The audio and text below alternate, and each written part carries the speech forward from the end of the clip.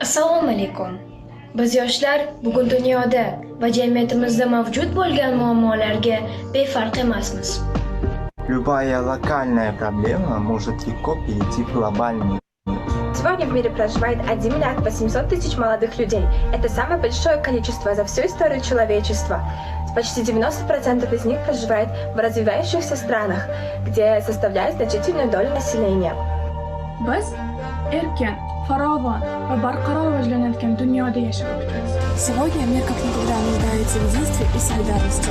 Biz xohlagan jamiyat va dunyoda imkoniyatlar tengligi, ta'lim sifati, qonun ustuvorligi, gender tengligi, inson huquqlari va erkinliklari har jabhada ta'minlanishi kerak. Мы не можем ждать. Изменение климата, истощение водных ресурсов, доступность и качество образования и медицинской помощи. Все эти проблемы требуют незамедлительных решений. Biz xohlagan jamiyatda har bir fuqaro o'zi xohlagan munosib ish bilan ta'minlangan bo'lishi kerak. Мы хотим и готовы быть частью этих решений для нашего будущего. Biz yoshlar albatta barqaror rivojlanish maqsadlarini amalga oshirishda birga harakat qilishimiz lozim. Участие молодежи в решении глобальных проблем очень важно. Слушайте нас, вовлекайте нас.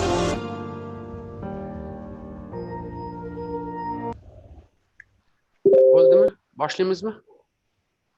Давайте.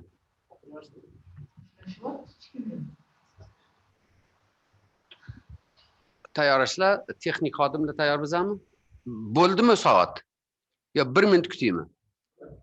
1 minut. Давайте.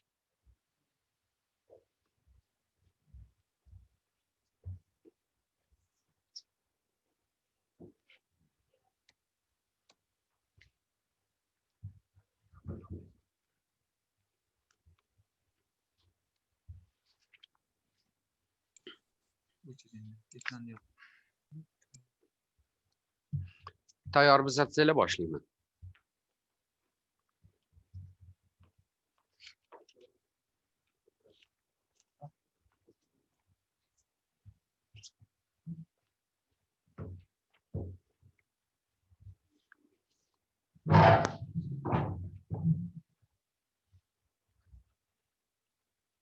Bo'ladimi boshlasak? Assalomu alaykum inson huquqlari bo'yicha Samarkand forumi ishtirokchilari. Bugun biz forumimizning 2-chi kunini boshlaymiz. Mana shu 2-chi kun va 3-chi yalpi majlisni moderatorlarga so'z berishdan oldin men qisqacha forumimizning 1-chi kuni natijalari bo'yicha ma'lumot berib o'tmoqchiman. Masalan, avvalambor mana shu kechagi 1-chi kun davomida ishtirok etgan barcha xalqaro tashkilotlarning vakillariga, ma'ruzachilarga, moderatorlarga, so'zga chiqqanlarga, o'z taklif mulohazalarini bildirgan barcha ishtirokchilarga samimiy minnatdorchilik bildiraman. Video aloqa shaklida o'tayotgan Samarkand forumi biroz texnik qiyinchiliklar ham bo'ldi. Buni ham e'tirof etishimiz kerak. Lekin hozir bitta narsani aytaman. Biz kecha 15 ta xalqaro tashkilotdan murojaatlar bilan chiqish bilan birga yana Samarkand forumining ishtirokchilariga bir qator xalqaro tashkilotlar va ekspertlar tomonidan forum ishtirokchilariga va tashkilotchilarga tabriknomalar ham kelib tushdi. Masalan, Indoneziyaning inson huquqlari bo'yicha komissiyasi raisi janob Dominik Taufmandan, Islom hamkorlik tashkilotining inson huquqlari bo'yicha mustaqil doimiy komissiyasi raisi janob Adama Nanadan hamda Indoneziya Respublikasining inson huquqlari va adliya vazirligidan Ibrohim Resa janoblarining yana bir qator xalqaro va ekspertlardan bizning forumimizning dolzarbligi va yuqori darajada tashkil etilganligi munosabatan o'z tabriklarini jo'nashdi. Shuningdek aytishim kerakki, Buyuk Britaniya parlamenti a'zosi Lord Waverley ham o'zini qutlovini ingliz tilida jo'natdi. Shuning uchun men ingliz tilida bevosita o'qib berishga ijozat berasizlar. Samarkand Human Rights Forum on Youth has been opened with powerful interventions from global leaders social cohesion and measures respecting human rights is solution to today's goals. Practical ideas and mechanisms to unite with a global standard should be the goal. Mana shunday qutlovlar, bir qator qutlovlar kelib chiqdi. Da, endi aytishim kerakki, yana bitta ayrim o'sha texnik nosozliklardan bizada sessiya davomida ikkita ma'ruzachiga Ozarbayjon hamda O'zbekistonning Birlashgan Millatlar Tashkilotining faoli Farg'ona viloyatidan chiqayotganda imkoniyat bo'lmadi va muhokamalarda so'zga chiqishni so'ragan Burkina Faso davlatining vakili va Samarqand viloyati bilan ham bizda yaxshi aloqa o'rnatilmadi. Men o'ylaymanki, mana shu yerdan tashkilotchilar nomidan biroz mana shunday texnik nosozlik uchun uzr so'rashga ijozat berasizlar. Endi aytishimiz kerakki, forum tafsilotlari internet va ijtimoiy tarmoqlarda juda keng yoritildi. YouTube kanali orqali bevosita jonli efirga uzatilmoqda. Jumladan birinchi kun bo'yicha 50 dan ortiq mahalliy ommaviy vositalarda va 30 dan ortiq xorijiy ommaviy axborot vositalarida forum ishi yoritib borildi. YouTube kanalining 1500 dan ortiq havola qilindi YouTube kanaliga. Mana hatto misol uchun Vanuatu davlatidan ham ko'rilganlarni biz e'tibor berdik. Ikkita plenar yig'ilishda forum chatiga 100 dan ortiq takliflar, savollar va mulohazalar kelib tushdi. Yana bitta narsani alohida ta'kidlaymanki, barcha ma'ruzalar forum veb-saytida asianforum.uz joyida joylashtiriladi. Aksariyat yoshlardan konvensiya loyihasi yuzasidan bildirilgan fikr va takliflar, shu bilan umumlashtirilgan holda quyidagi ma'lumotlar bilan sizlar bilan o'rtoqlashmoqchi edim. Birinchisi, xorijiy mutaxassislardan kelib tushgan ayrim takliflarga e'tiboringizni qaratmoqchiman. Endi qaysi tilda menga tushgan bo'lsa, shu tilda gapirishimga ruxsat berasizlar. Masalan, Birlashgan Millatlar, например, специальный посланник по делам молодежи генерального секретаря Организации Объединенных Наций госпожа Джаятма Вакарманаки, она отмечает необходимость наложения обмена информацией между молодежью. И в условиях пандемии необходимо оказывать им всестороннюю поддержку и создавать им необходимые условия. Предложение Татьяны Москалковой, она является президентом Альянса евразийских омбудсменов, который отмечает, что я полностью поддерживаю национальную программу действий Республики Узбекистан в области прав человека. Предложение председателя Совета юристов, Международного совета юристов господина Адиша Агарвали. Он говорит, необходимо создавать широкие условия для свободы слова. Конечно, необходимо обеспечить каждому молодому поколению свободу информации. Тогда и молодежь обретает духовное совершенство. Кроме того, он отметил особую роль президента Республики Узбекистан. В частности, он сказал следующее. Президент Республики Узбекистан господин Мирзиёев является лидером продвижения вопросов прав человека в азиатском континенте. Предложение из Таджикистана Умеда Рахимзаде, который сказал, что очень внимательно изучили конвенцию и полностью поддерживают концептуально эту конвенцию. Предложение афганского омбудсмана, который говорил, что к политическим правам также следует подходить индивидуально. И мы должны знать, что участие молодежи в таких политических мероприятиях очень важно.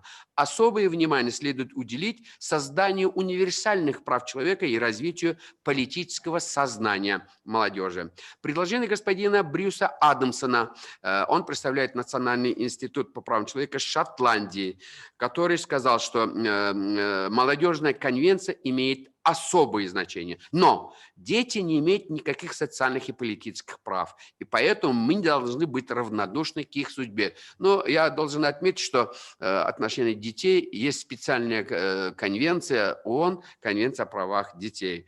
Предложение представителя Китайской Народной Республики. У нас разные политические взгляды, но мы благодарны таким мероприятиям, которые позволяют обмениваться мнениями. Мое предложение состоит в том, чтобы воплотить в жизнь законопроекты, которые в разы превышают все, что сделать их справедливыми. А что касается наших молодежи, которые вчера в ходе дискуссий тоже, например, представительница Ташкентской области госпожа Махмудова предлагает включить в проект конвенции статью, закрепляющую право молодежи на образование. Представитель Республики Каракалпакстан, председатель Совета молодежного союза Данияров Абад, он предлагает дополнить Конституцию специальной статьей, посвященной праву молодежи на объединение, ассоциации и союзы. А представительница Сурхандаринской области Касырова Дильноза предлагает включить в проект Конституцию право молодежи на защиту в период чрезвычайных ситуациях и в период вооруженных конфликтов. А представитель омбудсмана Республики Армения Армин Татаян предлагает включить в проект конвенции статью, закрепляющую политические права молодежи и ее участие в принятии решений, например, в охране окружающей среде. Он отмечает также обеспечить в проекте конвенции универсальность принципов прав человека. А представитель Сырдаринской области Джамшид Бабаев, он является председателем молодежного парламента при законодательной палате, он предлагает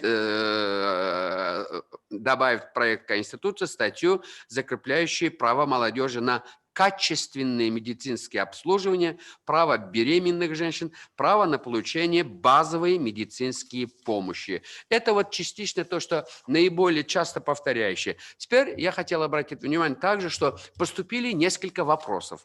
Поэтому я хотел бы ответить и на эти вопросы. Я буду отвечать на вопросы, на каком языке они поступили, на том языке я буду отвечать.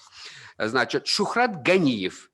Сегодня по различным данным от 1 до 1,5 миллиона молодых людей, граждан Узбекистана, поиски их работы вне Родины. Какая программа разработана для этой категории молодежи Узбекистана?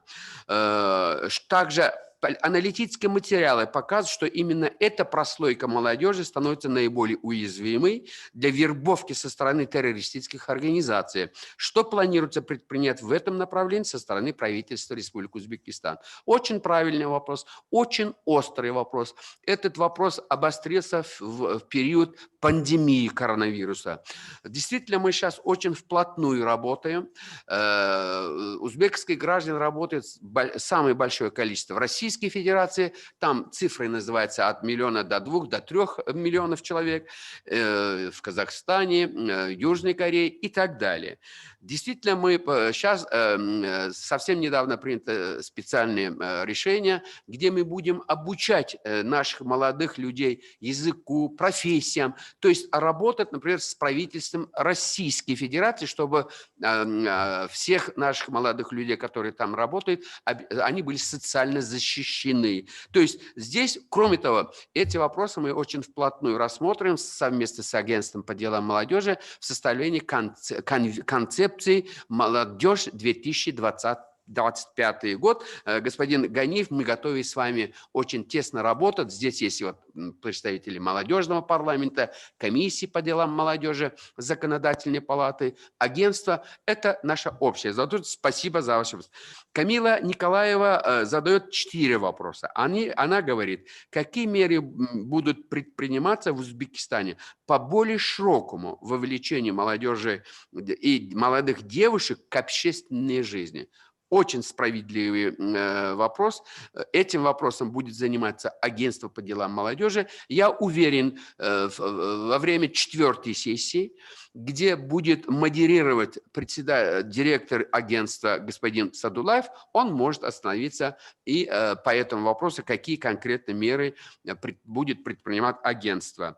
Еще один вопрос. Как в Узбекистане молодые люди с ограниченными возможностями передвижения испытывают сложности с трудоустройством. Есть ли какие-либо конкретные предложения по этому поводу? Прежде всего, я хочу сказать, совсем недавно парламент Узбекистана принял закон о правах лиц с инвалидностью. И там создаются правовые гарантии обеспечения лиц с недостатком, то есть с инвалидностью. Кроме того, мы очень вплотную правительство изучает о возможности ратификации Конвенции ООН о правах молодежи 2006 года. Камила задает еще вопрос. Какой возраст для молодежи определить конвенция?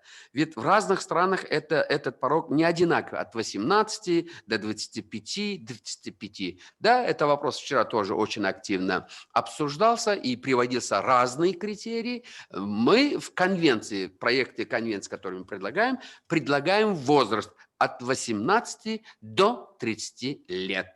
Еще последний вопрос. Как будет осуществляться обратная связь при нарушении прав молодежи по конвенции? Куда конкретно может обратиться молодой человек при нарушении его прав?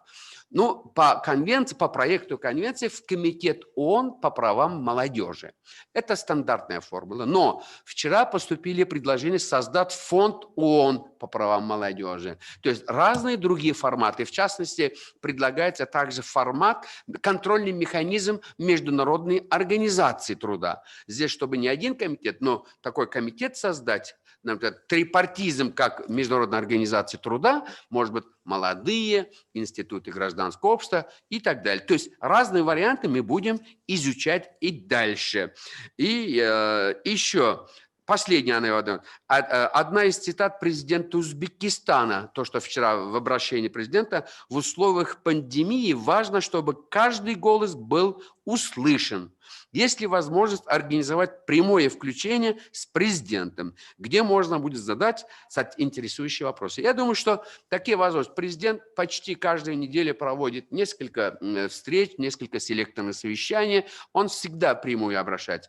Относительно обратной связи, я думаю, что у нас есть агентство по делам молодежи. Это первый путь. Второй, есть также межведомственный совет по делам молодежи во главе с премьер-министром. Я думаю, что высшее руководство всегда готово иметь прямую связь с молодежью. И более того, во время посещения областей президент Узбекистана всегда встречается также с представителями молодежи.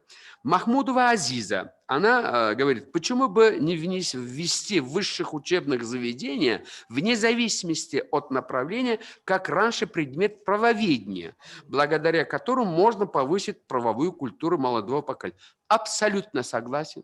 Действительно, сегодняшнее состояние неудовлетворительное. Поэтому президент предлагает ввести во все учебные заведения такие курсы, как права человека, права женщин, права детей, а также основы государства и права. Да, это вопрос у нас во главу угла. Кроме того, третья секция сегодня будет посвящена образованию в области прав человека, и там буду понимать. Теперь есть вопрос из Индии, представитель национального центра Сараджит from the India said, what the international community is thinking to introduce innovation during this COVID pandemic to address the problems being faced by youth across the globe as a permanent solution. I fully agree with your opinion. Yesterday, United Nations Secretary General, Mr. Antonio Guterres said, the pandemic has disrupted the education of more than 90% of the world's students. I will add, COVID-19 affects all segments of the young people. Pandemic has a great influence for youth employment and social issues. Now it is a time to speak more and more about global solidarity, especially on youth matters. That's why the theme of International Youth Day 2020 are named Youth Engagement for Global Action. Есть еще вот такие вопросы, которые задают, то есть очень конкретные предложения по конвенции. Например, Анастасия Гладилова пишет: «Здравствуйте, спасибо за организацию такого важного форума. Сегодня много говорили о том, что участие молодых людей в развитии государства имеет ключевое значение в построении сильного государства. Отсюда возникает вопрос, каким образом сегодня молодые люди могут выйти на контакт с главой государства Узбекистана со своими предложениями с целью работать совместно, минуя целый ряд бюрократических препонов». Спасибо за ответ. В принципе, я уже частично ответил. Я могу добавить также представители молодежного парламента, которые имеют своих представителей во всех регионах нашей страны. Они тоже хороший канал, я бы сказал, доведение до сведения главы государств всех предложений наших молодых людей. Айбек Исаков, он является председателем Ассоциации инвалидов Узбекистана, он говорит: в мире свыше 300 миллионов молодежи с инвалидностью, и большинство из них подвергается различным формам дискриминации. В связи с этим в Конвенцию необходимо внести раздел о гарантиях реализации прав молодежи с инвалидностью. В Конвенции необходимо говорить об инклюзивном образовании, об инклюзивном трудоустройстве и так далее. Айбека, я полностью согласен с вашим предложением, и наш закон о гарантиях прав ребенка не ограничился, в отличие от Конвенции о правах ребенка, он только, так сказать, правами здоровых детей. Мы включили также детей с недостатком. Поэтому я считаю, это очень хорошее предложение. Атабек Рузибаев задает два вопроса относительно... Атабек Рузибаев aytadiki, migratsiya munosabatlarida yoshlarning xavfsizligi, ijtimoiy iqtisodiy huquqlari masalalarini ko'tarish kerak. Migratsion munosabatlarda yoshlarning xavfsizligi, ijtimoiy iqtisodiy huquqlarini ko'tarish. Juda ham to'g'ri. Bu hozirgi kundagi eng ijtimoiy jihatdan kam himoya qilingan aholi qatoriga ketadi. Men bu fikrni to'la qo'llab-quvvatlaymiz. Yana mana shunga o'xshagan savollar keldi. Biz yana bir qator nihoyatda mana shu anjumanni qo'llab-quvvatlagan va yuqoridagi ularni men qaytarib o'tirmoqchi emasman, lekin mana shunday qilib, mana shu birinchi kundagi asosiy savollar, tushgan takliflarga javob berishga harakat qildik. Endi men katta mamnuniyat bilan navbatdagi 3-yalpi majlisimizni olib borish uchun bizani moderatorlarimizga beramiz. Janob Yuyuni ochish uchun marhamat, sizga so'z. Sog' bo'linglar.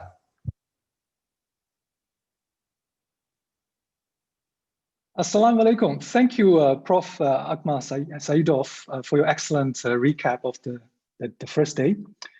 And dear participants, together with Rector Rahim Hakimov from the Tashkent State University of Law, the co-moderator, we welcome you all to the third session of the Samarkand Human Rights Forum on Youth. The session is dedicated to the subject Human Rights Education for Youth. As we know, education is the key to personal development and the future of societies.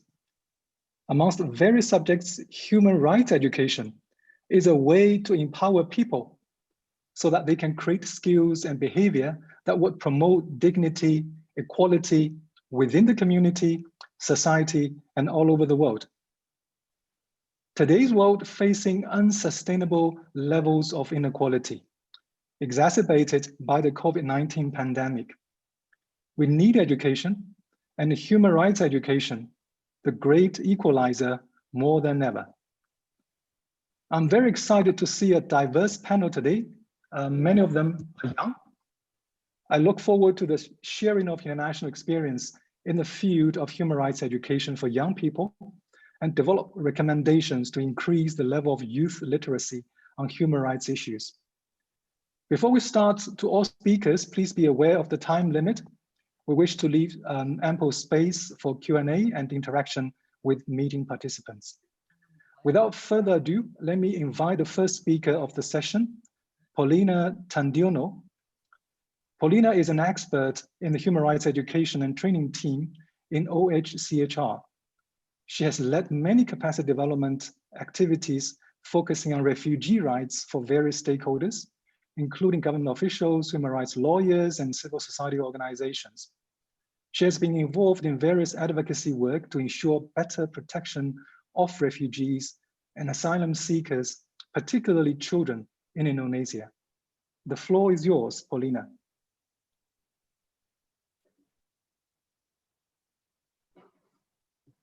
Thank you, moderator. Can you hear me well? Okay. Good afternoon, excellencies, participants, speakers, and my fellow youth. First of all, I would like to thank the organizers for having me here. It is an honor for me to be a part of the Samarkand Web Forum on Human Rights on Youth. Today, I would like to introduce to everyone here the fourth phase of the World Programme for Human Rights Education, a global framework available to support the work of all actors in this area. I will start off this presentation with this global framework. The slide, please. So this is what I'm going to present today. Next slide, please. Firstly,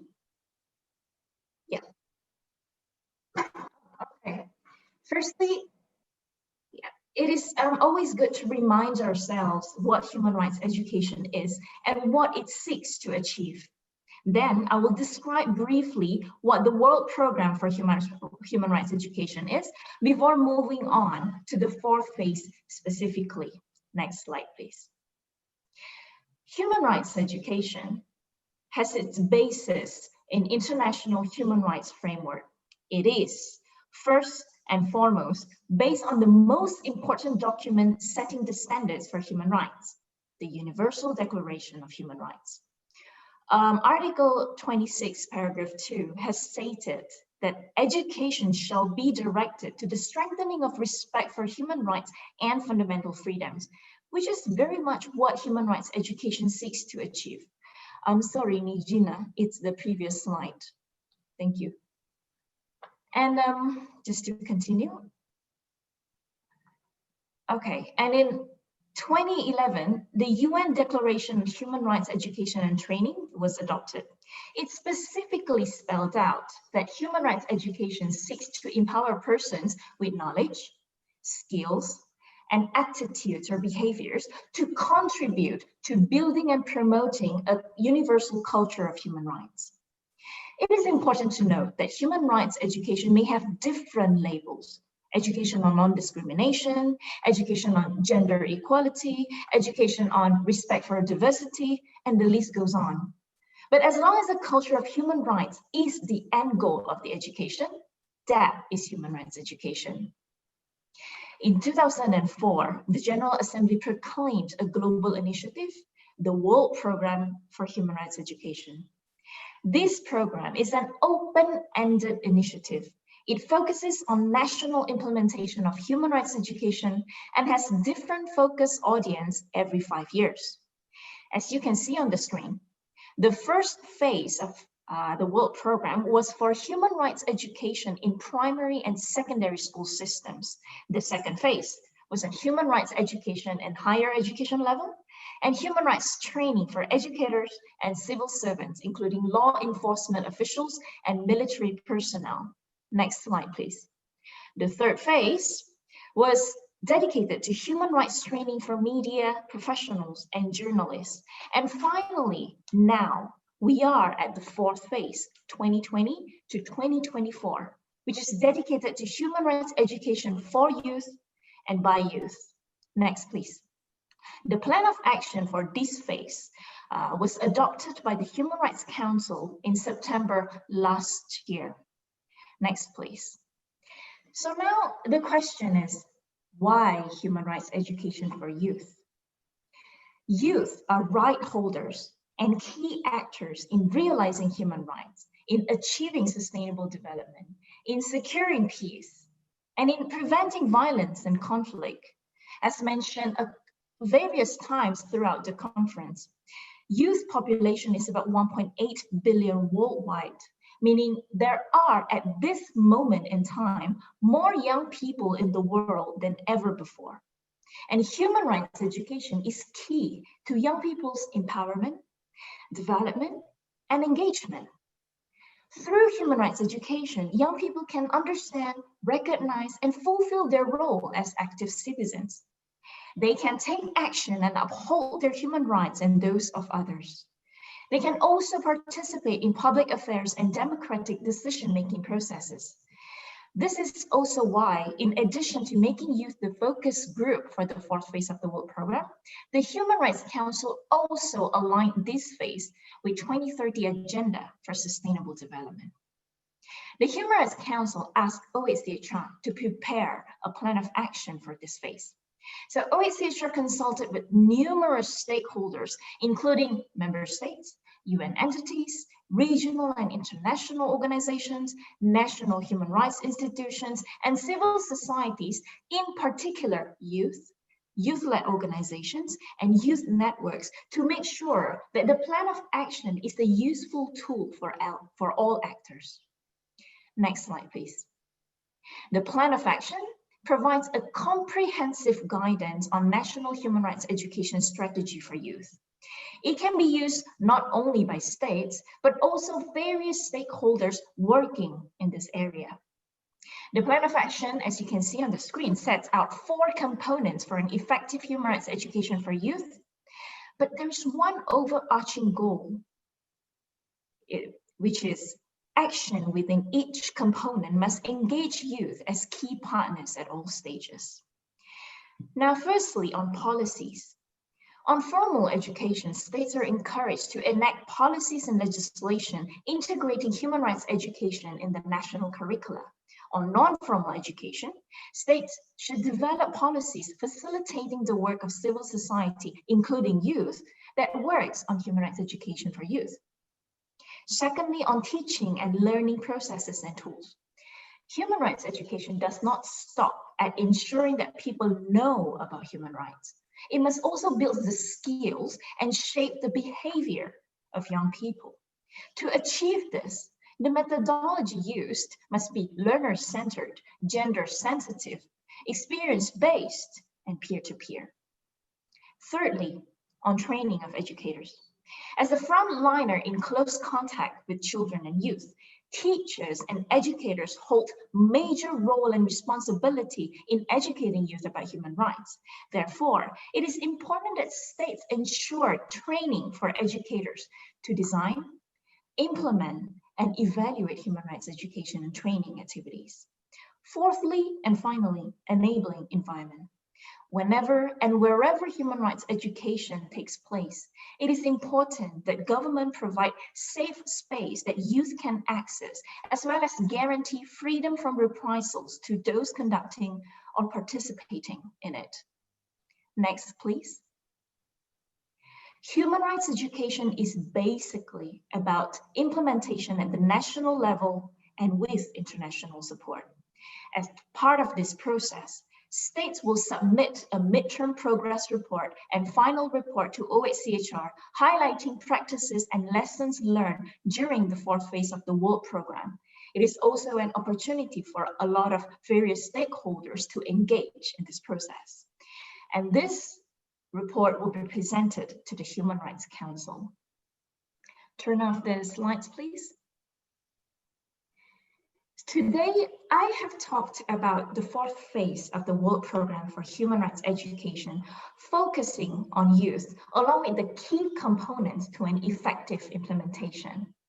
What kind of policies, what kind of teaching and learning processes and tools, what kind of training for educators, and what kind of enabling environment. Now, I would like to conclude my presentation by reminding all of us that youth are not just beneficiaries of human rights education. Instead, youth must be meaningfully engaged at every step of the process, from planning and designing to implementation and evaluation. The fourth phase of the World Programme provides an opportunity and methodological tool for states and all actors in strengthening national implementation for human rights education for youth, as well as international cooperation in this area. Thank you for listening. Thank you so much, Paulina, for introducing the global framework on human rights education that sets the theme of today's discussion. And now I pass the floor to my co-moderator, Rector Hakimov to introduce the second speaker. Over to you, Rector. Rahmat Janobyu, hurmatli forum qatnashchilari, men uchun bir katta bir mamnuniyat bilan shuni aytmoqchiman. Bunday tadbirda ishtirok etish, universitetimiz talabalari ham ishtirok etishi katta bir mamnuniyat baxsh etadi. Chunki mana shu inson huquqlari, yoshlar huquqlarini ta'minlashda yuqorida mana ma'ruzachimiz Tandiyona xonim juda to'g'ri gapirib o'tdilar. Mana shu global darajada ta'limni ta'minlash, uzluksiz ta'limni ta'minlash juda muhim ahamiyat kasb etadi. Ayniqsa mana shu 4-faza Birlashgan Millatlar Tashkilotini inson huquqlari bo'yicha ta'lim masalalari aynan yoshlarga bag'ishlanganligi bu juda muhim. Chunki mana har bir davlat, har bir tashkilotlar yoshlarni mana shu ishdagi faolligini ta'minlamasdan turib, albatta bir maqsadga erishishi qiyin bo'ladi. Shu nuqtai nazardan barcha mana shu ishtirokchilarimiz bugun aynan eng muhim masala desak ham bo'ladi, bugungi sessiyamizdan biri mana shu yoshlarni inson huquqlariga o'qitish masalasini bugun muhokama qilamiz. Men endi navbatdagi ma'ruzachiga ijozatingiz bilan so'z bermoqchiman. Janob Nika Paxsoliani, bu kishi Yevropa kengashi inson huquqlari masalalari bo'yicha maslahat kengashining a'zosi, yoshlar siyosati va yoshlar ta'limi bo'yicha xalqaro darajadagi ekspert, ko'p yillar ham davlat xalqaro tashkilotlar yo'nalishida va nodavlat tashkilotlar yo'nalishida aynan mana shu masalalar bilan shug'ullanganlar. Men mamnuniyat bilan so'zni Paxsoliani janoblariga beraman. Marhamat.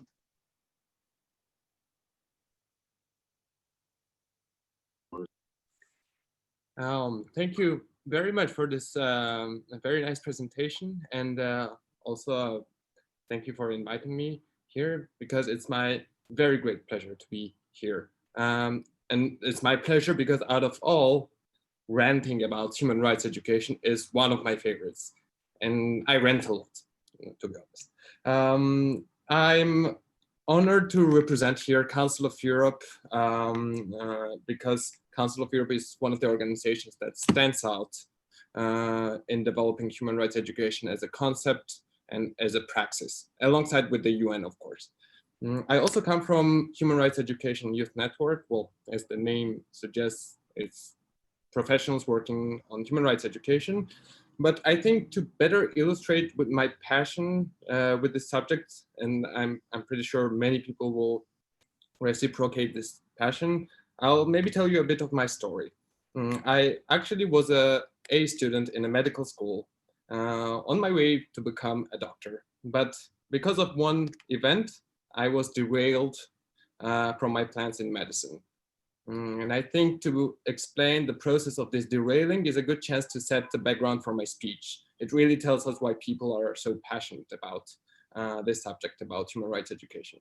This was in 2013 in Tbilisi, May 17th, when LGBTQI activists got violently beat up by a mob organized by the Orthodox Church, and the authorities did nothing to prevent this, nothing to protect the activists, nothing to prosecute the culprits. Shocked, disappointed, anxious, this is when I decided that I have to do something. And that's when I started the activist and volunteer page of my life story. And I figured out the best way to deal with this injustice is the education. And later, I found out that human rights education is the best way among all. Human rights education itself, it has a lot of names. It's a many-faced god. Global education, intercultural education, anti-racist, environmental, values-based, personal education, civic education, peace education, which got quite popular nowadays, actually several decades ago, political education and formation, very popular in Germany and France, critical pedagogy by Paulo Freire. Council of Europe has established a very interesting model on competences for democratic culture. Yael Ohana, she recently explained what critical youth citizenship education is and how it's linked with youth work. But I think they are all largely based on the same idea. And this idea is that human rights education is learning about a social contract. And I think in between the changes of the society within this dialectics, a change brings a new order, which is enshrined within a social contract. Now, this social contract can be laws and rights on paper, so it's written in white with black, but there's also an unwritten morale, which works through cultures and values, like the values that underpin human rights: human dignity, equality, justice, fairness, universals, etc. Learning about this social contract is the task for human rights and human rights education. And we often get this tension that learning about human rights is not enough. Learning about the documents, about the laws, about the values is only the first step. Human rights create a framework to work, while another important step is also to understand how this social contract works, or how it doesn't work, why doesn't it work, and how to change it, how to make it work. Before we start to discuss what actually human rights education is, and I think Paulina also set a very good ground for it, I'd like to recall a rightful dichotomy in human rights-based approach. There are right holders and those who should enjoy human rights, which are universal, inalienable, indivisible, interdependent, interrelated. And there are those who bear the duty, those who have the responsibility and the obligation that the rights holders, they enjoy human rights. Normally, we imagine governments and authorities as duty bearers, but I'd like to go further and generalize it as power holders. I say, yes, primarily it's the governments who are responsible, but there's also other systems and organizations as well, including businesses and corporations. And these entities have the responsibilities that the human rights are fulfilled. In conclusion, I would like to say that human rights education, it's very much about you, about society, and about the power holders, and ever-changing relationship between these three. Well, I think it already sounds like a very sweet, important, much-needed concept that should be integrated in the educational curricula. But the problem is that in reality, it doesn't really happen very much. In reality, it's quite frequent when people think that human rights education is an immediate response to crisis, a remedy that can heal a social trauma, and which is itself caused that when social contract doesn't work. Whereas human rights education is a good tool to identify faults, injustices, and pathologies within the system and then act against on time without having to face the crisis like the murder of George Floyd. But mainstreaming human rights education, making it accessible for everyone, it's simply, or not simply, not happening. Unfortunately, human rights education is not high on the agenda of politicians, governments, or even the institutions who are responsible for education. In fact, in many countries, in reality, the praxis of education is quite an opposite. A praxis which can be best described as pouring water into a vessel, what Paulo Freire calls a banking system. The very system that encourages assimilation of young people into an existing order or system or structure. In other words, it's a tool for complicity. Now, human rights education is an instrument of change, and through what we learn, what are human rights documents, instruments, the values that underpin them. In addition, human rights education should enable us to critically reflect and view existing structure, identify the barriers and challenges for fulfillment of the rights of ours and others. And what's more, human rights education should tell us how to act against injustice, oppression, violence, etc.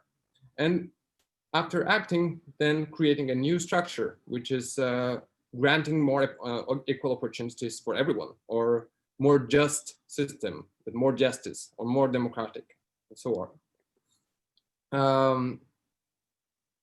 Practice of human rights education itself, it's not a very easy task. Here's a screenshot of Compass. This is the manual by Council of Europe Youth Department on human rights education with young people. It has several basic principles. Human rights education should be holistic learning. It's cognitive, practical, attitudinal. It's about your life. It's not about now. It's basically about every minute of your life. It's an open-ended learning which tells us that there are no black and whites. There's no yes and no fully. And it encourages critical thinking. It's about the values clarification. It's about challenging the values and beliefs that we have in a safe framework. It's about participation. It's about taking action. It's about cooperative learning. It's not about competing with each other. It's about cooperation and living together. It's about experiential learning, meaning that it encourages really getting to the shoes of those who are suffering from human rights violence. And it's also learner-centeredness. It's based on the needs of the learners, and it's not based on the curriculum or so on, or a program. Learning is never neutral. It either reinforces the status quo or challenges it. This is by Paulo Freire. Human rights education is the one that challenges the status quo. So now you tell me why human rights education is not very much high agenda of power holders. Learning is, I think, a political act. And by the end of my speech, I would like to finish it with a quote from Grace Lee Boggs from Next American Revolution. Instead of trying to bully young people to remain in classrooms isolated from the community and structured to prepare them to become cogs in the existing economic system, we need to recognize that the reason for so many young people to drop out from inner city schools is because they are voting with their feet against an educational system that sorts, tracks, tests, rejects, or certifies them like the products of a factory because it was created of the age of industrialization. They are crying out for another kind of education that gives them opportunities to exercise their creative energies because it values them as a whole human beings. I think ultimately human rights education is about humanization, and I think learning and human rights education, I think it's a political act. We need to face it, and I think we need to demand it. Thank you. Katta rahmat janob Baxsalyani, juda mazmunli ma'ruzangiz uchun. Haqiqatda ham juda to'g'ri aytdingiz. Bugungi kunda inson huquqlari umuman o'ziga xos mana siyosiy madaniyat, umuman insonni umumiy madaniyatini ko'tarishi eng asosiy bir vositasi bo'lib hisoblanyapti va shunga aylanib ulgurdi. Bugungi kunda biz mana shu inson huquqlari borasida ta'lim, tarbiya, ilm, bilim bermasdan turib komil inson umuman haqida bir gapirishimiz juda murakkab masala bo'lib hisoblanadi. Sizga minnatdorchilik bildiraman mazmunli ma'ruzangiz uchun va navbatdagi ma'ruzachini e'lon qilish uchun men co-moderator yu janoblariga so'zni beraman. Marhamat. Rahmat, thank you, Rector. With pleasure, let me introduce the third speaker of the session, Mr. Mizatilo Tilabayev, the first Vice Director of National Human Rights Center of the Republic of Uzbekistan.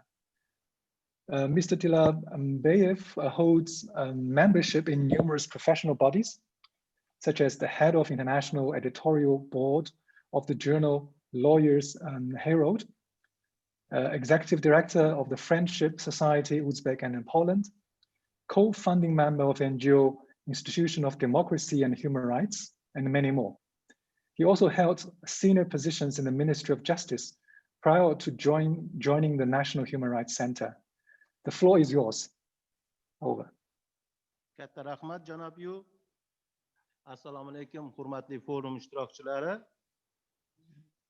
Уважаемые участники форума, образование – это ключ к развитию личности и к будущему общества. Это слова генерального секретаря ООН господина Антонио Гутерреша. И действительно, сегодня образование составляет основу информационного, толерантного общества и является главной движущей силой устойчивого развития.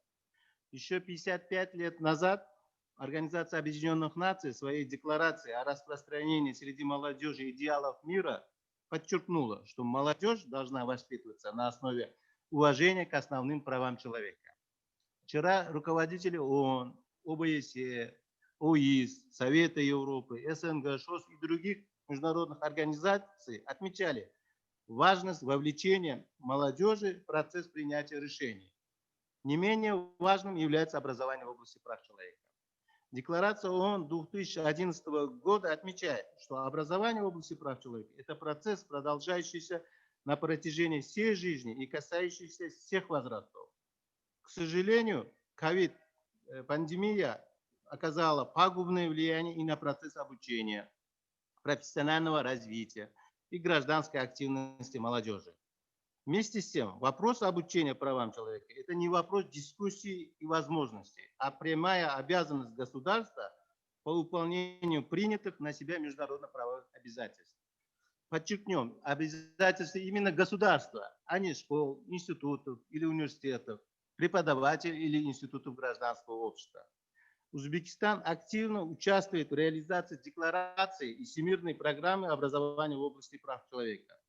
В этом направлении принято два важнейших документа.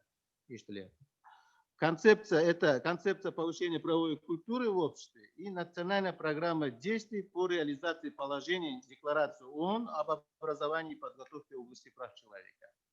Концепция предусматривает активное участие молодежи в распространении правовых знаний, в частности, путем организации конкурсов на знание законов, учебных курсов стрит-ло, курсов по вопросам борьбы с коррупцией, обучение различных категорий молодежи, в том числе студентов, мигрантов, внедрение в сети и социальных сетях информационно-правовых каналов, развитие юридического клинического образования. Сейчас у нас только в двух вузах. Это университет дипломатии и Ташкентский юридический университет. В соответствии с рекомендациями специального докладчика ООН по вопросу о независимости судей и адвокатов, приняты меры по расширению доступа молодежи к юридическому образованию. Еще в 4 регионах страны созданы юридические факультеты, а во всех регионах страны созданы юридические техникумы. Следует отметить, что Узбекистан в числе 20 стран мира принял специальную национальную программу действий по реализации Декларации ООН об образовании по правам человека. В отличие от других стран, эта программа утверждена парламентом, и она предусматривает расширение учебно-методической базы в сфере образования по правам человека. Более того, устанавливается постоянно действующий парламентский мониторинг в этой сфере. Но вместе с тем имеются и проблемы. Какие же это проблемы? Во-первых, к сожалению, имеется тенденция сокращения из учебного плана образовательных учреждений программы «Права человека».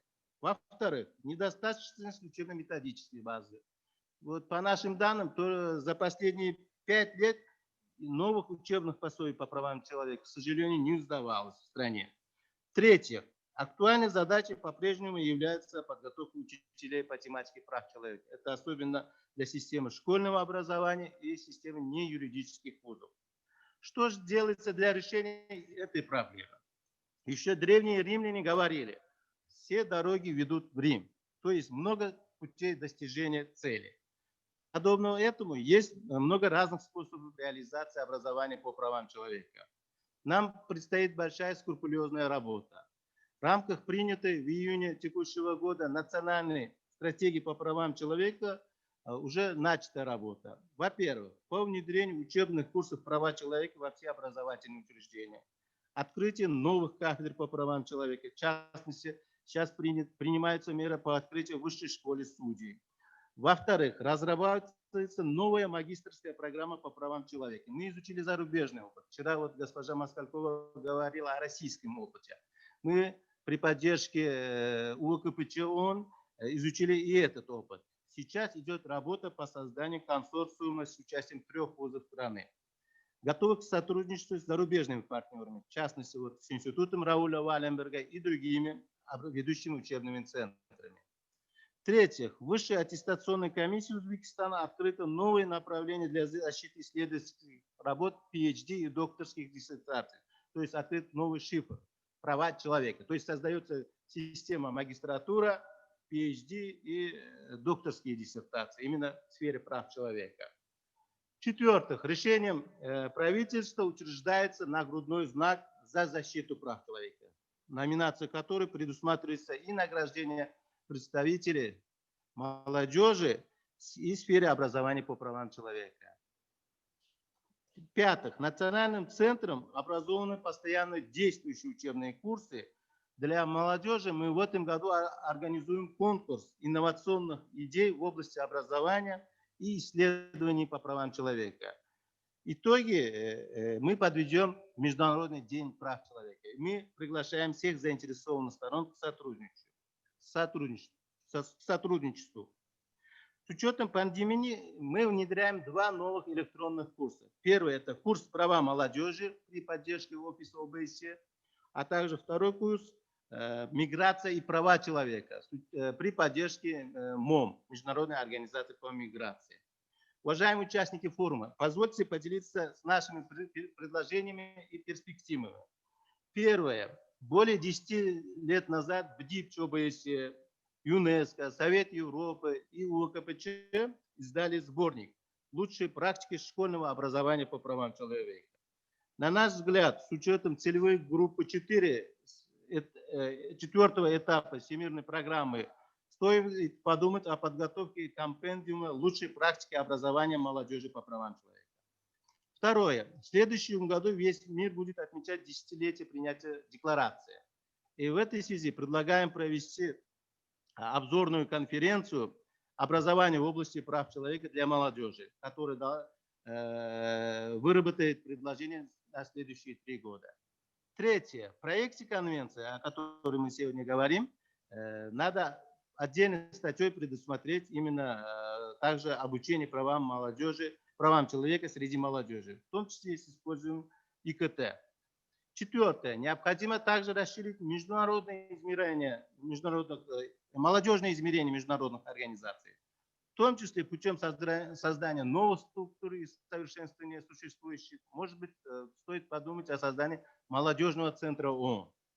Пятое. Узбекистан выступает с инициативой создания регионального хаба по образованию по правам человека. Надеемся на поддержку этой инициативы. В заключение хочу привести слова выдающегося правозащитника Нельсона Манделы, который отмечал, что образование – это самое мощное оружие, с помощью которого можно изменить мир. Перефразируя эти слова, можем отметить, что образование и цифровые технологии должны быть двумя мощными факторами, где права человека изучают, живут в соответствии с ними и действуют ради них. Так что дерзай, молодежь! Good luck, may all your dreams come true. Спасибо.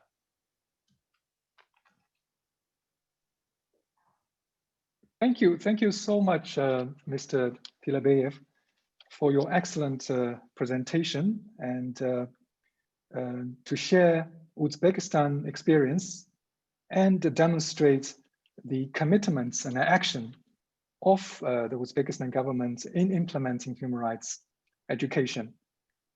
You are also in the forefront to promote international collaboration, as you have demonstrated experiences and shared with all of us here.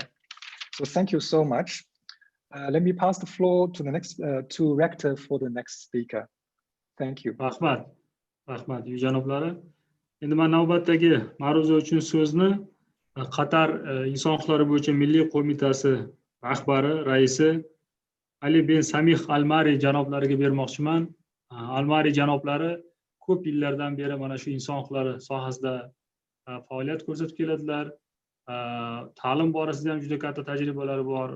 Ta'lim vazirligida va UNESCO sohasida ham ko'plab tajribaga ega inson hisoblanadilar. O'ylaymanki, bu kishini bugungi tadbirda qatnashishlari ham mana shu tadbirimizni bir amaliy jihatdan boyishiga o'zini hissasini qo'shadi deb o'ylayman. Marhamat, so'z sizga.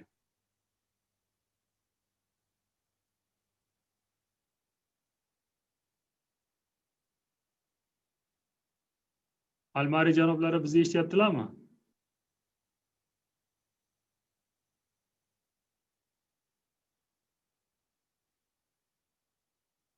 Tashkilotchilar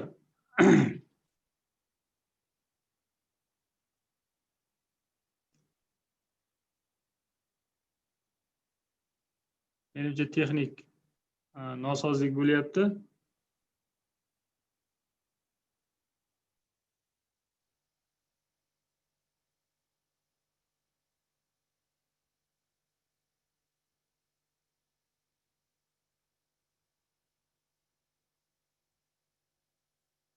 u kishi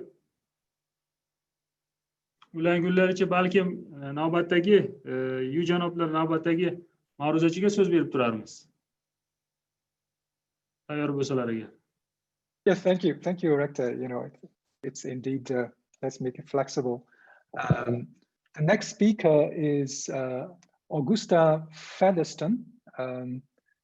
She works in OSCE as a youth focal point, for democratic institution and human rights.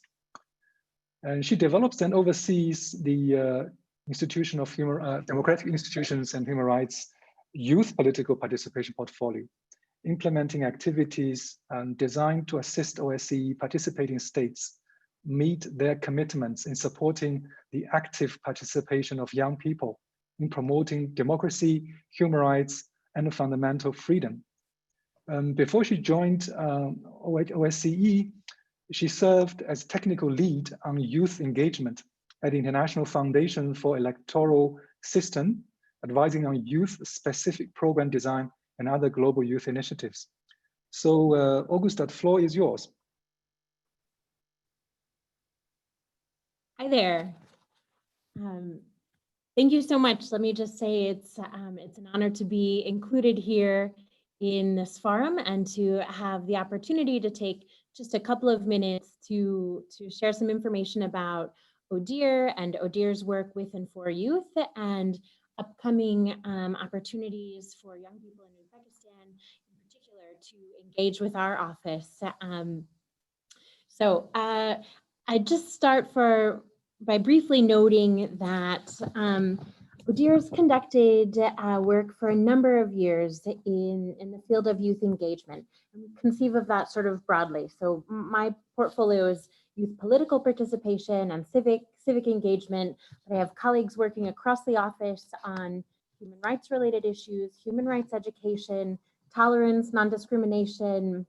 So we really try to serve the needs of young people across a variety of fields. Our work to conduct, our mandate to conduct work in support of youth is, it's predicated on the OSCE's human dimension commitments, which highlight the pivotal role that young people can play in helping participating states fulfill their democracy and human rights obligations. There have been, recent, over the past several years, ministerial level declarations on youth, noting young people's importance and contributions to democratic societies. But I think it's important here to just say that the recognition and support of young people really reaches back to the founding documents of the OSCE as well. So it's not a new or boutique issue that the OSCE is looking into supporting young people, but really it's woven throughout the OSCE's sort of foundational documents and all of the work we do across all three dimensions of security.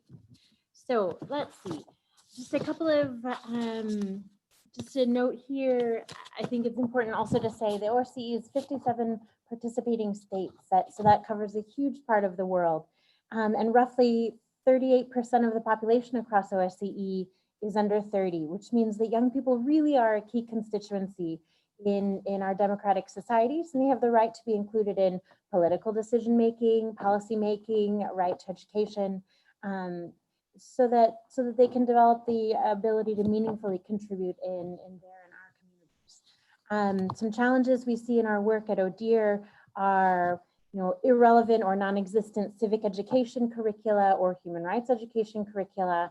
And to that end, the office has worked to build a cadre of tools. So a compendium on human rights education good practice, other technical leadership tools to help support participating states in this direction. We also note some challenges in the direction of unresponsive institutions. So, and this includes political parties across Europe where youth membership hovers around 2%.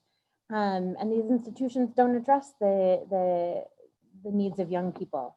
Of course, lack of representation amongst elected officials, lack of representation of young people amongst elected officials, is a pretty significant problem as well.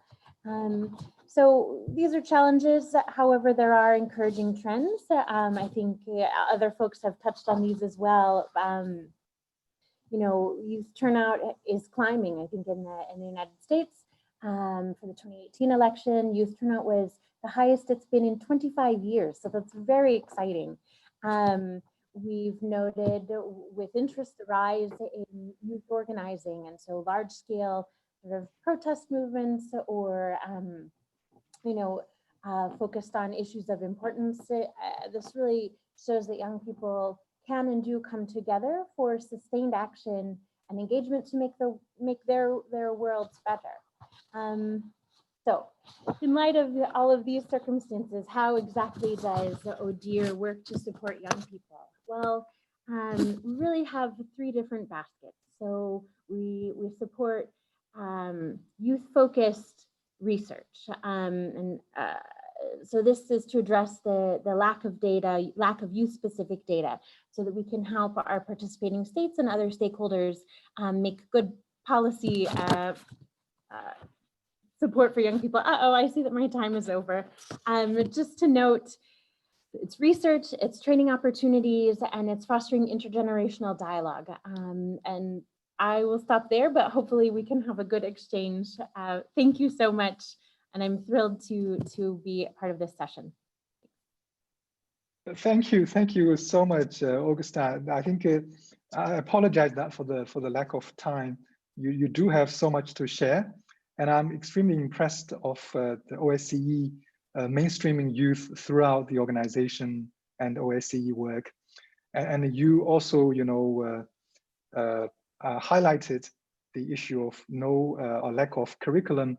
I think that links very well with the previous speaker and the colleague from OHCHR about global, program on human rights education. And these definitely are the areas, to be strengthened.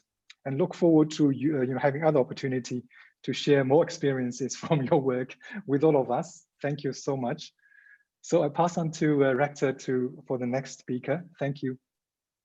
Rahmat, janoblari. Men navbatdagi chiqish uchun so'zni Indoneziya Inson huquqlari milliy komissiyasining raisi Ahmad Damanik janoblariga bermoqchiman. Damanik janoblari ko'p yillardan beri mana shu inson huquqlari sohasida 2006-yildan beri ayniqsa bola huquqlari sohasida katta mehnat qilganlar.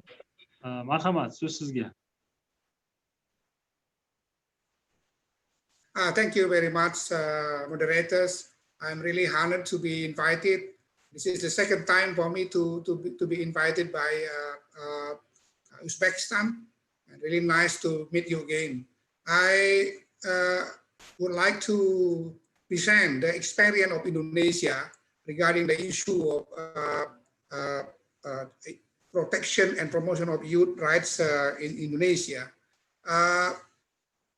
In general, I think the number of youth in Indonesia, according to the statistics, is around 28% of total population. So it's really quite big. Yeah? They are very diverse, but of course they are also promising, but complex also, because the situation of, geographical situation of Indonesia, we are around 17,000 of island. Yeah?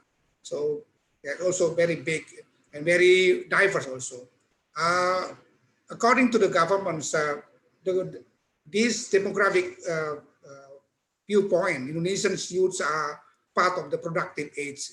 And we always call them as, the number and the dynamic of youth of Indonesia is a demographic bonus. We have some policies. One is the National Youth Act, law number 40, 2019, year 2009.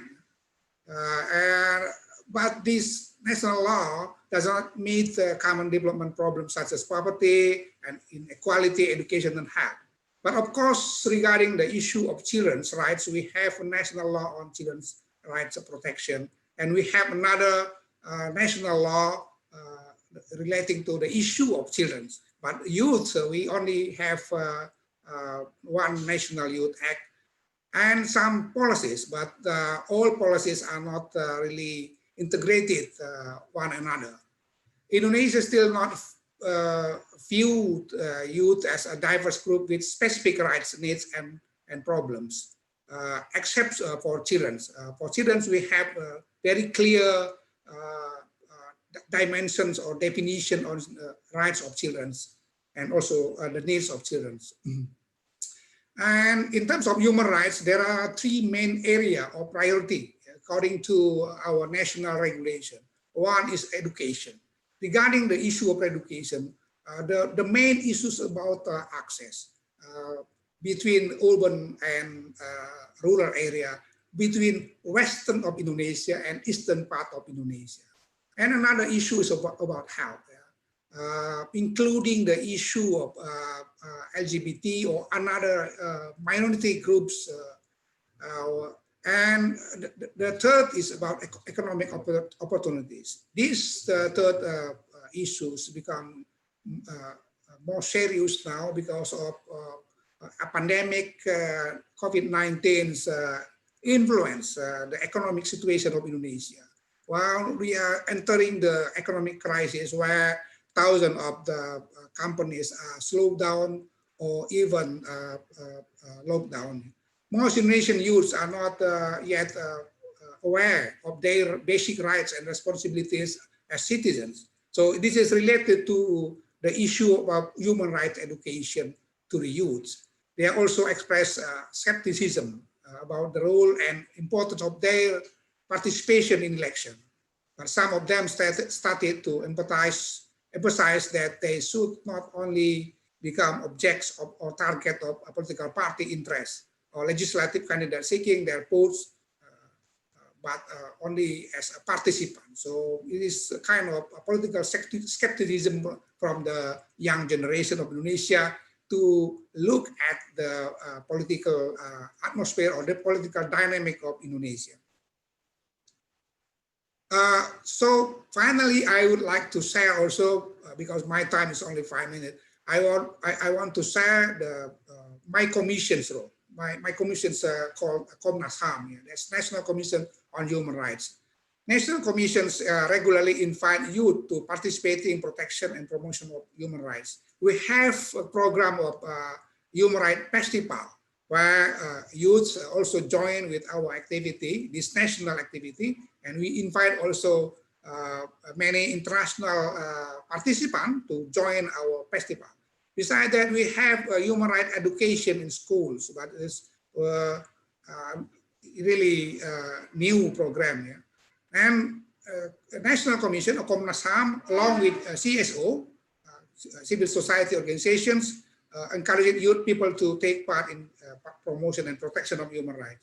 During COVID-19 pandemic, Komnas HAM also has a series of online public discussion with the youth, and some recommendation already submitted to the presidents of Indonesia and also to the Ministry of Education and other related institutions. Thank you very much, Mr. Yuyu and Mr. Rahim, as a moderator.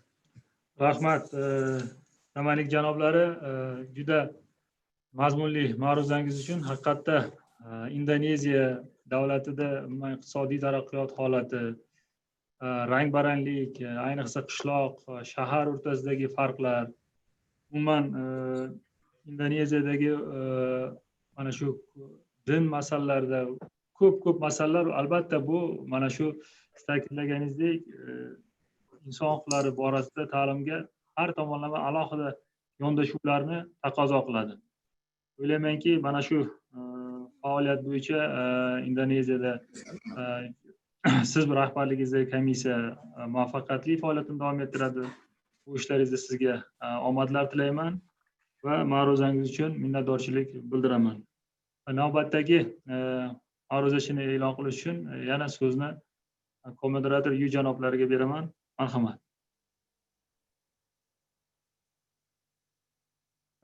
Thank you, Rector. I understand the next speaker, Victoria, has some technical issues, so we skipped from this session. So back to you. Thank you. Rahmat. Demak, navbatdagi ma'ruzachimiz Raul Wallenberg institutini, inson huquqlari va gumanitar huquq sohasidagi institutini Yevropa ofisi rahbari, direktori Suzanna Zallanova xonimga beramiz. Bu kishi ham mana shu inson huquqlari ta'limi borasida ko'p yillardan beri samarali faoliyat ko'rsatib keladilar, ayniqsa mana shu Yevropa qit'asi doirasida. Marhamat, so'z sizga. Thank you. Hopefully I will not disappoint you that I'm not Raoul Wallenberg. It's a pleasure to be here, especially part of this panel. Let me start with a Latin phrase many of us know, I would say. Scientia est potentia. Knowledge is power. I believe, not only me, but we at the Institute of Raoul Wallenberg Institute for Human Rights and Humanitarian Law, that human rights education, human rights knowledge is a very empowering tool to make a positive change.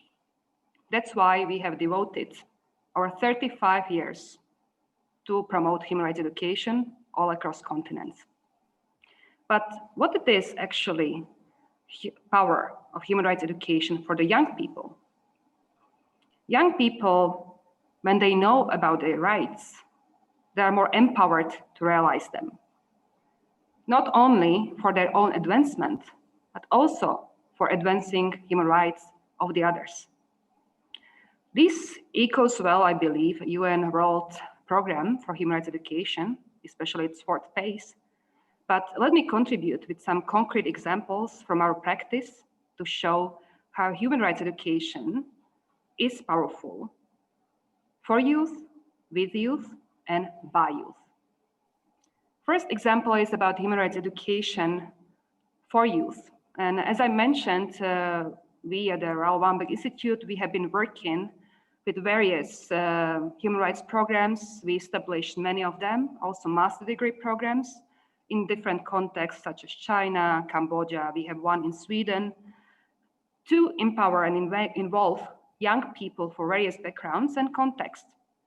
For example, Armando was one of our students in Sweden of human rights master degree program, but he is actually a former refugee from El Salvador who came to Canada.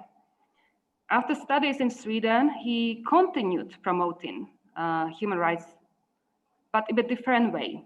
He became a co-curator of artworks together with migrants, refugees, and many other minority groups. And currently, if you come to Sweden, to Malmö, there is a museum of movement he helped establish. This museum deals with intersection of migration and human rights through artworks. Another example is about human rights education with youth. In Belarus, under academic cooperation with mostly local faculties, we work with students to include them in evaluation of their courses they attend. Student representatives have created, together with sociologists and academics, questionnaires, to assess the quality of their education. But they didn't stop only there. They promoted also this need to evaluate courses among their peers. They also engaged and analyzed the feedback, and then afterwards they followed up with the professors in a dialogue to see how the quality can be improved. In addition, they actually include this recommendation on quality education recommendations they discuss with the deans of law faculties mostly, to kind of discuss together quality of the education. Over the time, just 1 year, we had 25 courses, mostly human rights courses, evaluated by over 600 students. And this is already quite good response to see that students are interested to take part in this human rights education. The last example I have is human rights education by youth.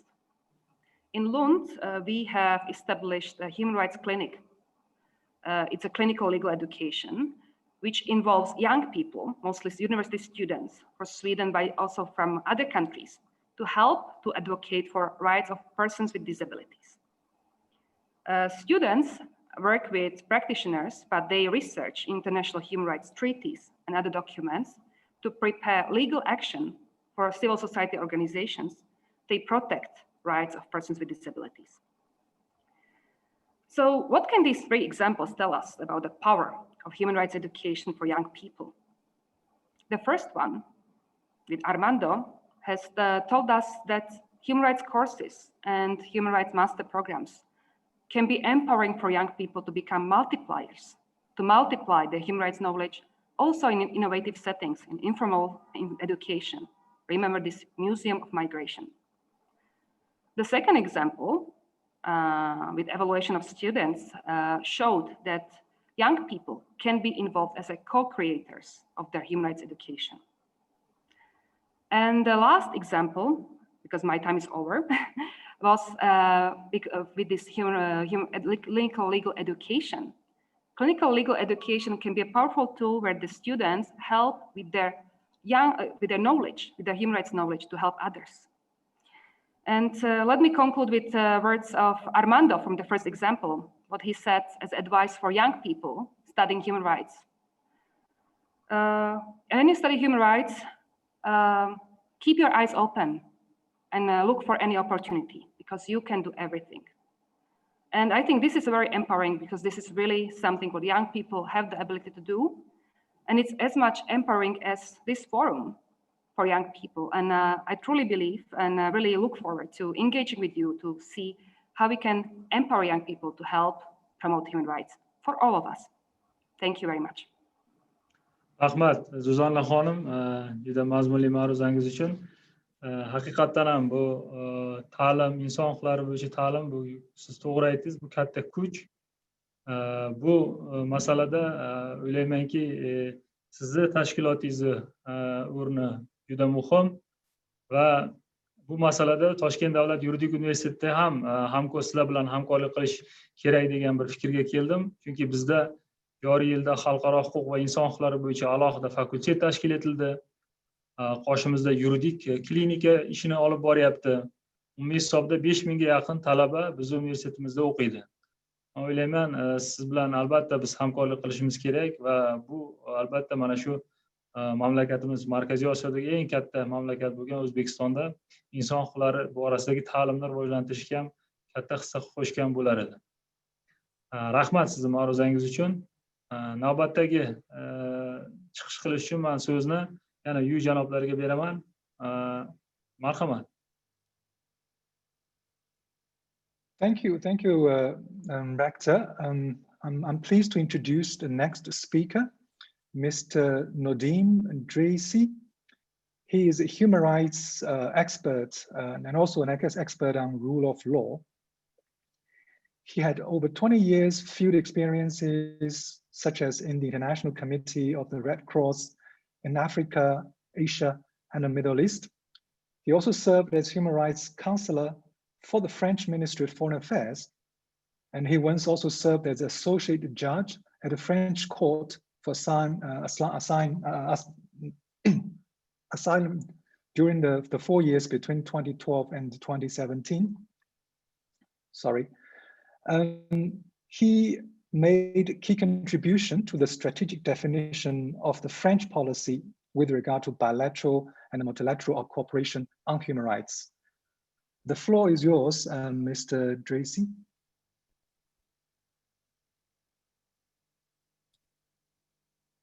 Hello, good afternoon to everyone. Just a second. Distinguished guests, colleagues, and speakers from the United Nations, the Council of Europe, the Organization for Security and Cooperation in Europe, distinguished guests, colleagues, and speakers from the Uzbek institutions, Uzbek civil society organizations, and representatives of the Youth Parliament of Uzbekistan, DIOL. I have to say I'm wholeheartedly honored to participate to the Samarkand Web Forum for Human Rights. I also feel privileged to share my views on human rights education for youth in Uzbekistan and worldwide, and my humble experience in the field of human rights education in France and abroad. Likewise, I'm delighted to elaborate on some of the best practices in this challenging field of expertise in order to contribute to the development of meaningful recommendations so as to increase the level of youth literacy and awareness on human rights issues. On the global level, youth is at crossroads. Youth plays a pivotal role in the framework of the realization of sustainable development goals in general, human rights, and democratic governance. Youth is also to be viewed as a strong vector of change and social progress by creating debate on issues that are at the heart of the fabric of society and of the individual's rights and dignity beyond national contexts.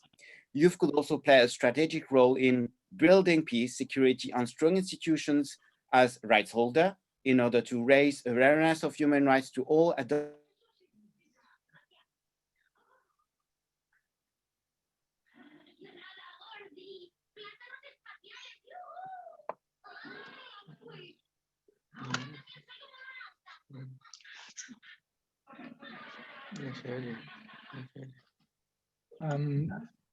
The technical ICT team, is there a problem?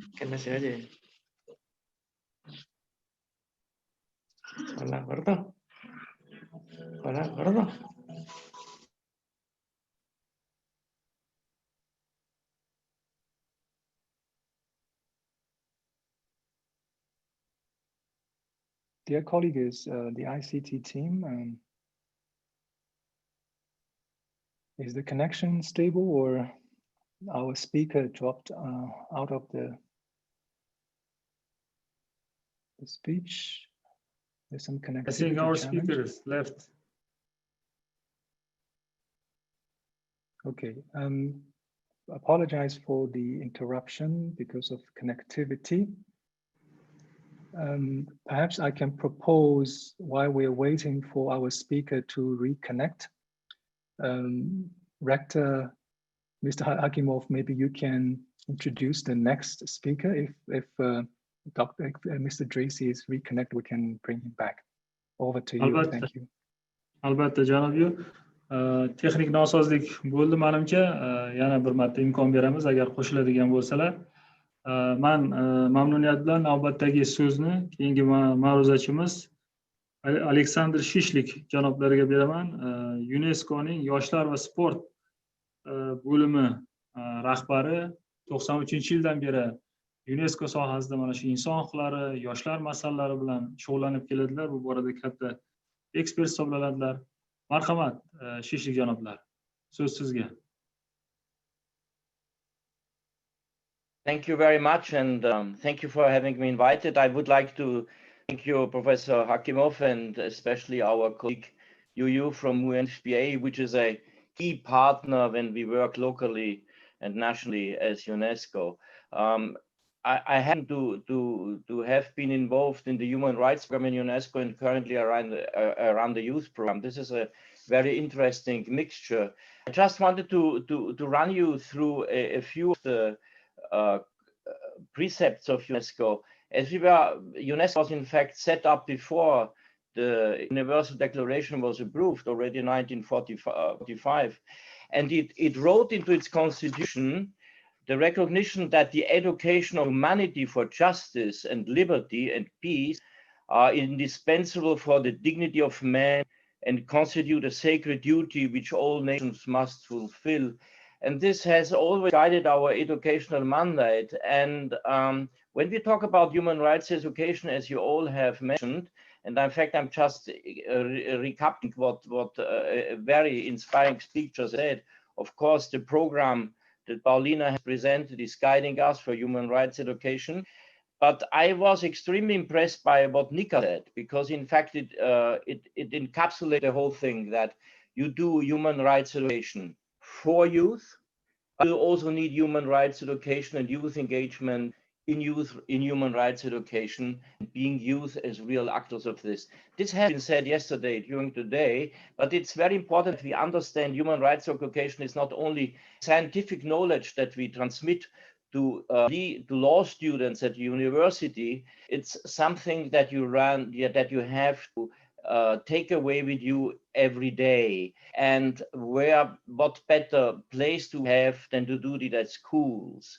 And UNESCO has introduced with our member states the Global Citizenship Education Program that make understand to kids in the schools the interdependence between peoples and nations and everything that brings together the holistic approach. It must be transformative. It must be contextualized, this education, into the context where it had to. It must always be values-based, and it must always based on equity, equality, and it must be made in a way that each individual understands its own rights, but also the rights of its neighbor. And this is very difficult when you start with this only at the university level. When you do this already with kids, you can, for instance, have something which we do in our sport program, values education sport. Kids play, the boys understand why girls are important, different ethnic in classrooms will understand and merge, understand the values that each brings to the diversity of the setting in which they evolve. And this is how you have to conceive human rights education. It must be adapted to the different environments. It has also to start in the early school environment. In order to give you an example about youth engagement, because the next panel will be most about peace building and preventing violent extremism, it is very important that we understand with young people when they engage in society that they have to have a knowledge about their rights and about the rights of the others. I give you an example. When the Arab Spring happened, young people went to the street with the flags and protested, and they made the head of state leave the country.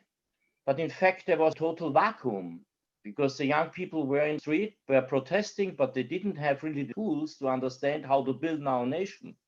So what we did, we developed a toolkit that explained to young people the general principles that exist, that are all the human rights principles. Then we contextualized them into national legislation, what already exists. And then we developed questions with them. How can I address these different issues in my society if I am now taking part in elections, if I have to discuss it, if I'm a real citizen? And this was hugely successful because it wasn't only used in formal education, it was used in university, but it was used in youth centers and in different informal settings. So human rights education is something that is everywhere.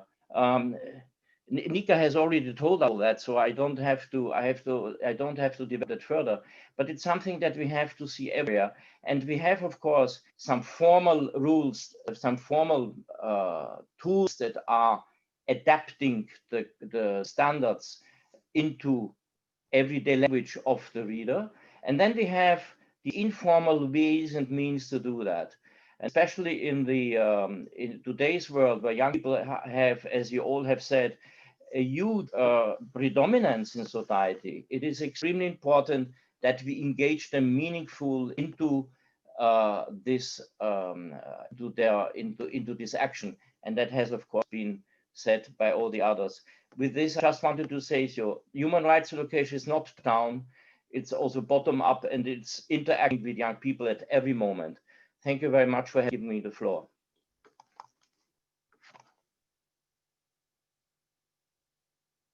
Rahmat, shishlik janoblari juda mazmunli ma'ruzangiz uchun. Haqiqatda ham juda to'g'ri aytasiz. Bu inson huquqlari ta'limi faqat universitetlar bilan bog'lanib qolmasligi kerak. Bu o'sha yoshligidan, kerak bo'lsa bog'chadan boshlanishi kerak. O'shandagina u insonni hayoti ajralmas qadriyatiga aylanadi va shundagina u o'zini hayotida butun umri davomida uni samarali qo'llash imkoniga ega bo'ladi. Rahmat sizga. Mana endi navbatdagi ma'ruzachini e'lon qilish uchun yana so'zni ko-moderator yu janoblariga beraman. Marhamat. Thank you, Rector. I see Mr. Drazy is back to the panel. Mr. Drazy, can you hear us? Yes, I if can. so, Yeah. can you have the floor, please? Thanks a lot. I'm sorry for the interruption. I had a problem with the connection. I just would like to complete in 2 minutes the highlights on the speech I was sharing and ideas I was sharing with you. As a human rights and rule of law expert, I strongly believe in the pivotal role of human rights education as a powerful vector of change. In the French context, in France, I'm currently developing ad hoc and long-term strategic partnerships with legal clinics attached to universities in several cities in France, Aix-Marseille, Grenoble, Paris, and Strasbourg, as well as with 2 students' associations that are also working on human rights awareness on issues pertaining to rights of detainees, rights of persons with disabilities, with activities focusing on legal research, publication, civic, and political advocacy. Just to mention that I recently completed a consultancy work in relation to the setup of human rights clinics in Uzbekistan in partnership with OHCHR regional office in Tashkent, the French embassy in Uzbekistan, as well as Uzbek stakeholders interested and involved in human rights education. Thanks to the current positive political changes in Uzbekistan that could be potentially conducive to offer a real platform for development of human rights education and to bring up a new generation of legal professionals with robust knowledge on human rights law. Within this consultancy work, I just want to mention two points, 2 highlights.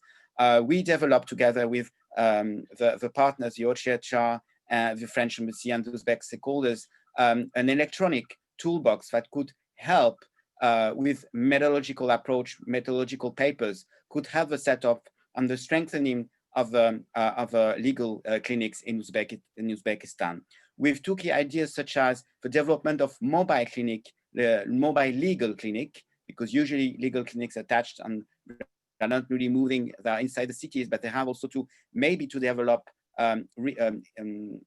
outreach activities. And the second thing is about developing also the approach of moot courts competition. You know that there are moot courts as far as international humanitarian law is concerned, but you have also moot courts regarding international human rights law, and especially one labeled with the name of Nelson Mandela Moot Court, which is quite important. Back to the domestic level in Uzbekistan, we know that a national program of actions on the implementation of United Nations Declaration on Human Rights Education and Training was adopted by the Uzbek parliament, it has been mentioned, in June 2019, with a roadmap attached and adopted in July 15, 2019.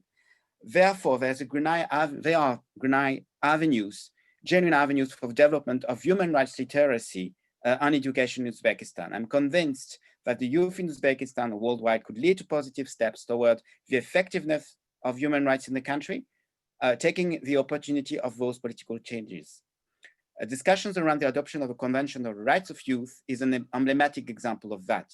Young generations are torchbearers of the letter and spirit of human rights, and more broadly, could become meaningful architects of social progress, democratic governance, and social entrepreneurship, upholding common and shared values on fundamental rights and liberties, and above all, of human rights acumen. Wishing you all the best for the forthcoming sessions. I remain at your availability, and I thank you all.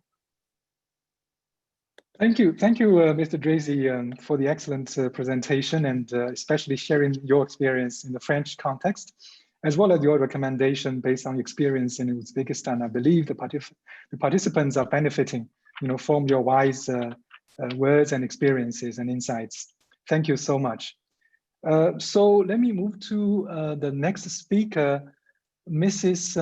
Rajamo Habibullozoda, the Commissioner for the Rights of Child of Tajikistan. Mrs. Habibullozoda, and the floor is yours.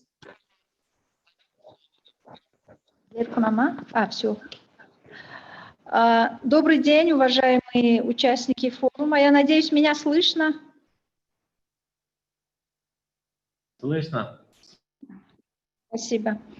Я рада приветствовать всех участников данного форума, наших коллег из Национального центра Республики Узбекистан по правам человека, особенно наших коллег омбудсмана Российской Федерации, Азербайджана, Республики Казахстан.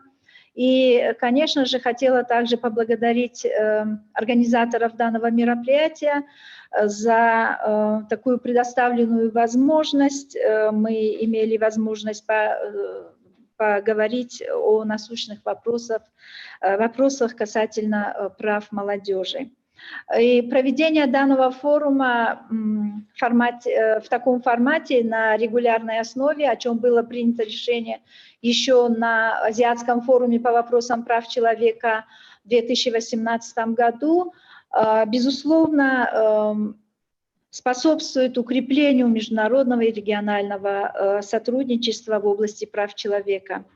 Уважаемые коллеги, еще при провозглашении Всеобщей декларации прав человека мировое сообщество в качестве главной цели, задачи, к чему должны стремиться все народы и государства, признало то, что каждый человек, каждый орган общества должны стремиться путем просвещения и образования содействовать уважению прав и свобод человека.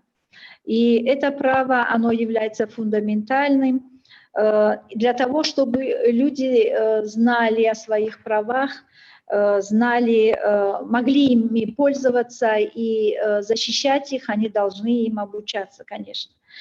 И я бы немножко хотела рассказать о опыте Республики Таджикистан в данном направлении. Республика Таджикистан с момента обретения государственной независимости и признания человека, его прав и свобод высшей ценностью, также следуя своим международным обязательствам в области прав человека, в рамках основных международных договоров, к которым она присоединилась, определила в качестве одного из приоритетных направлений правовой политики повышение уровня правовой культуры, правового сознания населения. И в связи с этим в стране проводится очень большая и разнообразная работа в интересах образования в области прав человека.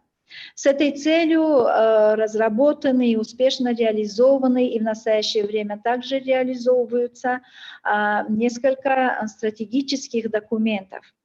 В частности, исходя из принципов, целей и задач десятилетия образования в области прав человека и во исполнение указа президента Республики Таджикистан о правовой политике и правовом воспитании граждан Республики Таджикистан, принята и реализована успешно программа «Государственная система образования в области прав человека». И данная программа, она охватывала все категории граждан, в частности для детей и молодежи были разработаны специальные программы образования в области прав человека. Следует также отметить, что вопрос повышения правовой культуры отмечается почти во всех ежегодных посланиях основателя мира и национального единства, лидера нации, президента Республики Таджикистан Эмомали Рахмона. И в связи с этим и во исполнение указаний, содержащихся в послании президента парламенту в 2008 году, была принята и реализована программа правового обучения и воспитания граждан Республики Таджикистан на 9-19 годы. И в настоящее время в целях реализации концепции правовой политики Республики Таджикистан принята буквально в конце 2019 года новая программа правового обучения и воспитания граждан Республики Таджикистан.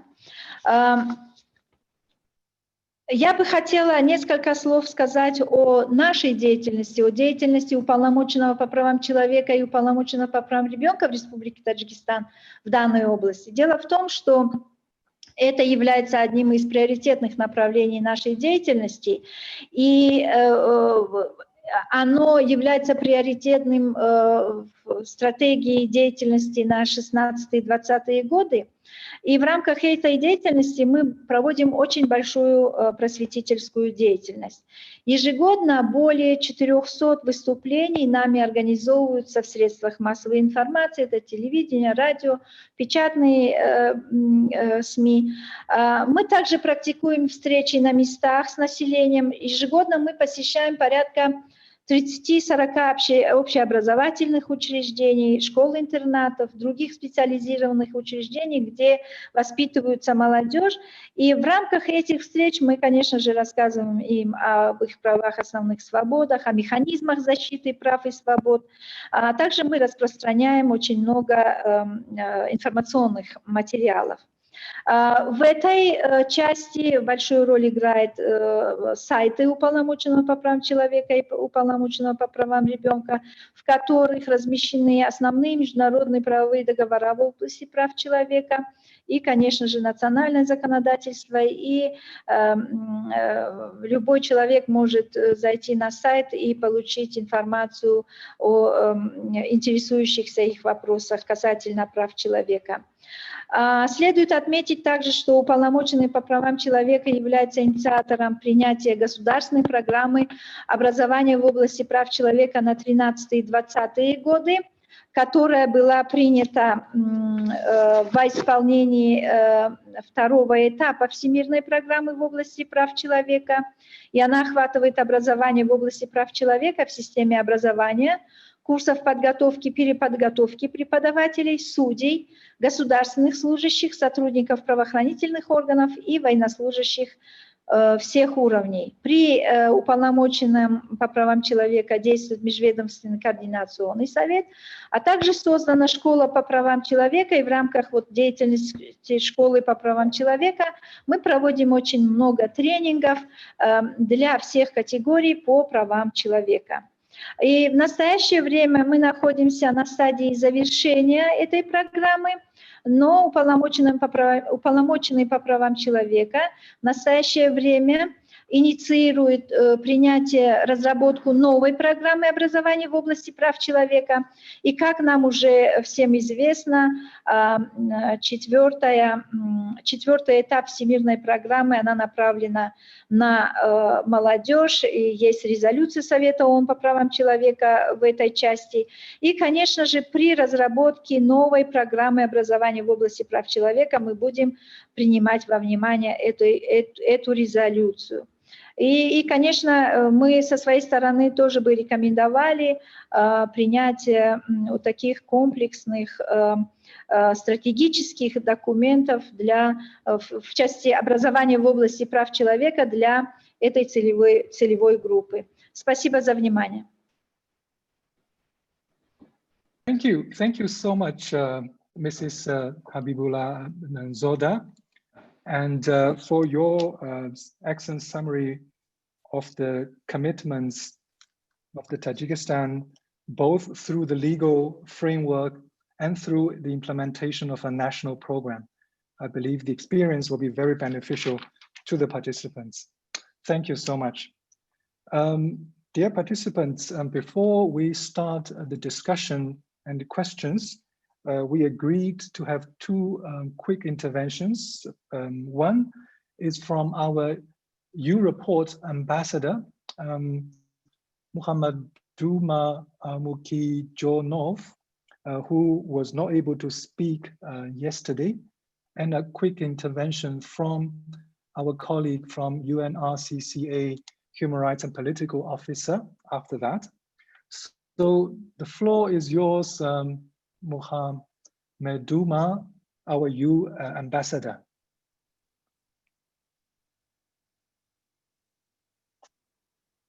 Assalomu alaykum. Ovozim eshitilyaptimi? Xo'p, assalomu alaykum. Hammalaringni o'tgan kungi xalqaro yoshlar kuni bilan tabriklayman. Men Muhimjonov Muhammad Umar, Farg'ona Europort yoshlar qo'mitasi a'zosiman. Ruxsatlaring bilan yoshlarning qarorlar qabul qilishdagi ishtiroki mavzusidagi ma'ruzamni boshlasam.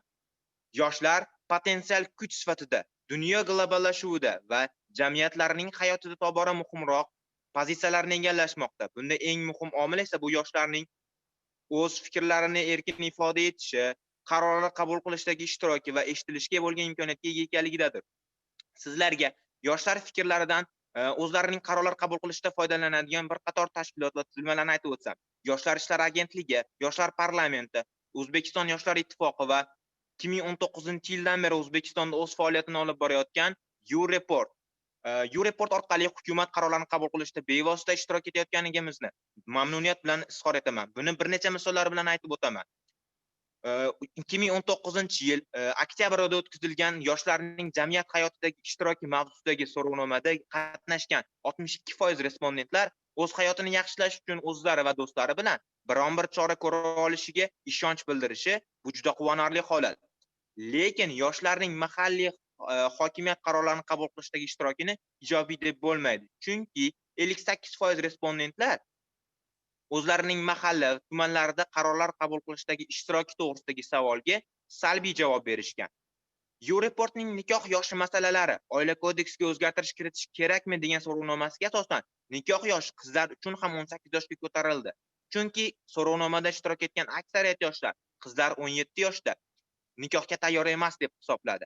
2020-yil may oyida o'tkazilgan sport inshootlari to'g'risidagi so'rovnoma natijalari bir necha kun oldin bo'lib o'tgan Senatning yalpi majlisida muhokama etilganligi bizni o'zimizga bo'lgan ishonchni oshiradi. Qarorlar qabul qilinishda yoshlarning ishtirokini ta'minlash bu juda muhim masala va bu yerda hech qanday diskriminatsiyaga o'rin bo'lmasligi, barcha qatlamdagi yoshlarni qamrab olish, zaif yoshlar qatlamlari, nogironligi bor, qiyin ijtimoiy vaziyatga tushib qolgan, chekka qishloqlarda qolayotgan yoshlarning fikrini ham tinglash, imkoni boricha jamiyat, davlat hayotiga ularni ko'proq jalb qilish muhimdir. Bunda qanday foydaga erishish mumkin? Barqaror rivojlanish uchun o'zaro manfaatli loyihalar, kattalarda yoshlarga nisbatan yillar davomida shakllanib qolgan kichkina stereotipidan voz kechiladi. Yoshlarning ijtimoiy faolligi oshadi. Yoshlarda sadoqat, ishtiyoq, ishonch tuyg'ulari ko'payadi. Barqaror rivojlanish maqsadlarining 16-maqsadi ham aynan yoshlarni tinchliksevar, ochiq jamiyatlar barpo etishga ko'maklashishga, barcha darajalarda samarali, hisobdor va keng ishtirokka asoslangan muassasalarni tashkil etishga chorlashini ko'rishimiz mumkin. O'zbekiston sharoitida yoshlarni qaror, qonunlar qabul qilishga ko'proq jalb qilish uchun quyidagilarni muhim deb bilaman. To'g'ridan to'g'ri yoshlar boshqaruvi. Bunda boshqaruv apparatini imkoni boricha yoshaytirish ko'zda tutiladi. Ikkinchidan, davlat organlari qoshida yoshlar maslahat kengashlarini tashkil qilish. Uchinchidan, hukumat bilan bir qatorda xalqaro tashkilotlarning ham yoshlar oldida hisobdorligini oshirish. Yoshlar fikrini doimiy o'rganish. Bunda U-Report va shunga o'xshash loyihalarni ommalashtirish ko'zda tutiladi. Yoshlarga oid masalalarni faqat yoshlarning fikrini o'rgangan holdagina qabul qilish. Bu takliflar yoshlarning huquq va ehtiyojlarini to'liq namoyon etilishi uchun muhim deb bilaman. So'z yakunida barcha yoshlarni ovozimiz yanada jarangliroq chiqishi uchun qarorlar qabul qilinishda bevosita ishtirok etishimiz uchun U-Report uzubotga ulanishni maslahat beraman. Chunki U-Reportda sizning fikringiz doimo muhim. Slaydim oxirida bot manzili ko'rsatib o'tilgan. E'tiboringiz uchun tashakkur. Thank you so much, Rahmat, for the U ambassador. Especially, I'm so excited to see an energized, young speaker with a very strong focus on evidence and call for accountability. Thank you so much. Let's move to the last speaker, the human rights and political officer, Mr. Armand Pupol from UNRCCA. You have 2 minutes. Over. Yeah, thank you. So I will use maximum my 2 minutes. So thank you for giving the floor. I'm representing the United Nations Regional Center for Preventive Diplomacy for Central Asia. So our mandate. Yes, okay. Yes. I am representing UNRCCA, so United Nations Regional Center for Preventive Diplomacy for Central Asia. And during my short intervention, I want to draw your attention to one particular initiative. I know that we have a lot of young people among our participants today, and I think it would be important that they will take a note of this initiative. So, as I mentioned, it's a regional establishment. It's a regional UN establishment, and we have an initiative which we started back in 2019, which is called UNRCC Preventive Diplomacy Academy. And so it's an initiative in which we are targeting youth who live in border areas. It's basically a cross-border initiative. So we conduct a number of trainings related to intercultural communication, conflict resolution strategies, leadership, and of course, human rights in all these key topics. It comes as a cross-cutting issue, so they're all include human rights elements. So it's an ongoing initiative, so where we train young people in cross-border areas on all these key topics related to human rights, security, development. And what is important, I mean, yesterday there was a comment that, okay, very often we are not addressing or we are not targeting marginalized groups. And here I want to say that this initiative is particularly focused on marginalized groups who are living in the border areas. So last year we conducted events at the Tajik-Afghan border, at Kyrgyz-Kazakh border, and Uzbek-Turkmen border. And unfortunately, due to COVID restrictions, so we are not able to fully implement this project this year as we were planning, but we are planning to do it next year. So I really want that the young people take a note of this initiative. So visit our website, and it's called UNRCC Preventive Diplomacy Academy.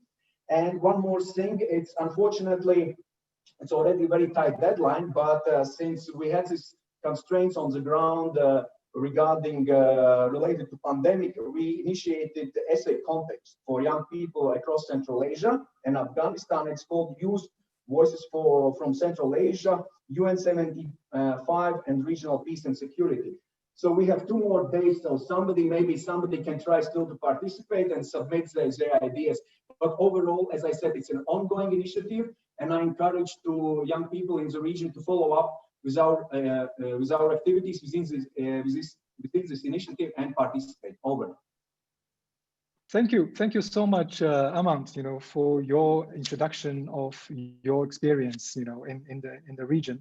Especially, the cross-border initiatives are extremely relevant and useful for the participants, to the meeting. Thank you so much.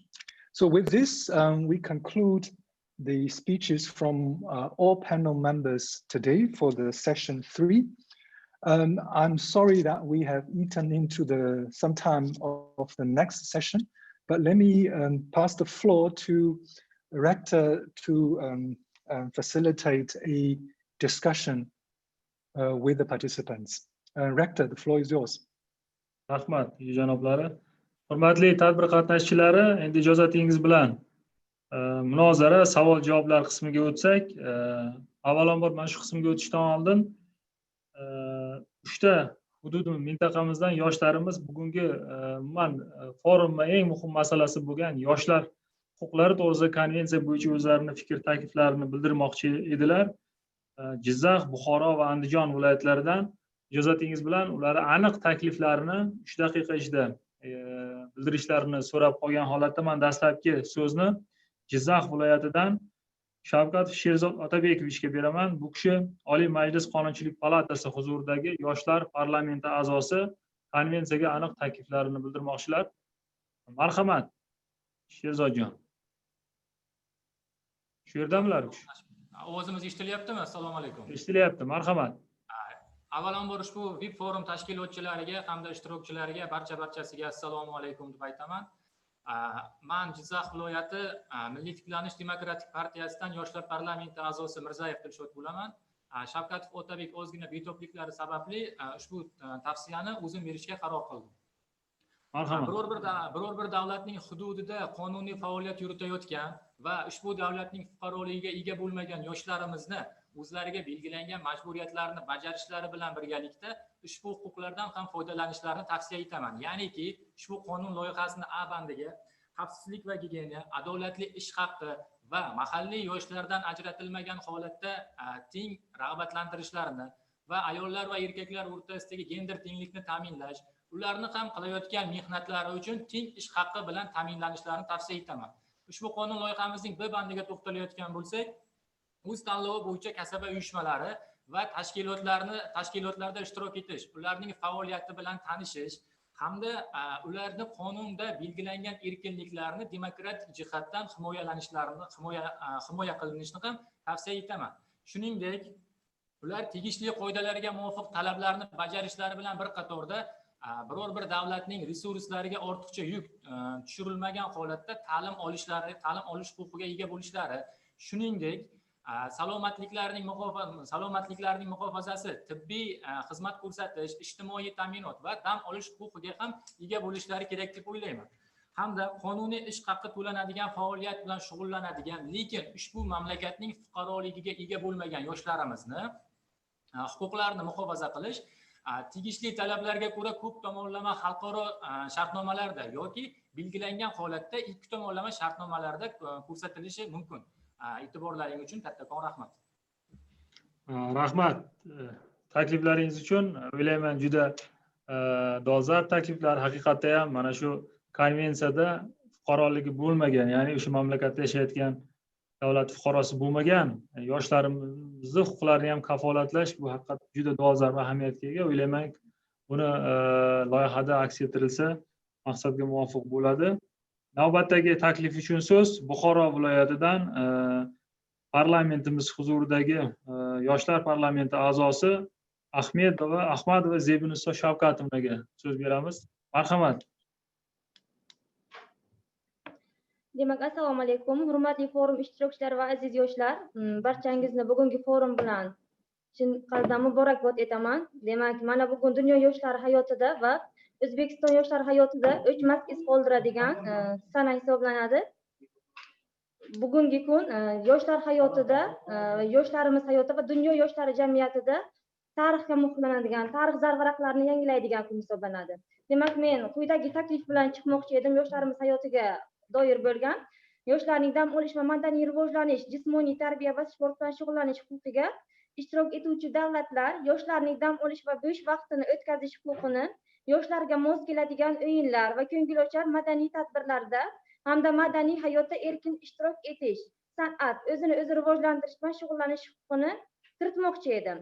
Ikkinchi masalasi bo'yicha esa davlat yoshlarning jismoniy tarbiya va sport bilan shug'ullanishlari, jumladan jismoniy va aqliy kamchiliklarga ega yoshlar uchun alohida sharoitlar yaratish uchun barcha zarur choralarni ko'rishni taklif etar edim. Chunki aynan ijtimoiy hayotda yoshlarning hayoti bilan bog'liq jarayonlar bir jihatdan qaraydigan bo'lsa agar har xil imkoniyatlardan kelib chiqqan yoshlar mavjudligini taklif yuzasidan kiritib shuni ma'qullagan bo'lar edim. Va taklifimni yozma tarzida jo'nataman. E'tibor uchun kattakon rahmat. Rahmat Zebiniso, haqiqatda sizni taklifingiz ham dolzarb. Umuman sport, jismoniy tarbiya, umuman dam olishsiz umuman yoshlarimizni hayotini tasavvur qilib bo'lmaydi. Albatta, bu ham o'rinli bo'lgan bo'lardi agar bu masalalar ham konvensiyani alohida moddalarda o'zini aks ettirsa. Navbatdagi so'zni Andijon viloyatidan Oliy Majlis Senati huzuridagi yoshlar parlamenti a'zosi Akobirov Amanullohga beramiz. Shu yerdamirlar, marhamat. Andijon viloyati.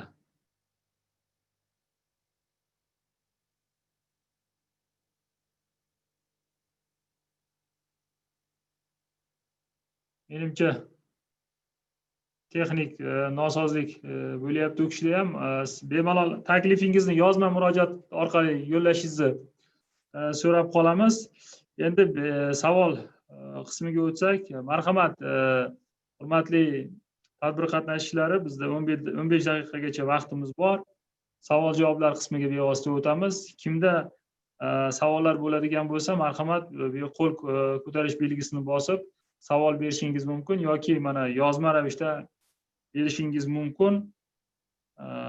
Bu borada bizda ham mana ko'mak berish uchun Iqboljon Abdumajidov ham qatnashyaptilar. U kishi ham agar umumlashtirgan bir fikrlari bo'lsa,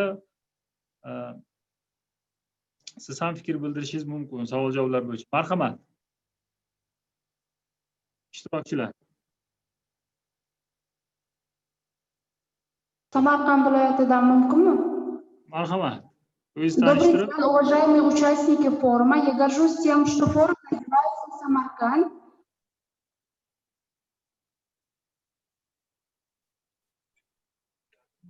Ovozingiz eshitilmay qoldi.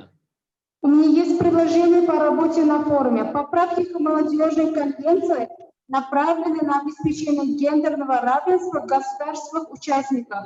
Результатом является улучшение положения девушек и защита их прав. Это также конец дискриминации в отношении девушек, создание необходимых возможностей для того, чтобы девочки могли бы в полной мере и широко пользоваться правами молодежи. В результате наши женщины имеют равные права и могут использовать любую возможность. Еще одной молодежной конвенции – это создание широких возможностей для получения молодыми людьми качественного образования, полное уважение к правам молодых людей, стимул придерживаться приоритета этих прав. Спасибо за внимание. Rahmat. Yana savollar bormi? Savol masalasida.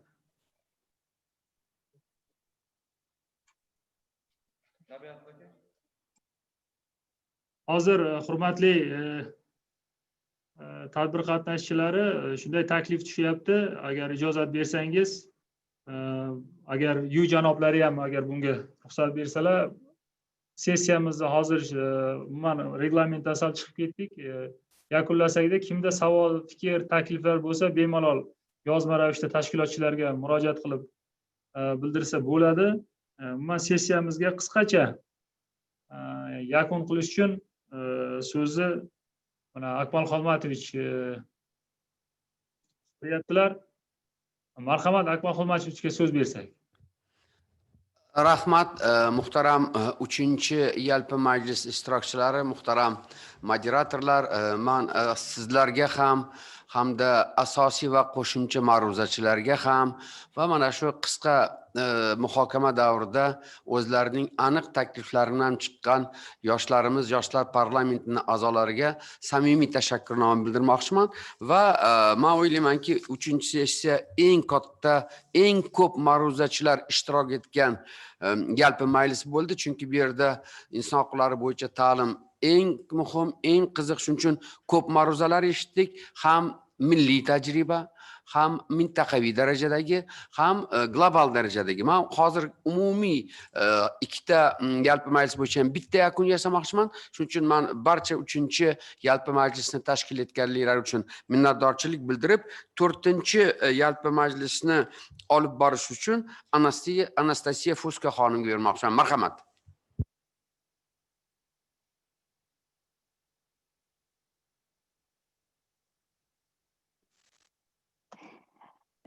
Thank you, Mr. Saider, for the introduction and for giving me the floor. I hope everybody can hear me well. So, dear colleagues, dear participants, I'm very pleased to open the 4th plenary session, highlighting the role of youth in strengthening comprehensive approach to security and cooperation. Today, I will have the honor. Cela me fait plaisir d'ouvrir cette session. Sorry, I can hear the French translation. So today I will have the honor to co-moderate the session with Mr. Alisher Sadulayev, Director of the Agency for Youth Affairs of Uzbekistan. 2020 is a year that marks the 5th anniversary of the very first United Nations Security Council Resolution 2250 of 2015 on youth, peace and security. The agenda is gaining momentum globally, as also confirmed by the recent adoption of the UN Security Council Resolution 2535. At the OSCE, we welcome these developments as our experience in working with and for youth across the 3 dimensions of security made us understand the integrated voices and views of youth is key to design long-term solutions. As a security organization, we are committed to continue working with and for youth, to providing spaces for young people to come together, engage in open intergenerational discussions, and convey their messages to participating states. So I'm sure that today's discussions will highlight good practices on how to work together with young people to build peaceful societies. Allow me to introduce our distinguished keynote speakers. Dr. Erta Deubler-Gmelin, lawyer and former Federal Minister of Justice of the Federal Republic of Germany. Dr. Dobler Grimlin is a very known politician and legal expert. As member of the Social Democratic Party, she was a deputy in Germany's parliament from 1972 to 2009, and chairperson of the Committee for Human Rights and Legal Affairs of PACE. From 1988 to 2002, she served as the Federal Minister of Justice. She teaches political science and human rights at various German and international universities. Dr. Herta Deubler-Gimlin, you have the floor.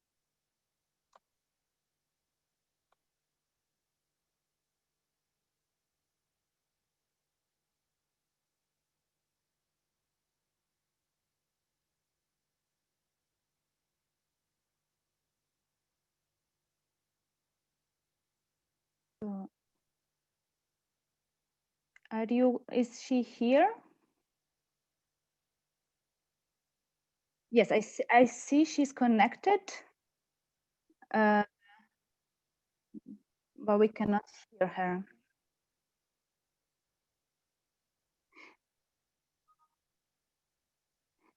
So Dr. Herta, you have the floor. I see you are online. We cannot hear you well. No, we cannot hear you.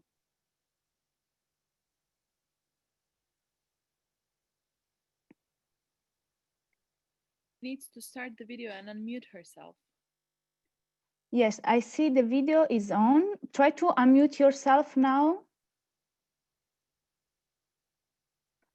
Try now to speak.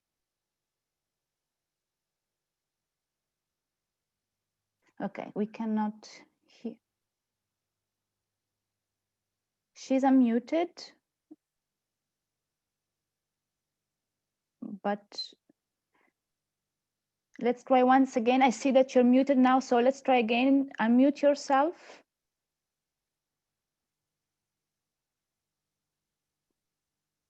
Okay, and now try to speak. No, we cannot hear you. Maybe I will let the organizers maybe to talk to her bilaterally to help her out. And for the sake of time, I will move to the next keynote speaker, and then we'll come back to her if this is okay for everybody. So the second keynote speaker is Ms. Giuseppina De Marco, jurist at the OSCE Secretariat and former UN Youth Delegate and participant of the 2019 OSCE Youth Forum. Ms. De Marco, age 26, recently joined the OSCE Office of the Secretary General, Office of Legal Affairs as legal clerk. She served as the first United Nations Youth Delegate of Italy in 2017 and 18.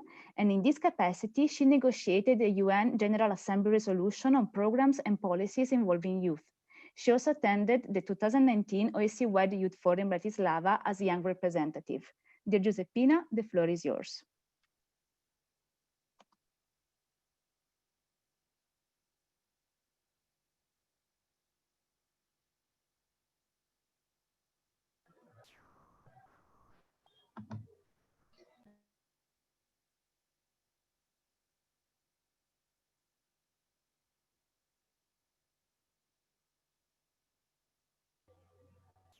Hello, can you hear me? Yes, okay. we can. Okay, perfect. Well, thank you very much, Anastasia, for giving me the floor. I'm very pleased to take part to the 2020 Samarkand Human Rights Web Forum, especially because this year you put such a focus on youth and the active role the youth can play towards a sustainable and peaceful future. And I'm also pleased to see a great participation of young people in the discussions. And I think that it's a great way to have a forum that speaks not only about youth, but that speaks with youth. I strongly believe also that this web edition is a nice metaphor of an inherent characteristic of young people, which is that of transforming challenges into opportunities. And exactly this ability is key, in my opinion, to understand and value the role the young people can play in peace and security, and more broadly in building a peaceful and sustainable future towards and also beyond 2030. So going straight into the topic of the session, I would like to share with you my experience as a young person involved in youth programs in both the United Nations and the Organization for Security and Cooperation in Europe, the OSCE, two international organizations that I believe can serve as a good practice for effective youth inclusion at the international level. In 2017, I took part in the UN Youth Delegate Program, a UN initiative that promotes the inclusion of young people as youth representatives of their countries in the member states' official delegations to the United Nations General Assembly. As UN Youth Delegate of my country, Italy, thanks to a very innovative program and the will demonstrated by the Ministry of Foreign Affairs of Italy and the Permanent Delegation of Italy to the UN, as a university student, I was entrusted with a very active role in the UN General Assembly. I wrote and pronounced Italy's statement on the item social development in the UNGA Third Committee. I advised the delegation of Italy on youth issues, and in an effort not only to include youth voices on youth matters, but in every matter that the UN deals with. And I negotiated on behalf of my country the UNGA resolution on programs and policies involving youth, the so-called Youth Resolution, which is a very comprehensive document that encompasses all aspects of youth need, and they also recognize the pivotal role the young people can play within the UN system and in society more broadly. Together with peers coming from many member states who were involved in the negotiation, we were able to significantly improve the document and to go beyond our differences in a constructive way, embodying the spirit of the UN Charter, transforming the challenge of our different backgrounds into the opportunity to join forces to include meaningful operative clauses in a UNGA resolution that could serve as a guidance for youth policies in our respective countries. More recently, I became involved in the work that the OSCE does on youth and security, and I took part in the 2019 OSCE-wide Youth Forum as part of the OSCE Perspective 2030 initiative. The OSCE Perspective 2030 initiative not only engaged a group of young experts to develop a forward-thinking discussion paper on the future of the organization, but it aimed and succeeded in reaching out and involving many more young people coming from the entire OSCE area. Thank you to the OSCE-wide Youth Forum held in Bratislava. The OSCE-wide Youth Forum was an important platform gathering young women and men from OSCE participating states and partners for cooperation, and an opportunity for young participants to meet, exchange experiences and ideas, and forge genuine friendships. We all brought different perspectives, but we collectively tried to envision how to create a safer future in the OSCE region, again, transforming challenges into opportunity. What I would like to emphasize is that both initiatives worked because the idea was not to engage young people in an isolated manner, while business as usual would run in the UN headquarters in New York and the OSCE Secretariat in Vienna. Youth inclusion works and brings an added value to the discussions of international institutions only if it feeds into the daily work of the organization. Indeed, both initiatives were not only a gathering of young people, but an effective way to bring together young people together with experts. For example, the UN youth delegates had the same diplomatic badge, walked the same hallways in the UN building in Manhattan, and sat at the same table as official representatives. And at the OSCE-wide Youth Forum, young participants were involved together with the members of participating states and partners for cooperations and civil servants from the OSCE Secretariat, field operation, and executive structures. Certainly, this initiative succeeded in an effective intergenerational dialogue that goes beyond any established framework of discussion, both at the UN and the OSCE. As youth delegate, I found empowering and motivating to be included in the work that my delegation does on youth issues as a peer, not only to see my perspective heard, but having myself the opportunity to advocate for youth rights at the decision-making table.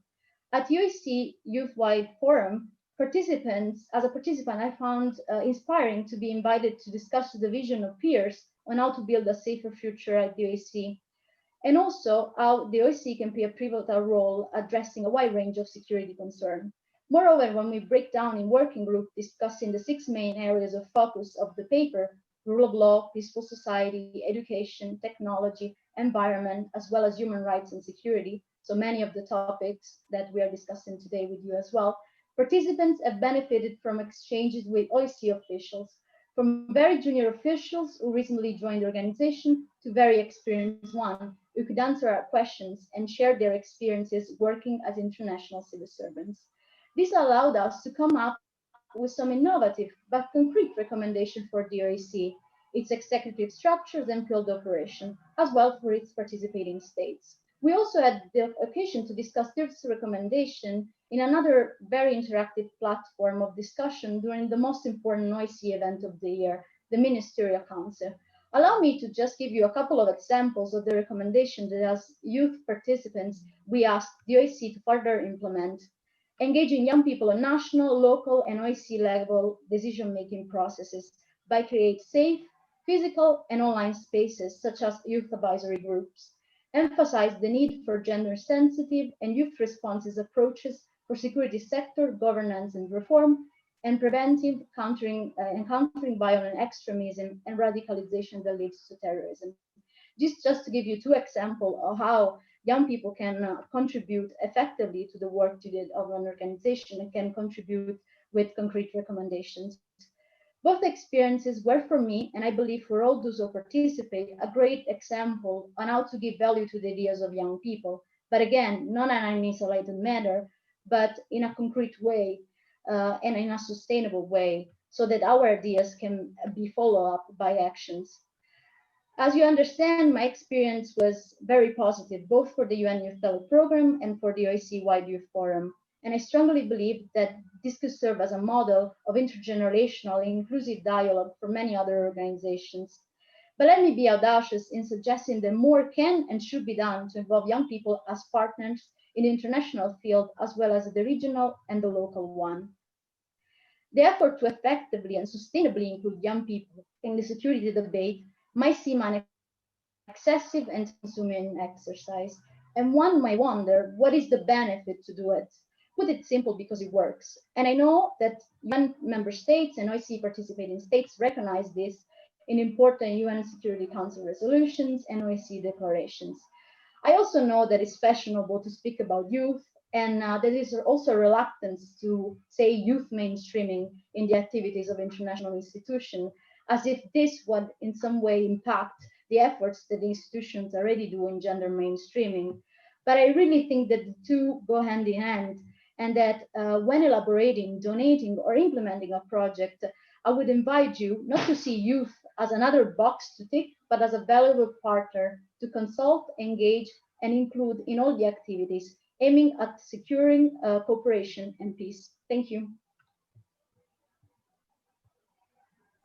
Thank you, Giuseppina. Thank you for sharing your experience as a young woman involved in programs on youth issues, both at the United Nations and at the OIC. Your commitment and your passion are very inspiring, at least for sure for me and for my work at the OIC Secretariat. Now I would like to try to go back to our second keynote speaker, Dr. Erta Deubler-Gimlin. Let's see if now we can hear her. You have the floor.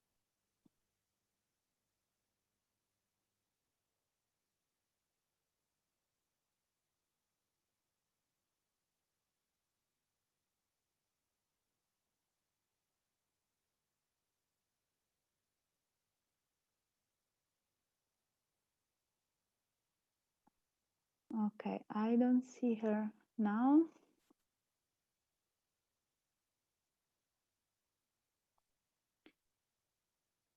Let's wait for a few seconds just to try if we can hear her.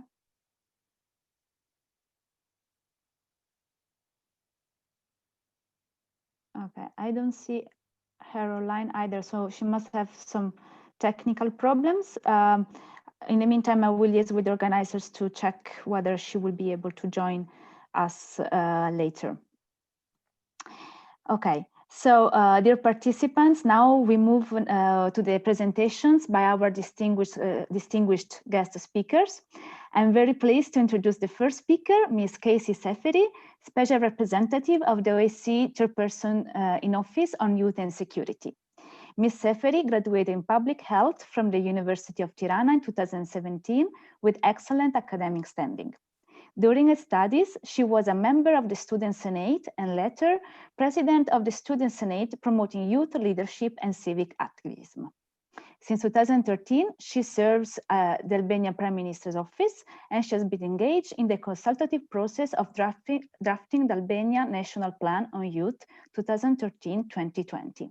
She was member of the Albanian delegation to the 70th session of the UN General Assembly, and also part of the team of experts who drafted the reopening phases strategy after the recent lockdown in Albania. Dear Ms. Seferi, it is a real pleasure to give you the floor. Thank you so much, Anastasia. Good afternoon, everyone. I hope you can hear me. I'm very thankful for to be invited in this web forum on Youth 2020. Please allow me to thank the authorities of Uzbekistan for the high level of engagement dedicated to organizing such a successful conference, although in difficult times, dedicated to young people all over the world.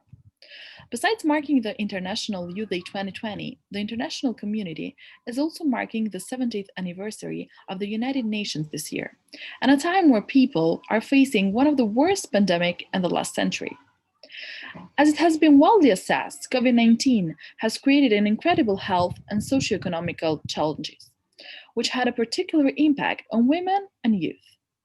The United Nations Security Council Resolution 2535 on Youth, Peace and Security recognizes young people's meaningful engagement in humanitarian planning, and the response is essential to improve the effectiveness of humanitarian assistance, and the young people play a unique role in strengthening the national, local, and community-based capacities in conflict and post-conflict situations to prepare for and respond to natural disasters, as well as to public health challenges that affect young people's life and their future, including the COVID-19 pandemic.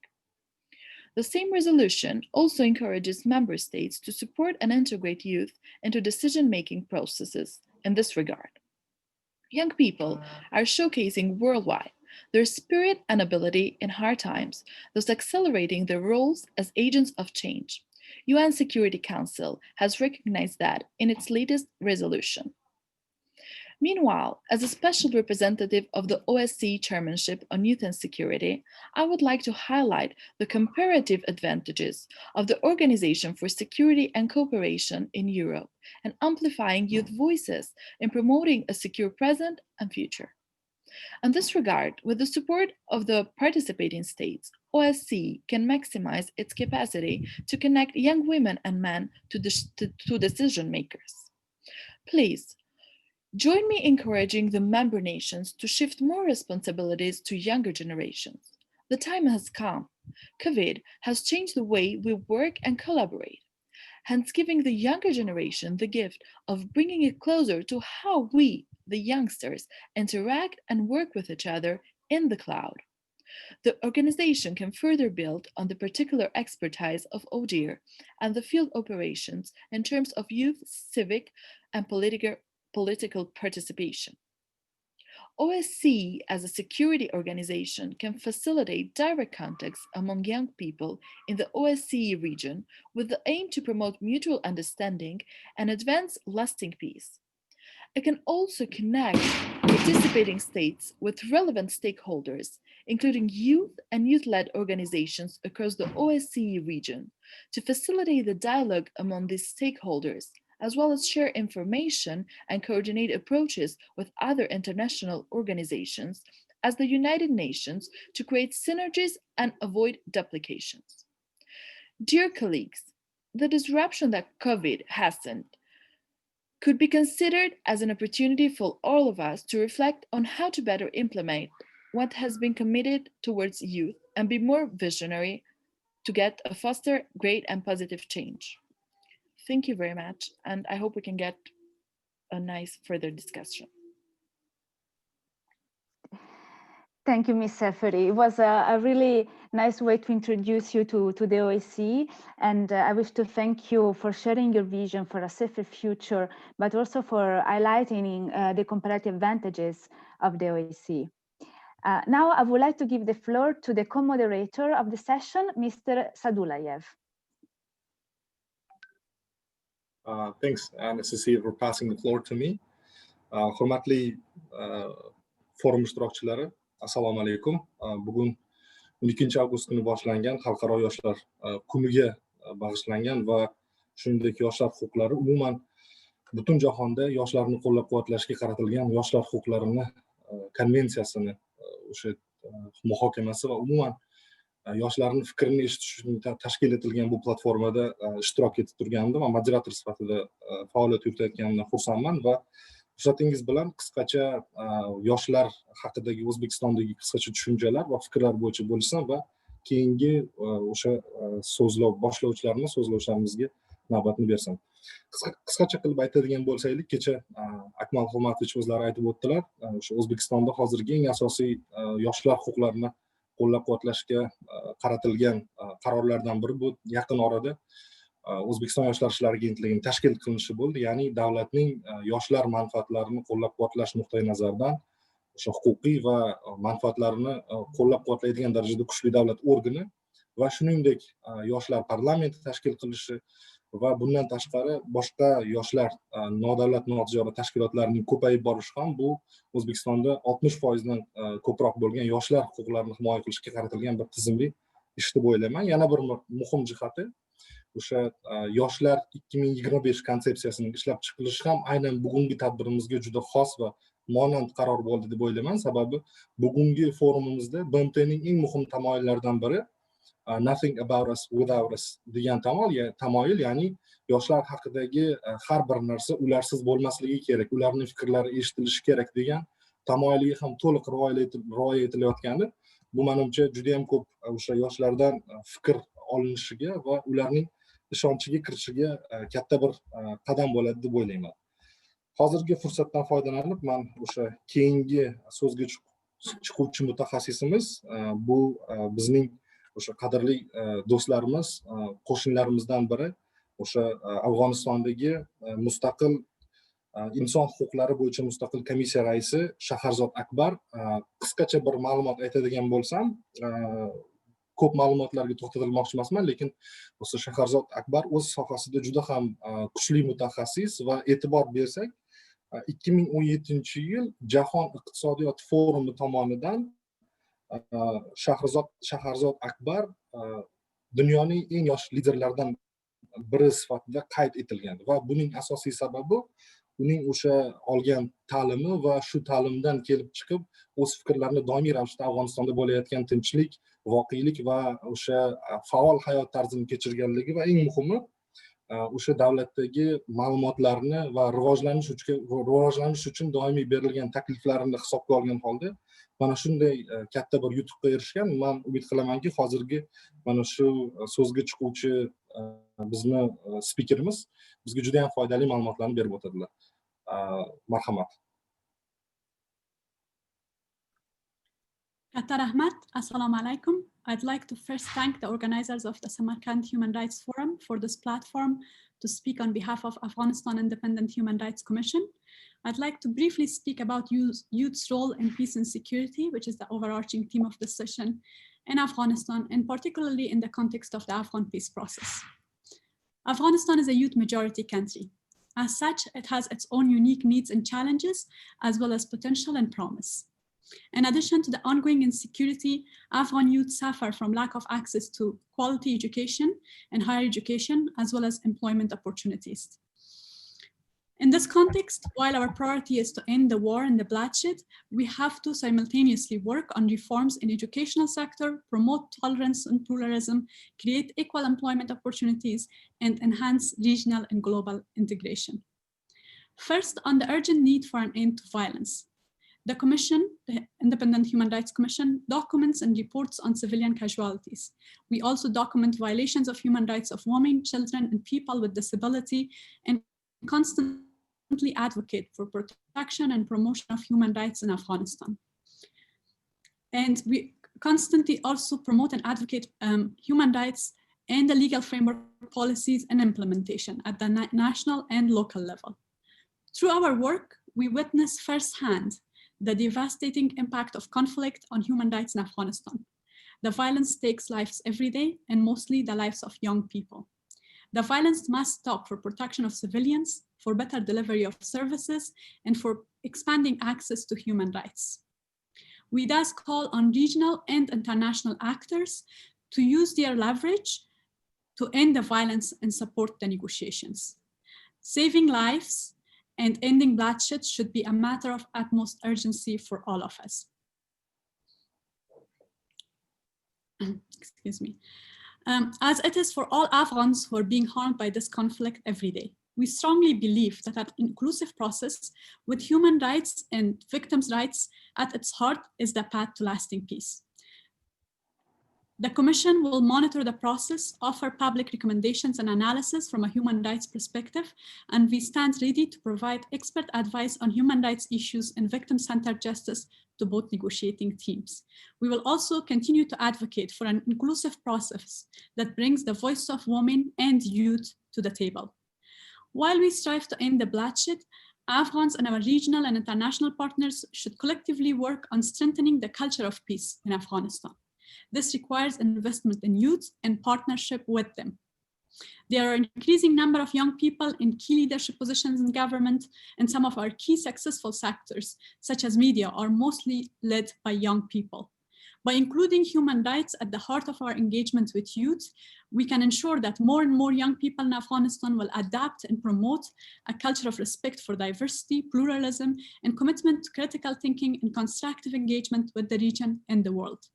Regional people-to-people engagements and initiatives can have an important role in linking Afghan youth to the young people in the region and developing a stronger appreciation for diversity, as well as strengthening youth solidarity for peace and regional cooperation. One of the key factors to lasting peace in Afghanistan is broadening and strengthening the regional consensus on a democratic, tolerant, and pluralistic Afghanistan post-peace agreements. We cannot afford to go back to a political system that takes agency and voice away from people. We cannot afford to undo human rights gains that ensure equality and non-discrimination and rights of women. The region and the world cannot afford to have Afghanistan re-radicalized by reinstating an educational system that discourages critical thinking and a media landscape that's suffocated by censorship. Lasting peace in Afghanistan is not possible without meaningful engagement of youth at all levels and without investment in their future. While conflict, corruption, and culture of impunity are holding Afghanistan back, it's important to recognize that there is a strong youth constituency in the country for human rights values.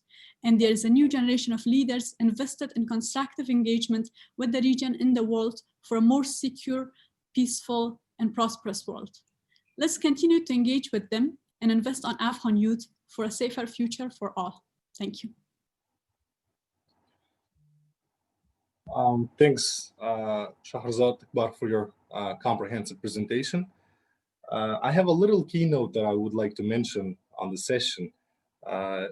In close relationship with Afghanistan, in one of the regions of Uzbekistan, Surxondaryo region, in the city of Termiz, in recent years, we launched an educational center which has been serving young people from Afghanistan to be educated in Uzbekistan. This shows how close our countries are, and I am sure that this educational programs will be continued. And the young leaders like you will boost the both quality and the security in both countries. And I'm hopeful that from this session, young people will get so much motivation and knowledge, and they will have an opportunity to communicate with us. Thanks for your comprehensive presentation once again.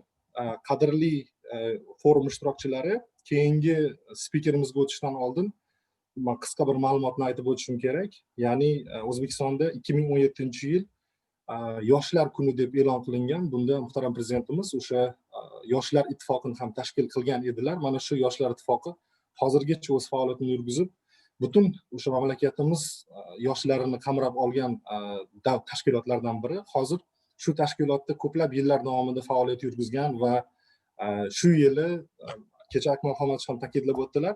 Ya'ni hozirgi kunda butun jahonda o'sha parlamentda yoshlar soni 1.9% ni tashkil qilsa, O'zbekistonda shu 2.2% ga o'sha tashkil qiladigan ma'lumot berilgan. 2.2% ga yetgan bo'lsa, O'zbekistonda bu 6% ni tashkil qiladi. Va mana shu 6% ichida parlamentga, Qonunchilik palatasiga saylangan yosh deputatlarimizdan biri bu o'sha yoshlar ittifoqida ham ko'p yillar davomida faoliyat yurgizgan Abdulla aka Aslanov hozir mana shu O'zbekiston Respublikasi Oliy Majlisi Qonunchilik palatasi huzuridagi yoshlar masalalari komissiyasi raisi, deputat, bir necha yillar o'sha yoshlar tashkilotida faoliyat yurgizganlar, o'zlarini fikrlari va o'sha qarashlari bilan biz bilan bo'lishadilar. Marhamat. Assalomu alaykum, hurmatli forum ishtirokchilari, hurmatli moderatorlar, katta rahmat so'z berganlaringiz uchun. Bugungi mana shu yoshlarni ijtimoiy siyosiy hayotida eng asosiy rol o'ynaydigan mana shu forumga ishtirok etish men uchun katta sharaf hisoblanadi, chunki mana shu parlament hayotida ham mana yaqinda kirib keldik, yosh deputatlardan biri hisoblanamiz. Xususan ma'lumot uchun aytib o'tmoqchiman, 150 nafar qonunchilik palatada deputatlarimizdan 9 nafar, ya'ni 6% bu yosh deputatlar hisoblanadi va mana shu deputatlar bilan birgalikda bevosita boshqa deputatlarimiz bilan birgalikda mana shu qonunchilik palatasi huzurida yoshlar komissiyasi, yoshlar masalalari bo'yicha komissiyasini tashkil etganmiz va mana shu komissiya bilan birgalikda bir qator ishlar amalga oshiryapmiz.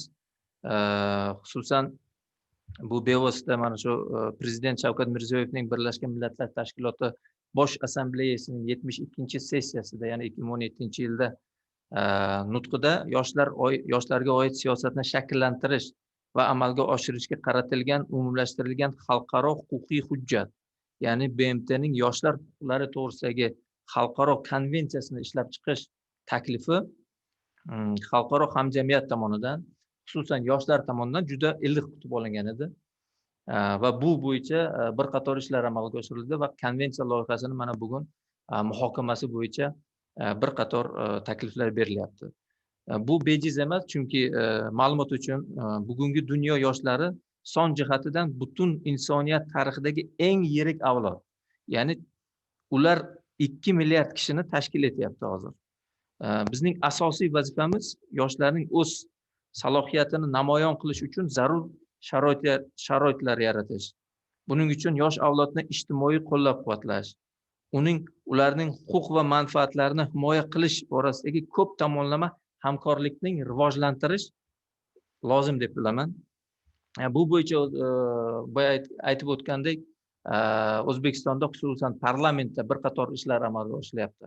Ya'ni yoshlar masalalari bo'yicha komissiyaning shakllanganligi va shu bilan birgalikda bevosita 2020-yilning davlat dasturida kiritilgan, ya'ni yoshlarning qonunchilik va siyosat hayotida yanada faol qatnashishi uchun yoshlar parlamentlarini tashkil etish, ya'ni Oliy Majlis Senati qoshida va shu bilan birgalikda Oliy Majlis Qonunchilik palatasi huzurida yoshlar parlamentlarini tashkil etish va ularda jami 350 nafar yoshlarni qamrab olish bu katta yutuq hisoblanadi va shular bilan birgalikda komissiya va parlamentning, yoshlar parlamentining o'z oldida bir qator ishlar qo'yilgan va shulardan eng asosiysi bugun muhokama qilinayotgan xalqaro konvensiya loyihasiga o'rganib bir qator takliflarni ishlab chiqib va uning takliflarini berishdan hisoblanadi. Shuni ta'kidlash kerakki, kecha va bugun bir necha marta aytib o'tilgan, yana takrorlashimizga joiz bo'ladi. Bu jahon parlamentida 30 yoshgacha bo'lgan deputatlar soni bu salkam 2% ni tashkil etilyapti. Bu bevosita 2016-yilda qarab statistikasini olsak, bu 1.9% edi. Mana shu yilda kelib 2020-yilga kelib bu foizimiz 2.1 ga ko'tarilgani bu uncha sezilarli bir o'sish hisoblanmaydi.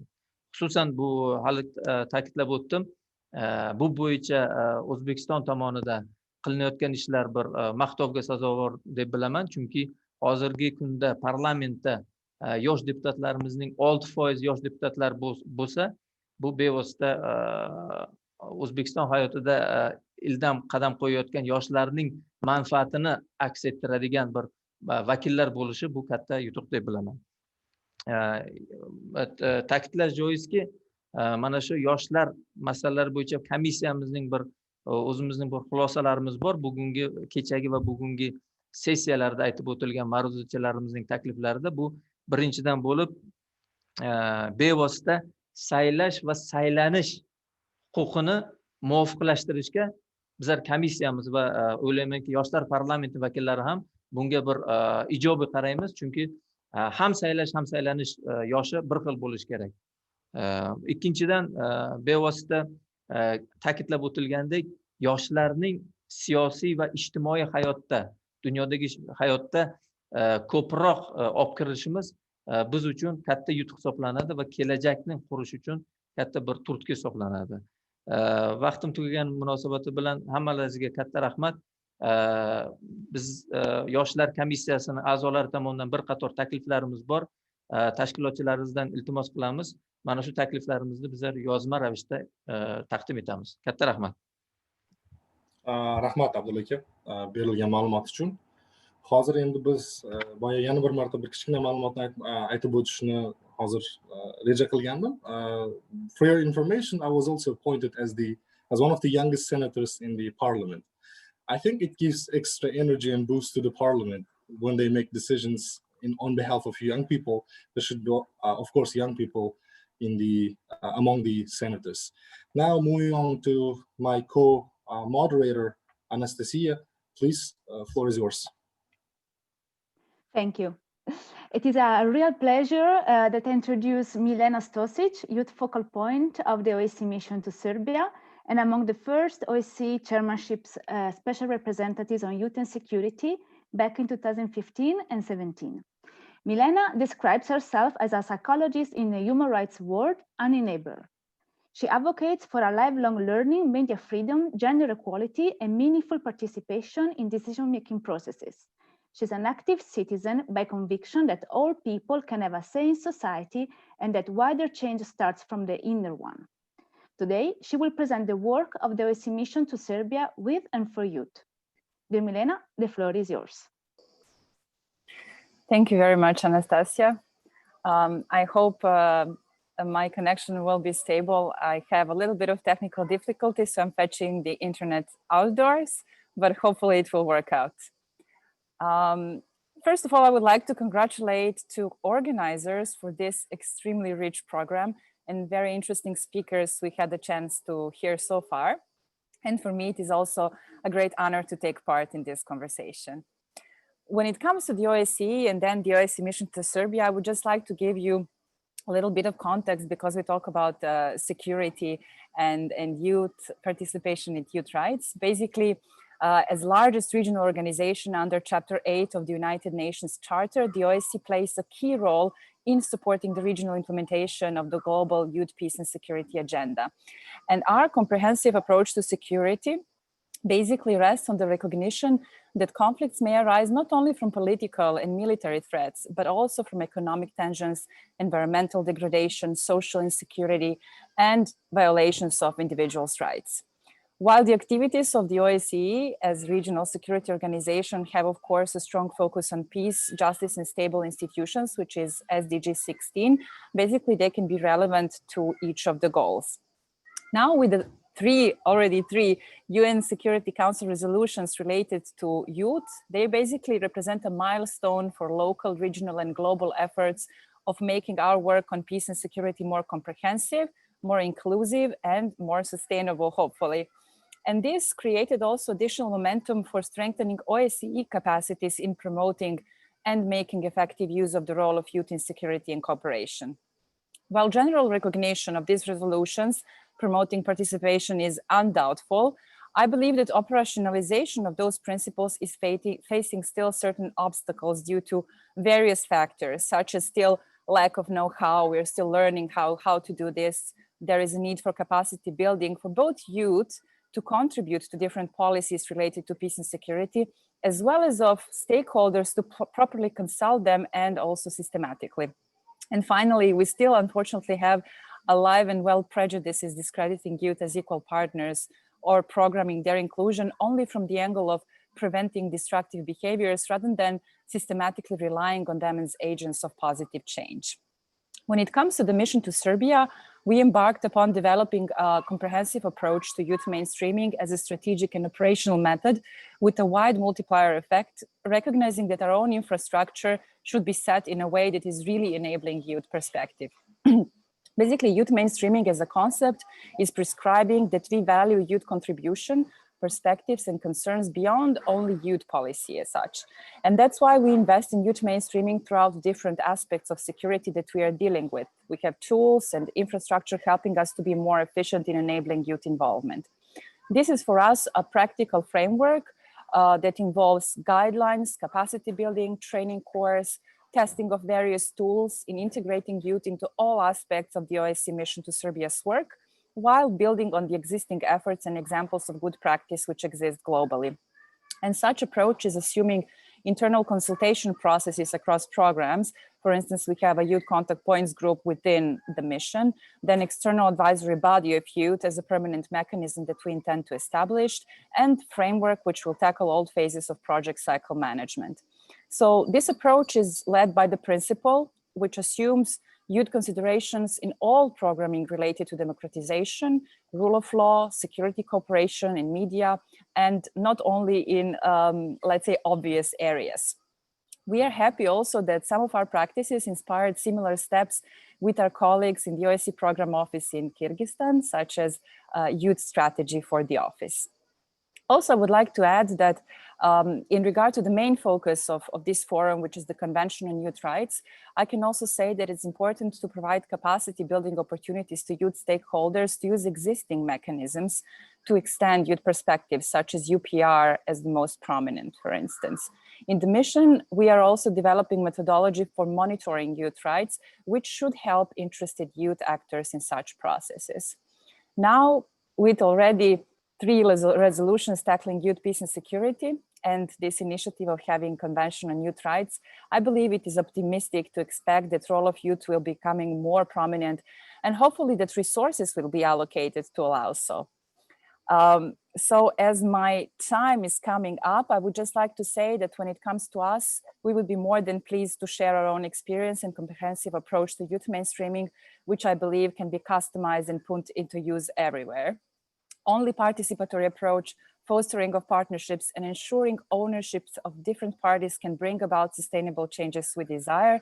And the same logic we must use when hoping to rely tomorrow on our young people to move our societies forward by integrating them effectively already today. Thank you very much. Thank you, Milena. Thank you for the background information and analysis of the international policy framework that you provided, and also how the OSCE fits into it. I wish to thank you also for the good practices that you shared of the OSCE mission to Serbia. And I would like to say that the efforts of the mission to advance youth inclusion in the host country is commendable. And also I wish to thank you for these very concrete recommendations that you provided also to the organizers on how to promote youth rights. So I wish you all the best with your work. I will now give the floor to my dear co-moderator of the session, Mr. Sadulayev. Thanks, Anastasia. Hurmatli forum ishtirokchilari, yana bir qiziqarli spikerimizning hozir nutqlarini eshitamiz. Sababi mana shu bizni sessiyamizda davom etadigan sessiyada eng muhim masalalardan biri shu tinchlik va xavfsizlikni ta'minlashda yoshlarning huquqiy madaniyati, bilimi, mas'uliyati juda katta rol o'ynaydi. Sud huquq tizimi ham yoshlar masalasida kechirimlilik siyosatini olib borish ko'p xalqaro ekspertlar, tashkilotlar tomonidan tavsiya qilinib kelinadi.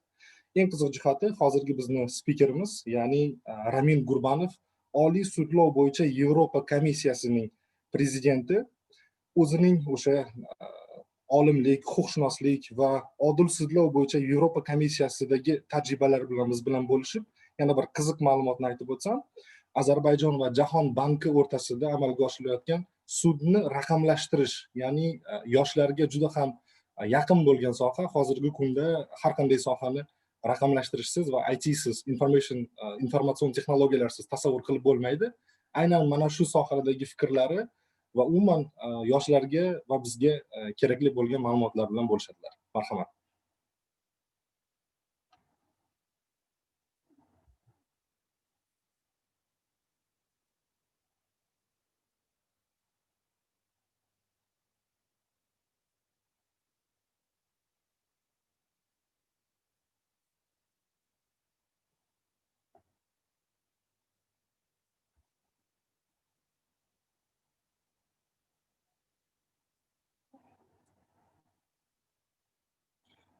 hozirgi bizga ma'lumot kelishi bo'yicha biroz bir vaqt kutamiz. Agar ulanishni imkoni bo'lmasa, texnik sabablar tufayli keyingi spikerimizga o'tishimiz mumkin bo'ladi.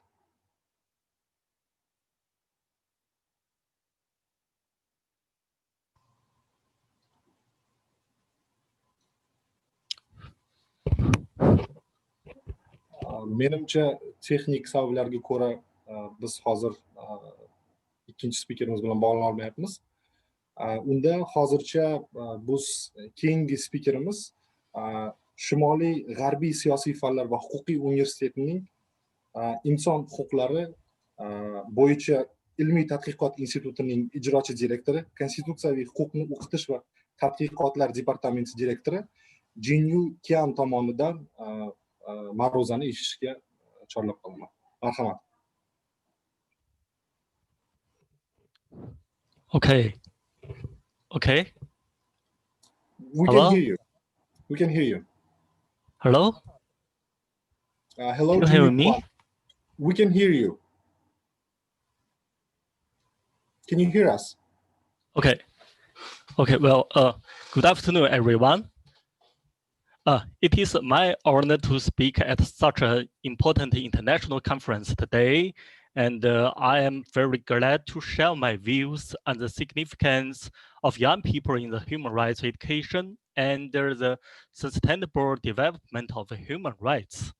According to the World Programme for Human Rights Education, the purpose of human rights education is to promote the construction of a society in which all people are respected and have a happy life.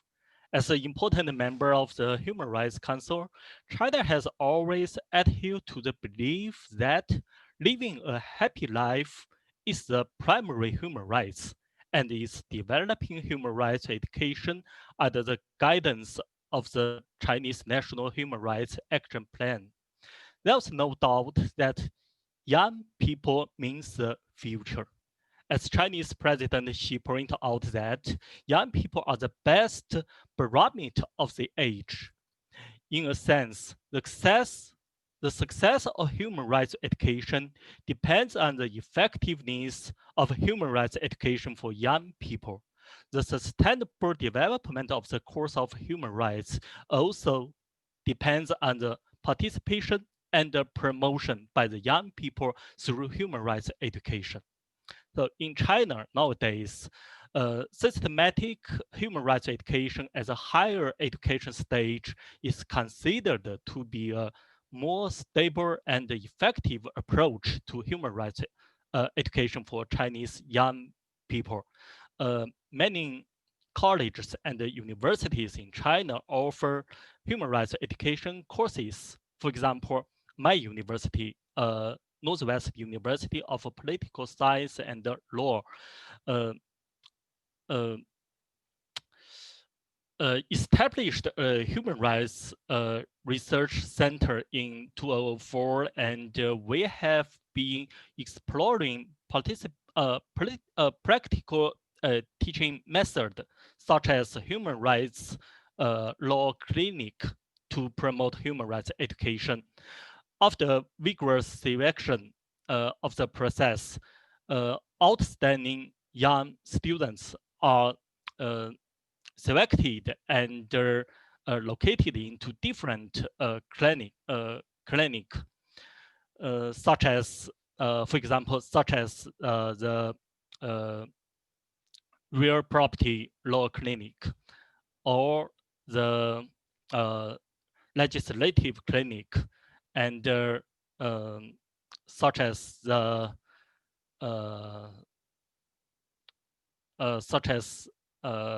also labor law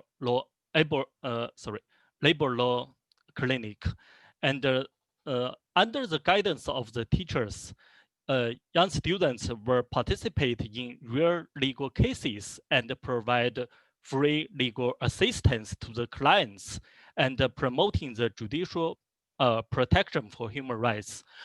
Over the past 20 years, the legal clinic has provided more than 17,000 legal advices and more than 500 legal aids to the vulnerable groups without any compensation. Today, the course of human rights in the world is still facing enormous challenges. International human rights governance is under attack from unilateralism, such as hegemonism, even ideological bias. One question that will concern everyone is that what is the future of the course of human rights, even of the mankind in the world? In my opinion, the attitude of the people, especially young people, towards globalization or anti-globalization, positive dialogue or negative confrontation, win-win cooperation or zero-sum game is the key to the question. So I think what young people from all over the world can do is to establish the concept of inclusive development, firmly believe in the path of peaceful development, actively promote world peace and international human rights governance, and cooperate to build a community with a shared future for mankind. Maybe so as to can offer a positive answer to the future for all of us. That's the end of my speech. Thank you very much. Thank you, Mr. Jin Yukan.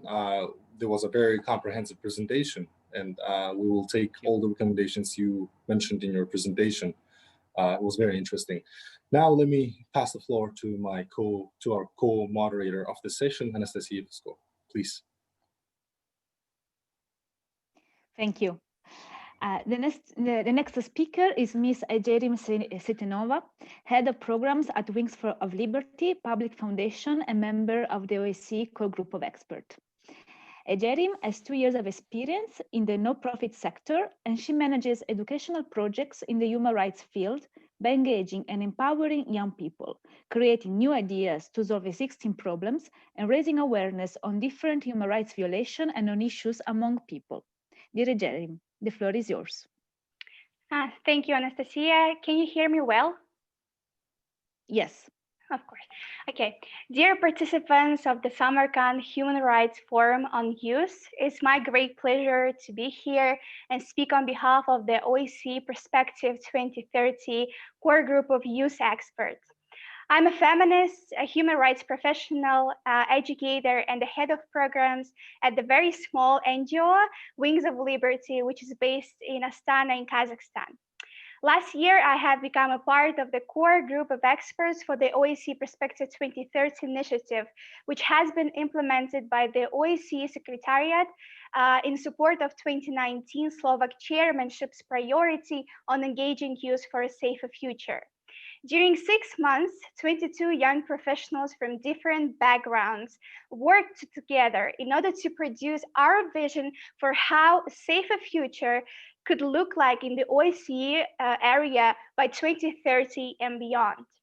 Our group had 2 offline intensive meetings in Vienna where we collected, brainstormed our ideas and thoughts, had enriching discussions, and picked topics of our expertise to further develop this discussion paper in each subgroups. I was a part of Education and Human Security group, and as a core group of experts discussed and debated the content of our paper, the topic of education came up again and again and again. And it became clear for us in my group as a human rights education, importance of education was self-evident. But it quickly became clear its importance has to be spread further and wider, reaching to the heart of every solution to every challenge. By recognizing education as a catalyst for change, we have covered each topic of the paper, such as building peace, keeping up with new technologies, environment and energy, rule of law, security and human rights through the lenses of education. Its power and potential create peaceful and tolerant and inclusive societies for each and every individual. Education is often lauded as a soft power, but we recognize the power of education to be definite, productive, and robust. Our discussion paper was presented last year during the OSCE White Youth Forum in Bratislava, which Giuseppina also mentioned. We had developed our paper before COVID-19 pandemic, but all the points, challenges, and solutions we indicated are still relevant in this crisis too. COVID-19 has not created the problems. It has disclosed existing problems we've already had in different spheres. I personally think that youth and women have been significantly affected by this crisis. If you read our paper in the Security and Human Rights chapter, we stress special attention that needs to be given to the gendered nature of socio-political, economic exclusion, gender-based discrimination and violence, as well as gender security perspectives. I strongly emphasize the work of UN with its resolutions on women, peace, and security, including 1325 resolution. OSCE work in gender mainstreaming, and also acknowledge commitments of the OSCE participating states and partners for cooperation in meeting their gender equality achievement by creating national action plans. But despite creating laws that regulate protection of human rights and building peace, despite having created systems to oversee their implementation and to hold accountable those who transgress, the dream of achieving gender equality still seems out of our reach. As a young woman, I want to see changes in representation of women in decision-making and participation in peace processes throughout the globe. First, the implementation of women, peace, and security resolutions has to be strengthened on the national levels by the states. It has to be done not for the reporting purposes, but for the goal of identifying key challenges and finding solutions. Second, the work of civil society organizations on promoting gender equality has to be supported by international and regional organizations, especially now, during this pandemic, which decreased social and economic situation of women and led to increase of domestic violence and so on. Third, taking into account the novel reality of living during this coronavirus crisis, the special attention has to be dedicated to the new policies and guidelines in order to reduce vulnerabilities and strengthen women's agency, because women and girls are not equally affected by this crisis too. So for me, gender equality, I know my time is over, but for me, gender equality is a human right that will foster development in all the areas and will lead us to the development of individuals and our societies. Thank you so much.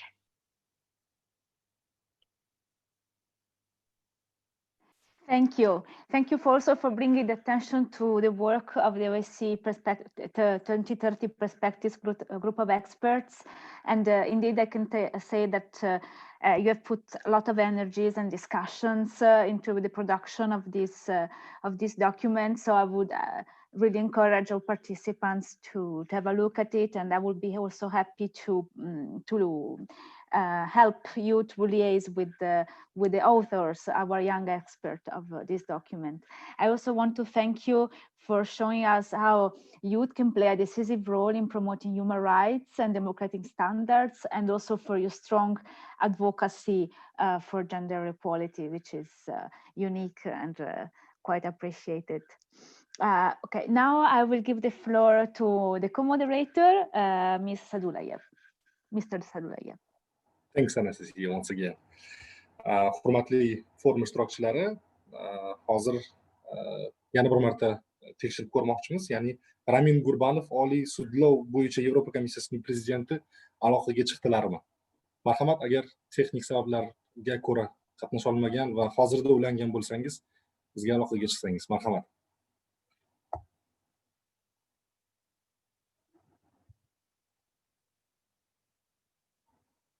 ishtirokchilar ro'yxatida sizni ko'ryapmiz.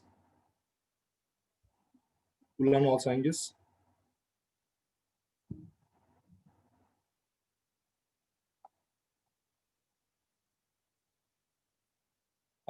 Hurmatli forum ishtirokchilari, demak, hozircha texnik sabablar tufayli bizning spikerimiz ulana olmadilar va shuning uchun keyingi ma'ruzachimiz doktor Meder Umurzakov BMTning aholishunoslik, Birlashgan Millatlar Tashkilotining aholishunoslik jamg'armasi, ya'ni UNFPA, Qozog'istonda joylashgan Markaziy Osiyo bo'yicha xalqaro dasturlar muvofiqlashtiruvchisiga so'z navbatini bersak, marhamat.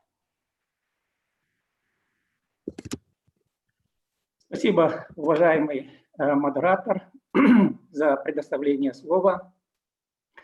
Уважаемые участники Самаркандского форума, для меня большая честь участвовать в этом международном форуме. И хочу выразить в первую очередь огромную благодарность организаторам за предоставленную мне возможность выступить о роли молодежи в поддержании мира и безопасности. Ну, многие докладчики уже отметили про резолюции Совета Безопасности ООН, но я еще раз хочу подчеркнуть о важности этих документов для нашей работы. Как вы все уже знаете, Совет Безопасности ООН принял ряд резолюций по теме «Молодежь, мир и безопасность», начиная с 2015 года. Первая резолюция – это 2250, которая признала важную и позитивную роль молодых людей и вклад молодежи в поддержание и продвижение мира и безопасности.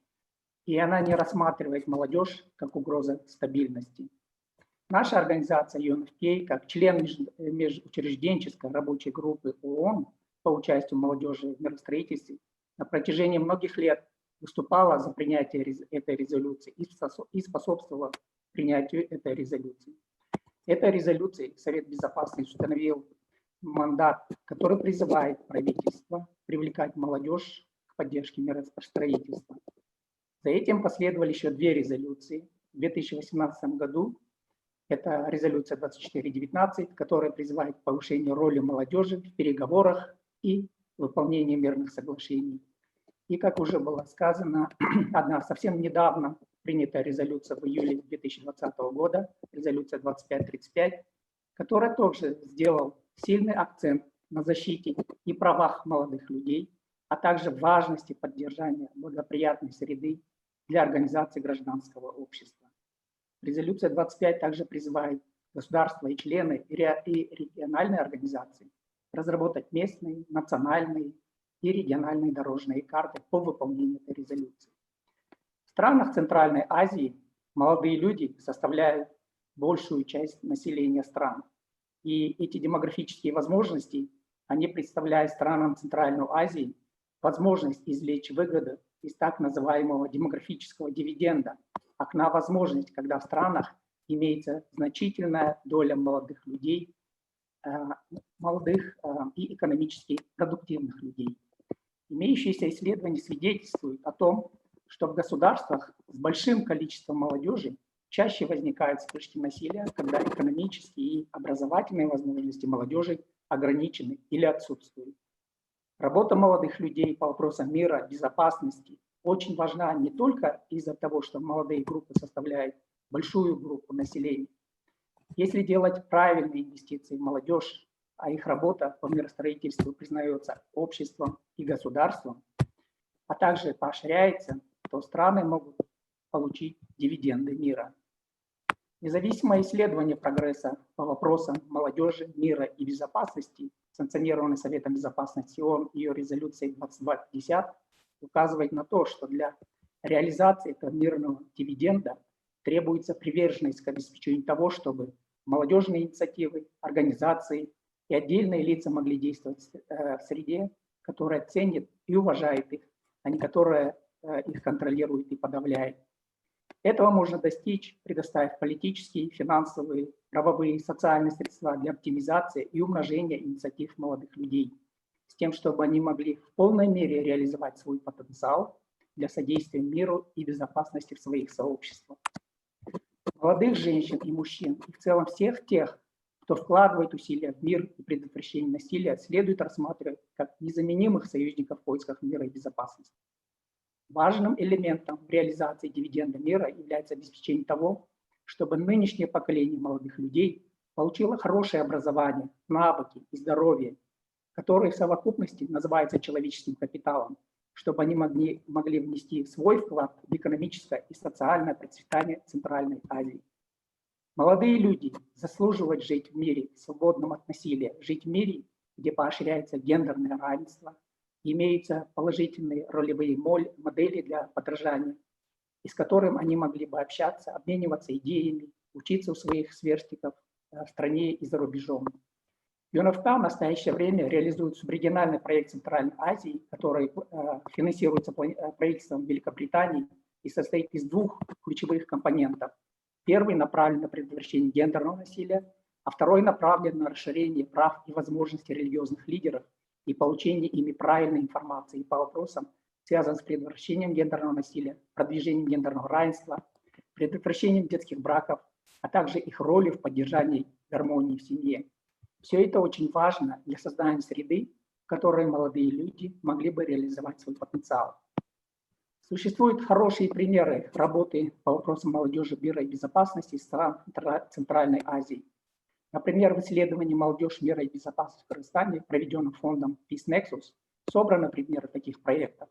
Проекты включают прекращение насилия в школах, предотвращение насильственного экстремизма, борьбу с радикализацией молодежи, государственно-частное партнерство для финансирования услуг для молодежи, создание спортивных объектов для молодых людей, поддержку возможностей малого бизнеса для молодежи, положительные ролевые модели для молодежи, защиту прав молодежи с ограниченными возможностями, расширение прав и возможностей женщин, неформальное разрешение споров, социальная и общественная активность.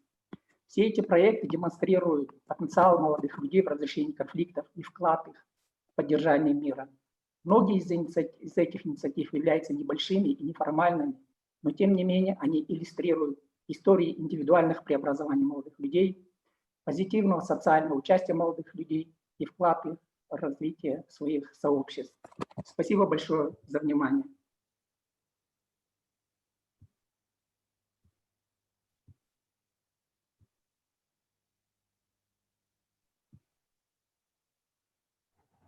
Rahmat, hurmatli spiker Medro Mirzakov. Mana shu yoshlar haqida bildirilgan umumiy fikrlaringiz, ayniqsa yoshlarni qo'llab-quvvatlash uchun eng birinchi o'rinda ularga sarmoya kiritish, ularning bilim olishiga imkoniyat yaratish, gender tengligini ta'minlash, yoshlarni qo'llab-quvvatlash, rag'batlantirish va eng muhimi yoshlarni tinch dunyoda osuda hayot kechirishga va baxtli bo'lishlariga imkoniyatlar bo'lishi kerak degan fikrlaringiz haqiqatan ham juda o'rinli va biz mana shu nutqingiz davomida bildirgan takliflaringizni albatta inobatga olib, mana shu forum borishida o'z o'rniga bo'lgan takliflar deb inobatga olamiz.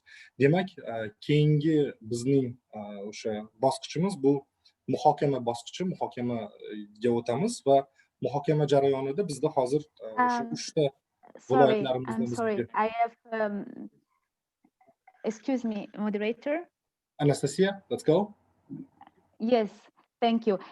There is actually a surprise for everybody because due to technical reasons, it was not possible to add an additional speaker of the agenda, but we do have an additional final speaker for this session.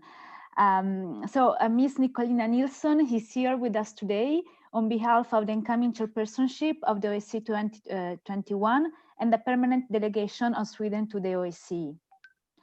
Nicolina currently serves as political advisor to the ambassador at the Swedish delegation and primarily handles the conflict and protected conflicts in the OSCE region and issues related to women, peace and security. Nicolina holds a master's degree in peace and conflict research from Uppsala University and has a background in international relations from the Swedish Armed Forces HQ. So, dear Nicolina, the floor is yours.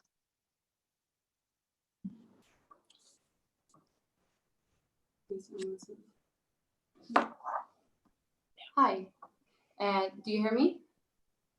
Yes. Yes, great. Okay, thank you, Madam Moderator. I would like to start by thanking you for the invitation to speak, and also thanks to the National Human Rights Center as well as the OSCE project coordinator in Uzbekistan for organizing this important forum. So thank you all so much for your efforts. Ladies and gentlemen, Sweden has a standing tradition of youth engagement, and we welcome the renewed international and multilateral focus on youth, peace, and security. It's an important issue for Sweden, and we've made significant efforts during our period as member of the UN Security Council 2017 to 2018, and together with penholder Peru, one of the upfolding resolutions, 2419. It is high time to break the destructive and negative narrative of young people, where they are primarily seen as drivers of conflict or as victims.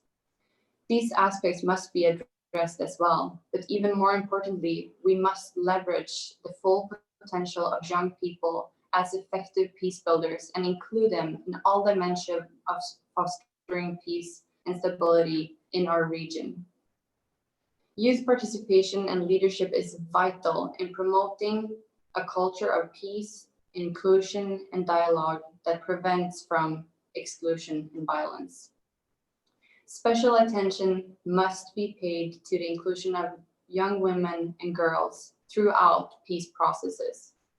Furthermore, we must recognize the diversity among the young population of our countries, and the analysis must also include a data based on gender, age, socioeconomic background, and geographical locations.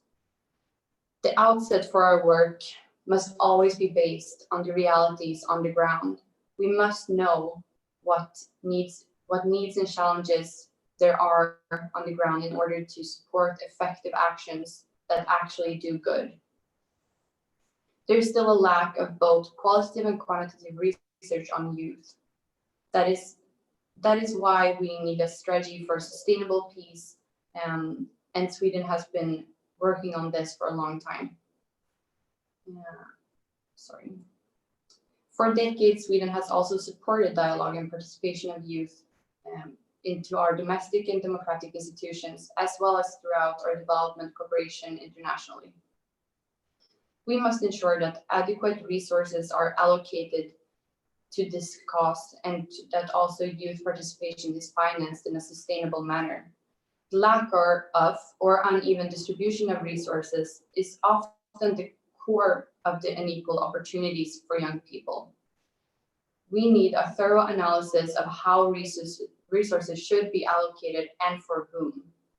To achieve real change, political commitment needs to be accompanied of sustainable finances.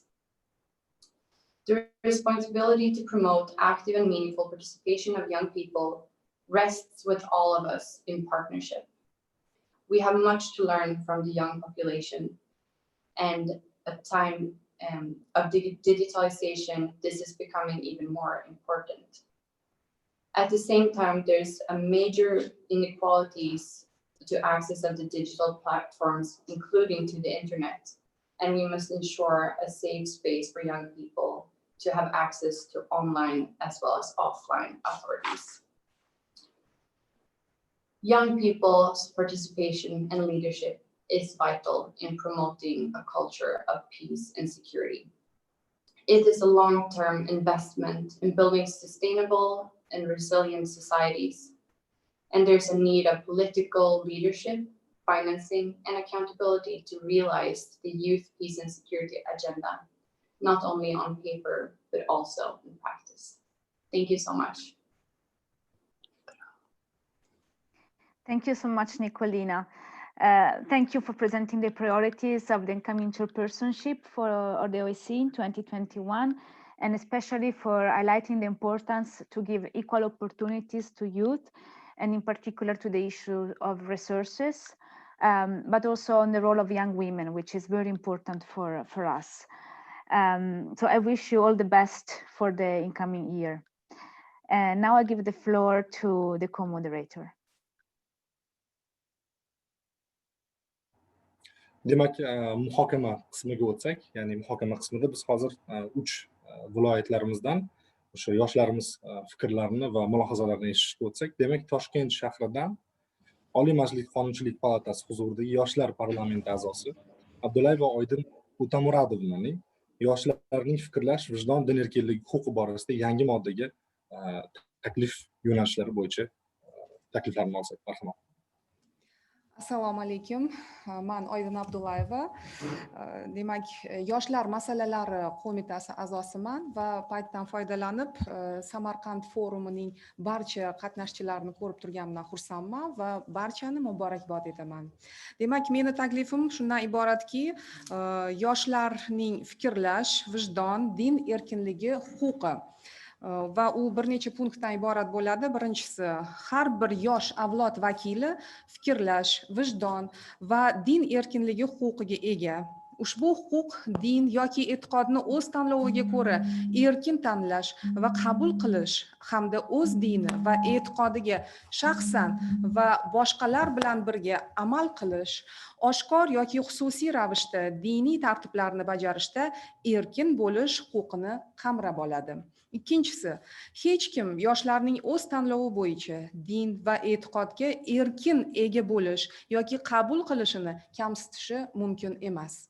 Uchinchisi, din yoki e'tiqodga erkin ega bo'lish qonun tomonidan ijtimoiy xavfsizlik, tartib, sog'liq va axloqni, shuningdek, shaxsning asosiy huquq va erkinliklarini muhofaza qilish bilan barobar bo'lgan cheklanishlarga yo'l qo'yilishi mumkin.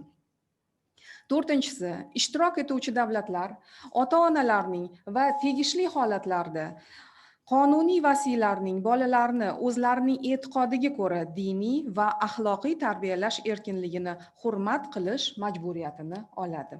Beshinchisi, ishtirok etuvchi davlatlar yoshlarning mojarolarning oldini olishga yo'naltirilgan madaniyatlar aro va dinlar aro muloqotlarda ishtirok etish orqali jahon madaniyatini rag'batlantirishga o'z hissasini qo'shishi mumkin bo'lgan hududni tashkil etishlari, yoshlar tomonidan zo'ravonlik, ekstremizm va radikallashish g'oyalariga qarshi qo'yiladigan o'zlarining ko'nikmalari va tarmoqlardan foydalanish imkoniyatlarini yaratishi va kengaytirishi kerak. Meni takliflarim shulardan iborat edi va men bu takliflarni yozma ravishda tashkilotchilarga topshiraman. E'tiboringiz uchun rahmat. Rahmat takliflaringiz uchun Oydin O'tamurodovna, juda ham aktual va yoshlar uchun, yoshlar manfaati uchun berilgan takliflar va keyingi galdagi bizning o'sha viloyatimiz ishtirokchilari va fikr beruvchi yoshlarımizga so'z navbatini bersak, demak, Oliy Majlis Qonunchilik palatasi huzuridagi yoshlar parlamenti a'zosi Komiljon Jahongir Zafardiyor o'g'li yoshlarni tinchlikni mustahkamlash, xalqaro o'zaro anglashuv va hamkorlik ruhida tarbiyalanish huquqi bo'yicha takliflarini Xorazm viloyatidan bildiradilar. Marhamat.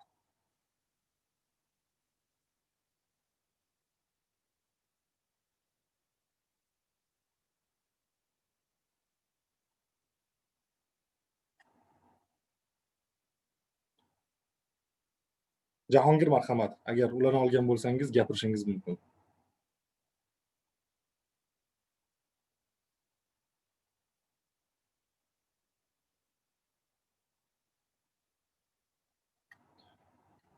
Demak, Xorazm viloyatidagi yoshlarimizda ba'zi bir texnik muammolar bo'lishi mumkin va shu fursatdan foydalanib ularni kuttirmaylik va shuning uchun ham biz hozirgi keyingi fikr beruvchi yoshlarimizga o'tsak va keyingi galdagi viloyatimiz bu Namangan viloyatidan Oliy Majlis Qonunchilik palatasi huzuridagi yoshlar parlamenti a'zosi Akbarova Nozima Otabek qizi keyingi yil o'tkaziladigan forumni gender tengligi va ayollarni majburiy mehnatga va tahqirlashdan himoya qilish mavzusiga bag'ishlash bo'yicha taklif beradilar.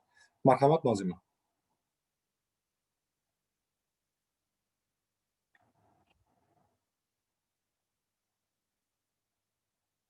Namangan viloyatidan Akbarova Nozima Otabek qizi.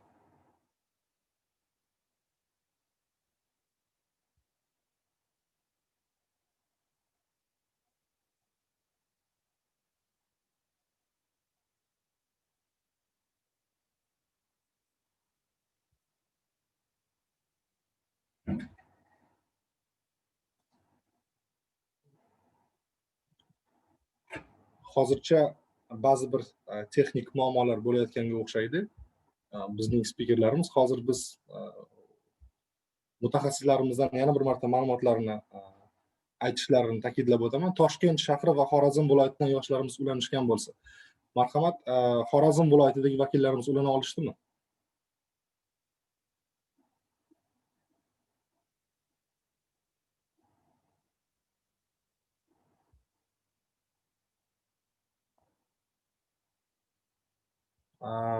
Ba'zi bir kichik texnik sabablar tufayli menimcha Xorazm viloyatidagi yoshlarimiz ham ulana olishmayapti. Bu qisqa fursat ichida hozir bizga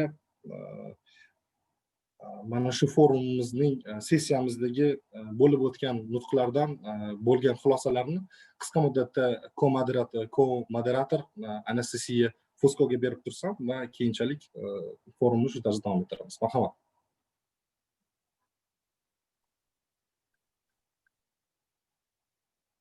Thank you.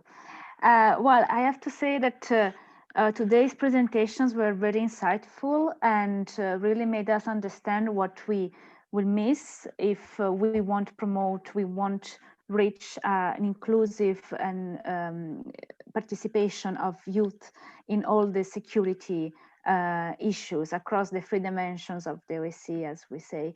And we also have seen how is it important to work together in these issues, so to strengthen cooperation, international cooperation, as well as to for governments to reach out to young people and work together. We also have heard a number of very constructive recommendations that I'm sure the organizers will include in the convention.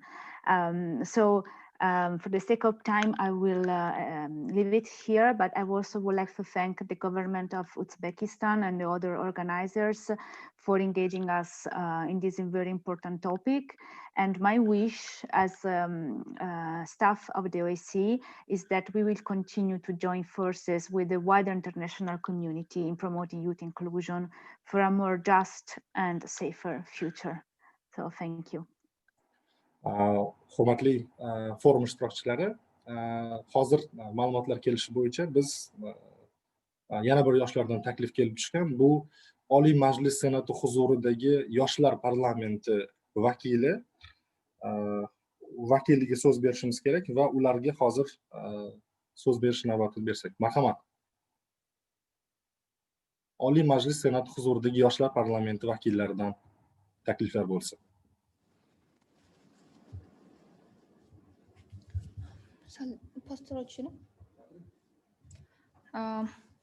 Honorable ladies and gentlemen, participants of this forum, the initiative of our president at the 72nd session of the UN General Assembly on developing an international convention on the rights of youth was met with great interest by young people around the world.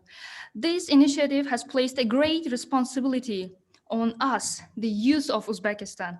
As you know, on June 30 this year, Youth Parliament under the Senate of the Oliy Majlis began its work. It's significant that the members of the Youth Parliament are participating in such a prestigious international event for the first time. We, the members of the Youth Parliament, will actively be involved not only in the adoption of the convention, but also in the process of its widespread promotion and implementation among young people. We will spare no effort to solve the problems of young people, to provide them with employment and professional training. Being as the chairperson of the Youth Parliament, I can say that International Convention on the Rights of Youth has been thoroughly studied by the Youth Parliament under the Senate of the Oliy Majlis. In my opinion, there is no important task than solving the problems of younger generation and realizing their rights and interests in any country today. We all know that today the causes of the problems observed in many countries are also related to young people. One of the most important tasks is to form and educate their minds and enlighten them. Today, more than 25% of the world's population consists to youth under 30, making it the largest generation in the human history. These figures are particularly high in developing countries as well. Based on demographic indicators in Uzbekistan, it is one of the countries which is in the stage of early demographic dividends. According to the analysis of the United Nations, by 2048, the largest part of the population of our country will be able-bodied citizens. Over the next 5 years, as a result of investment in scientific and professional development, health, economic opportunities for young people, investment in technology and innovation, there will be an opportunity for rapid economic growth through the acquisition of demographic dividends. The project of the convention addresses current issues in the lives of activities of the youth. Nevertheless, I would like to make some comments to enhance the project of the convention. First, when we studied the international experience, we saw that various criteria of evaluating youth policy have been developed by several international organizations. This does not allow a single assessment of youth policy in the countries. Therefore, it would be expedient to include in the project of convention legal norms aimed at developing and widely implementing evaluation criteria that are unique to member states. In our view, such a practice allows us to objectively assess the growth of youth policy in the international level. Second, as you know, one of the most important pressing issues facing the international community today is growing number of refugees due to armed conflicts in a number of countries. We all know that young people make up the majority in this process. Norms for the protection of young refugees and their rights and freedoms are reflected in the project of convention. However, in our opinion, it would be appropriate to include in the convention legal norms aimed at preventing young people from becoming refugees. 3, we think one of the most pressing issues in the field of youth today is the increase in crime and delinquency among them. Especially during the pandemic, economic problems in the most countries are exacerbating these processes. Therefore, it would be advantageous to include in the project of convention legal norms on the obligation to prevent delinquency and crime among young people. And we strongly believe that with the adoption of this convention, the ratified states will make a firm commitment to elevate this area to one of the main and vital priorities of their social policy. Thank you very much. To my conclusion, I would like to mention that I am Moishtara Muhammad Yunusova, chairperson of the Youth Parliament at the Senate of Oli Majlis. Thank you very much. Thanks, Mokhtar, for a comprehensive presentation. It was very fruitful for many of us. Hurmatli forum ishtirokchilari, yana bir marta Xorazm viloyatidagi texnik sabablar tufayli bog'lanish bo'lolmagan edi. Agar bog'lanishgan bo'lsa, takliflarini olishni juda ham xohlardik.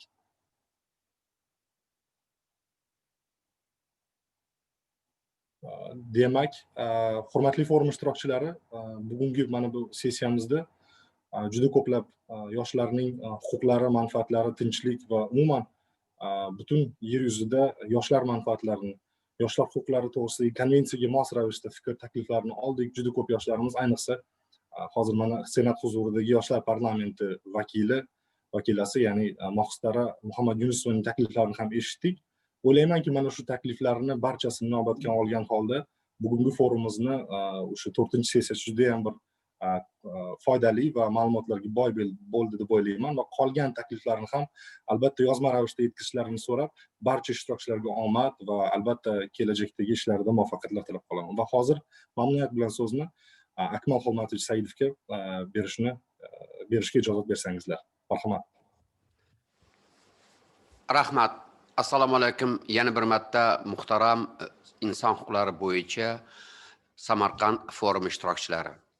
Mana biz 2 kun davomida birinchi ochilish yalpi majlisi va 4 ta yo'nalishlardagi yalpi majlislarni tugatdik va endi biz yakuniy majlisga o'tyapmiz. Mana shu majlisda biz 3 ta ham tashkilotchilar shuni yakunlashga harakat qilyapmiz. Shuning uchun men birinchi bo'lib so'zni bizni eng muhim hamkorlarimizdan biri, inson huquqlari bo'yicha Birlashgan Millatlar Tashkilotining oliy komissarining Markaziy Osiyo mintaqasidagi vakili Rishar Kamenda janob oliylarga beraman. Rishar Kamenda, marhamat, sizga so'z. Thank you very much, Professor Saidov, dear representative of youth, dear participants of the forum. The statement and discussions at the 2 days of forum demonstrating once again the important role of youth protecting human rights, achieving sustainable development goals, and ensuring peace and security in the world. Unfortunately, however, in the 2 days discussions also we have young people discussing and tell us that they face some obstacles in fulfill enjoyment of their rights and freedom in various countries around the world.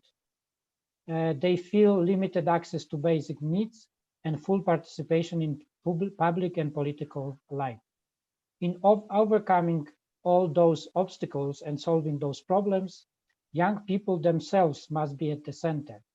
They must be provided with adequate access to participation in decision-making processes, and they should, and they are the agent of the change.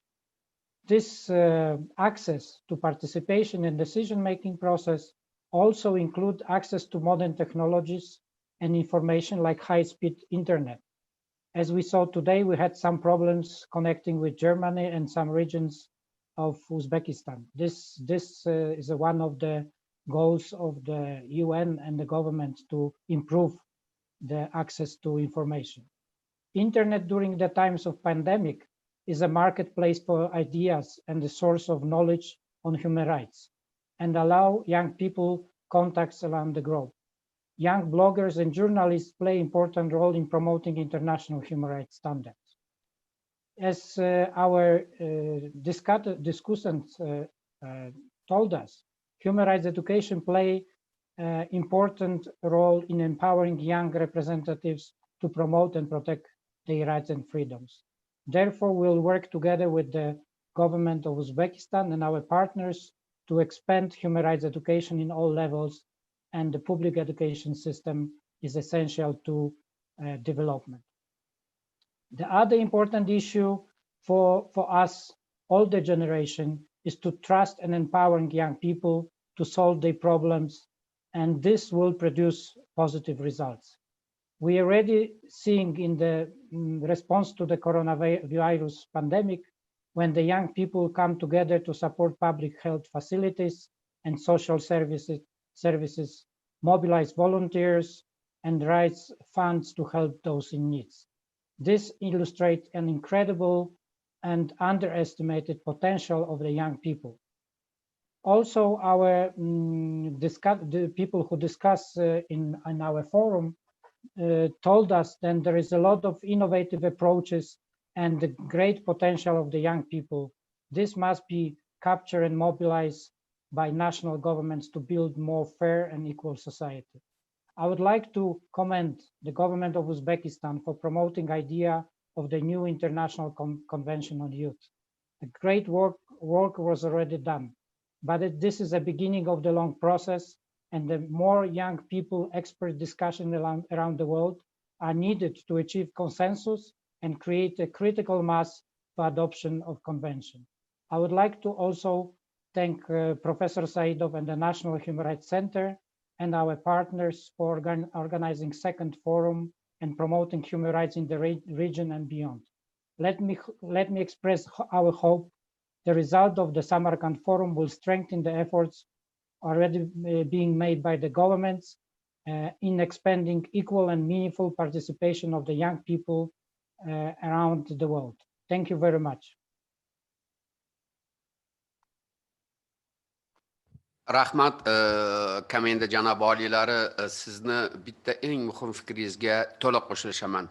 Siz aytdingizki, mana kecha bugungi bo'lgan muhokama bizni navbatdagi muhokamalarımızning boshlanishi. Davomiylik bo'lishi albatta kerak. Eng muhimi, bugun biz ham xalqaro, mintaqaviy va milliy darajadagi tajribalarni ko'rib chiqdik. Ham davlat organlari vakillarining fikrini, ham nohukumat tashkilotlarini, eng muhimi yoshlarning o'zlarini fikrini, mulohazalarini, takliflarini eshitishga muhokama qildik. Men aytamanki, bir global muhokama ga erishdik desak bo'ladi va yer yuzining hamma qit'alarini vakillarini qamrab olishga harakat qildik. Bu muhokamalarning boshlanishi. Chunki Birlashgan Millatlar Tashkiloti darajasida u yoki bu hujjatni qabul qilish bu oson ish emas. Bu ko'p muhokamalar, munozaralar, bahs tortishuvlarning natijasida qabul qilinadigan hujjat bo'ladi. man shu fursatdan foydalanib barcha masalan O'zbekiston hukumati nomidan, milliy tashkilotchilar nomidan, Birlashgan Millatlar Tashkilotining inson huquqlari bo'yicha oliy komissarining boshqarmasiga hamda sizning inoqatda inoq jamoangizga kattadan katta minnatdorchilik bildiraman. Biz siz bilan buni bir kunda tayyorlaganimiz yo'q. Mana shu juda ham yaqin hamkorlik uchun sizga yana bir marta minnatdorchilik bildiraman. Muhtaram anjuman ishtirokchilari, endi men juda ham katta mamnuniyat bilan mening do'stim Yevropada xavfsizlik va hamkorlik tashkilotining O'zbekistondagi loyihalar muvofiqlashtiruvchisi elchi Jon McGregor janobi oliylarga. Jon, marhamat, sizga so'z. Hurmatli janob akademik Saidov, katta rahmat. Men ingliz tilida gapiraman. So, dear participants and friends of this event, wherever you are in the world, and we do have a worldwide audience for this event, and I think that's highly, highly significant. I mean, there are technical problems that we've experienced over the last 2 days, and it does require some patience. But one of the bonuses is that we get to talk to people all the way around the world. And that's not something we're able to do normally. So to all of you who are here and who have been part of this, my sincere greetings and congratulations for being part of this event. So I'm very pleased to be able to say a few words on behalf of the project coordinator in Uzbekistan of the Organization for Security and Cooperation in Europe. And you might ask, why has the OSCE been involved in this event? Well, first off, the OSCE promotes dialogue. The OSCE also promotes the sharing of best practices, which is what we've been able to do for these last 2 days. Importantly, overall, this is a very significant topic, and it's fully consistent with OSCE commitments and related national priorities of Uzbekistan. As regards OSCE commitments, many of them are related to human rights and youth rights in particular. I take this opportunity to refer to the OSCE Ministerial Council declarations from the years 2014, 2015, and 2018 ministerial councils.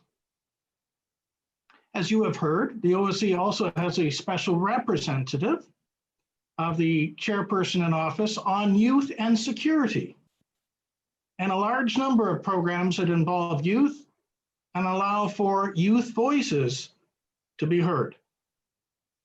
Here in Uzbekistan, the project coordinator's office will be conducting the first ever model OSCE involving 25 young people during the first decade of September next month.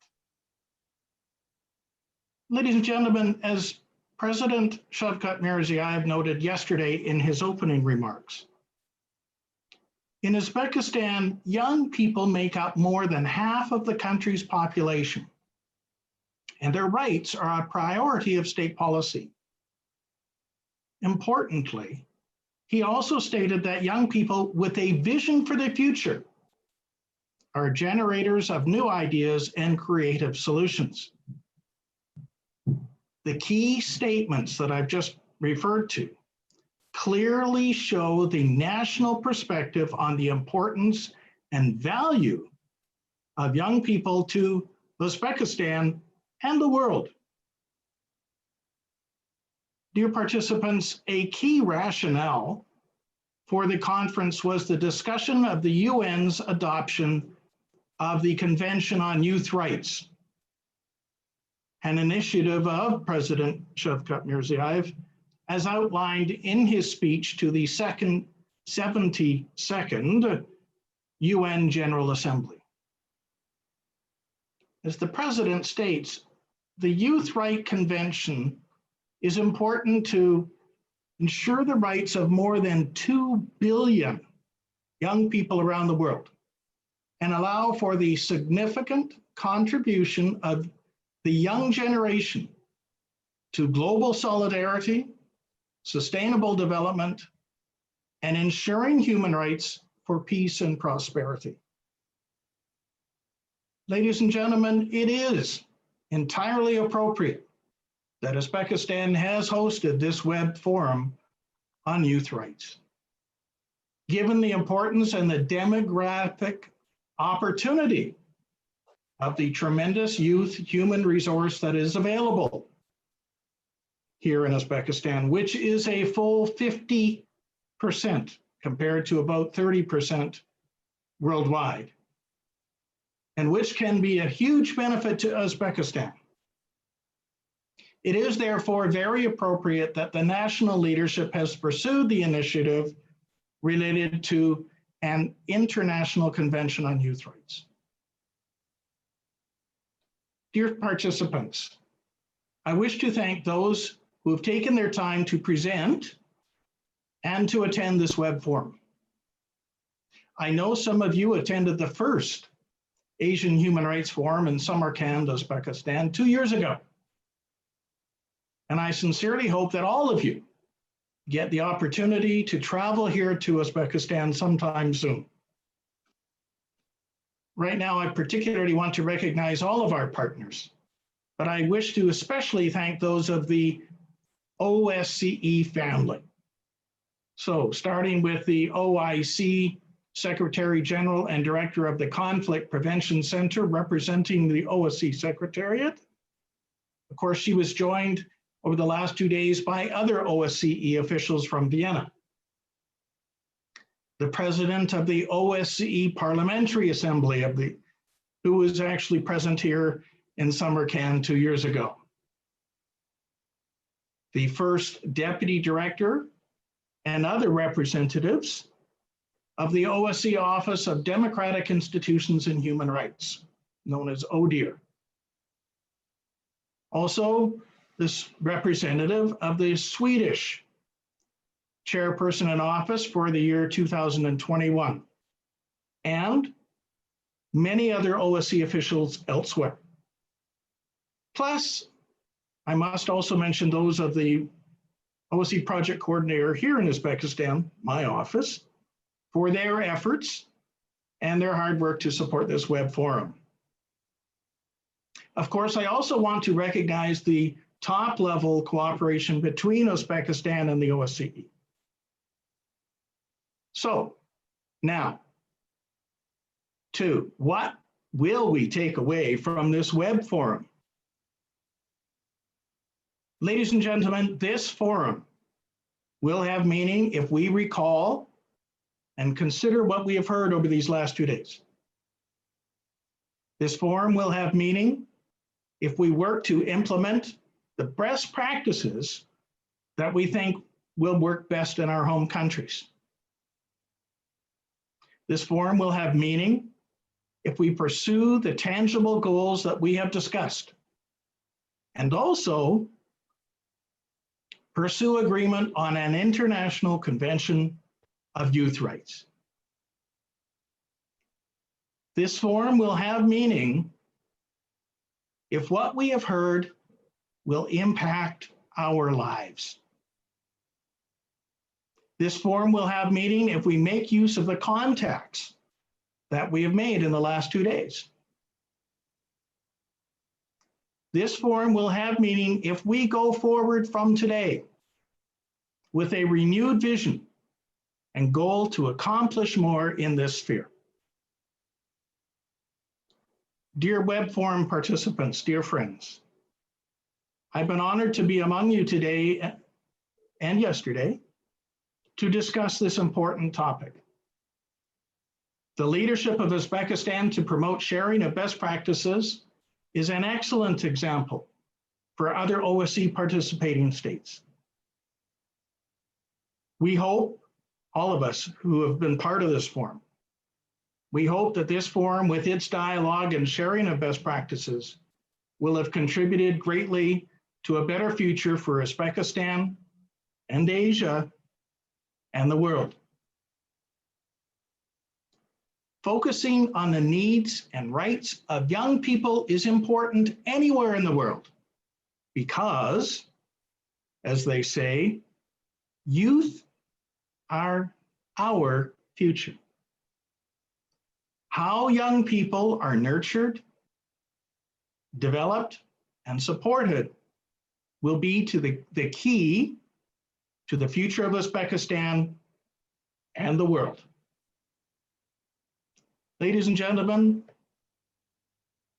I offer my congratulations to all of our partners, the government of Uzbekistan and others here in Uzbekistan, United Nations agencies here in Uzbekistan and worldwide, civil society representatives in Uzbekistan and worldwide, and all of those who have taken the time to be part of this event. The OSCE, I can assure you, looks forward to continued cooperation and partnership. Wherever you are in Uzbekistan or the world, I wish you good health and success. Thank you so much for your attention today. E'tiboringiz uchun katta rahmat. Rahmat elchi McGregor janob oliylari, nihoyatda iliq, nihoyatda tahliliy yakuniy so'zlaringiz uchun. Men ham sizga qo'shilishib, bugun ham davom etgan ayrim texnik kamchiliklar uchun barcha anjuman ishtirokchilaridan uzr so'raymiz. Sizga o'xshab men ham umid bildiraman, navbatdagi Samarqand forumini yuzma-yuz bo'lib, ko'rishib, ko'hna va navqiron Samarqandda o'tkazishga umid qilamiz. Siz bitta juda ham o'rinli savol qo'ydingiz. Nima olamiz bu forumdan? Bizga bu nima beradi deb bir nechta amaliy xulosalarni aytdingiz. Birinchi, mana shu 2 kunda bildirilgan ko'pdan ko'p takliflarni amalga oshiraylik. Juda ham to'g'ri aytdingiz, bu 2 kunlik muhokama ilg'or tajribalar maktabi bo'ldi. Milliy darajada, mintaqaviy darajada, xalqaro darajada juda ham ko'p tajribalarni o'rtoqlashdik va o'ylayman, har bir anjuman ishtirokchisi o'ziga kerakli tajribani o'ziga oladi deb o'ylayman. Keyin to'g'ri aytasiz, agar bizni takliflarimiz shu yerda etilib qolib ketsa, u natija bo'lmaydi. Biz bu yerda etilgan gaplarni hayotimizga ta'sir etsagina, hayotimizni yaxshilashga yordam bersagina, ular amaliy ahamiyatga ega bo'ladi va natijador bo'ladi. Undan tashqari, juda ham to'g'ri aytdingiz. Juda ham 2 kun davomida mana shu yoshlar huquqlari to'g'risidagi konvensiyaga ko'pdan ko'p takliflar berildi. Aniq. Mana bular konvensiya loyihasini takomillashtirishga katta yordam beradi deb o'ylayman. Keyin rahmat, juda ham O'zbekistonni yoshlar siyosati sohasidagi tajribasiga bahoyingiz uchun va uni ko'pgina Osiyo, hatto dunyo miqyosidagi davlatlarga o'rnak namuna bo'ladi deb baholanganingiz uchun ham juda ham katta. So'zingizda oxirida aytdingizki, yoshlar bizning kelajagimiz. Bizni prezidentimiz muhtaram Shavkat Miromonovich aytadilarki, yoshlar bizning bu bugungi kunimiz. O'zbekistonning buyuk kelajagini, ertagini birinchi o'rinda shu yoshlarimiz qiladi. Chunki yoshlar bu shijoatkor, yoshlar bu bunyodkor, yoshlar bu bo'layotgan islohotlarga, o'zgarishlarga befarq bo'lmagan aholining eng ko'p va eng faol qismidir. Shuning uchun juda ham. Keyin sizni bugungi forumni o'tkazganligimiz uchun, O'zbekiston hukumatiga minnatdorchiligingiz uchun men ham xuddi shu so'zlarni aytmoqchi edim. Men ham mana shu Yevropada xavfsizlik hamkorlik tashkiloti, bu tashkilotning barcha ishtirok etgan vakillari, xususan shaxsan sizga O'zbekistondagi loyihalar koordinatori sifatida shuncha yil davomida ishlaganingiz uchun va har doim o'zaro tushunish ahvolida bo'lganingiz uchun juda ham rahmat deyman. Sizni O'zbekistonni Yevropada xavfsizlik hamkorlik tashkiloti makonida rolini, ahamiyatini oshirishga qo'shgan hissangiz uchun rahmat deyman. Shuning uchun ham bejiz emas. O'zbekiston Respublikasi prezidenti Shavkat Mirziyoyev o'tgan yili sizni do'stlik ordeni bilan mukofotladilar. Bu sizni O'zbekiston bilan Yevropada xavfsizlik va hamkorlik tashkilotining aloqalarini mustahkamlashga qo'shgan ulkan hissangizni e'tirof etib bilaman. Do'stimjon, sizga yana bir marta rahmat deyman. Muhtaram anjuman ishtirokchilari, endi yana bitta bizni nihoyatda katta hamkorimiz bugungi tadbirni tashkil etgan bu Birlashgan Millatlar Tashkilotining O'zbekistondagi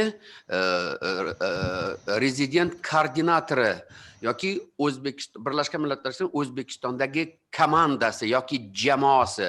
Bu 10dan 14 ta jamoa agentliklarning masalan birgalikdagi xizmatining natijasi. Bu yerda boshidan shu tadbirni qilishda Helena xonim juda ham, Fraser xonim juda ham katta ishtirok etdilar. Hozir ular ta'tildalar, shuning uchun ularni o'rinlarini egallab turgan Ashita Mittel xonimga yakunlovchi so'z uchun navbat beraman. Marhamat Ashita.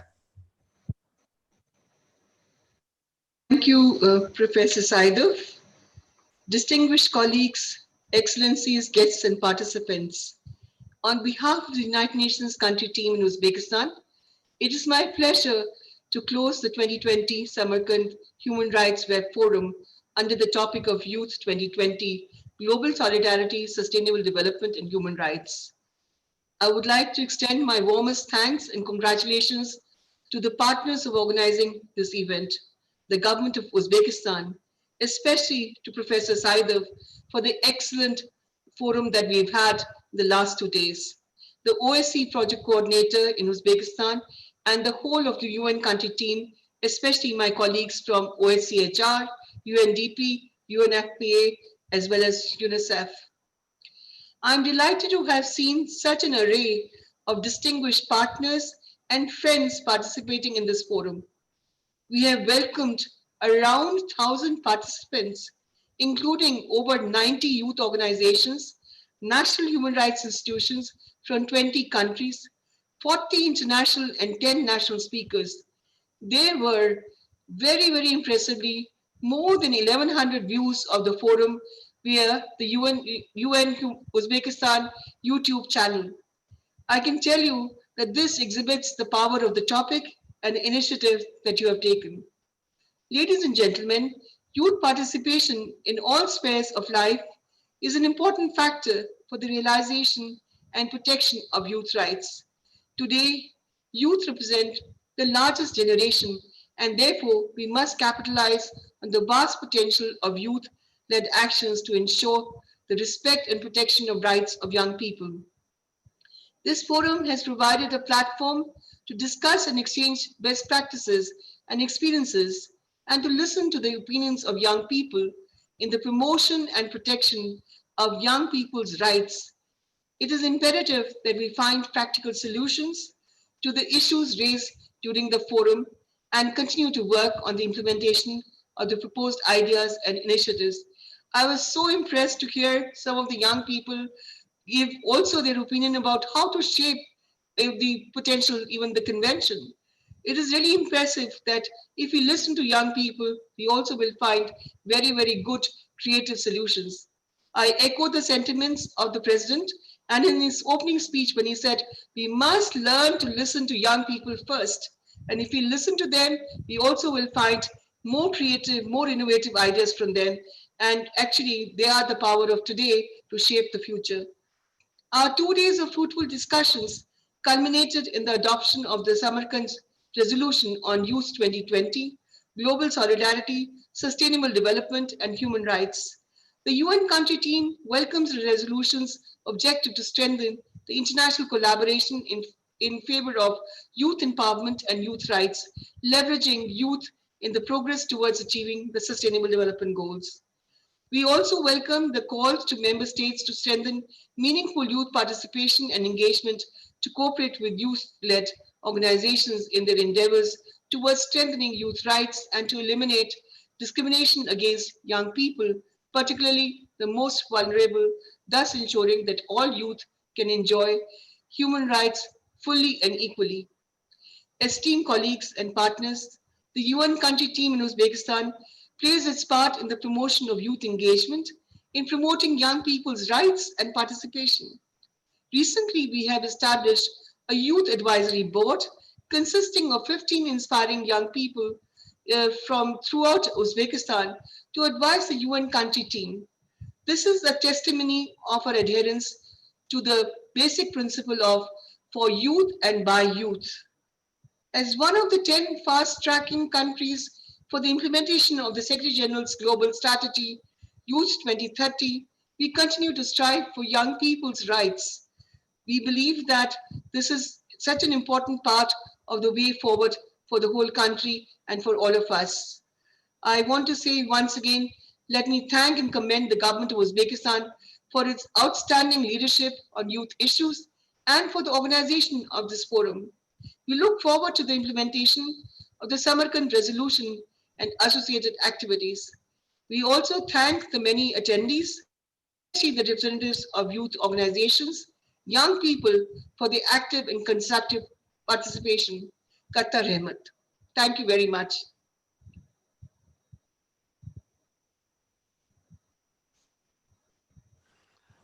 Ashita Mittal xonim nihoyatda yakuniy ehtirosli va ta'sirchan so'zlaringiz uchun katta rahmat deyman.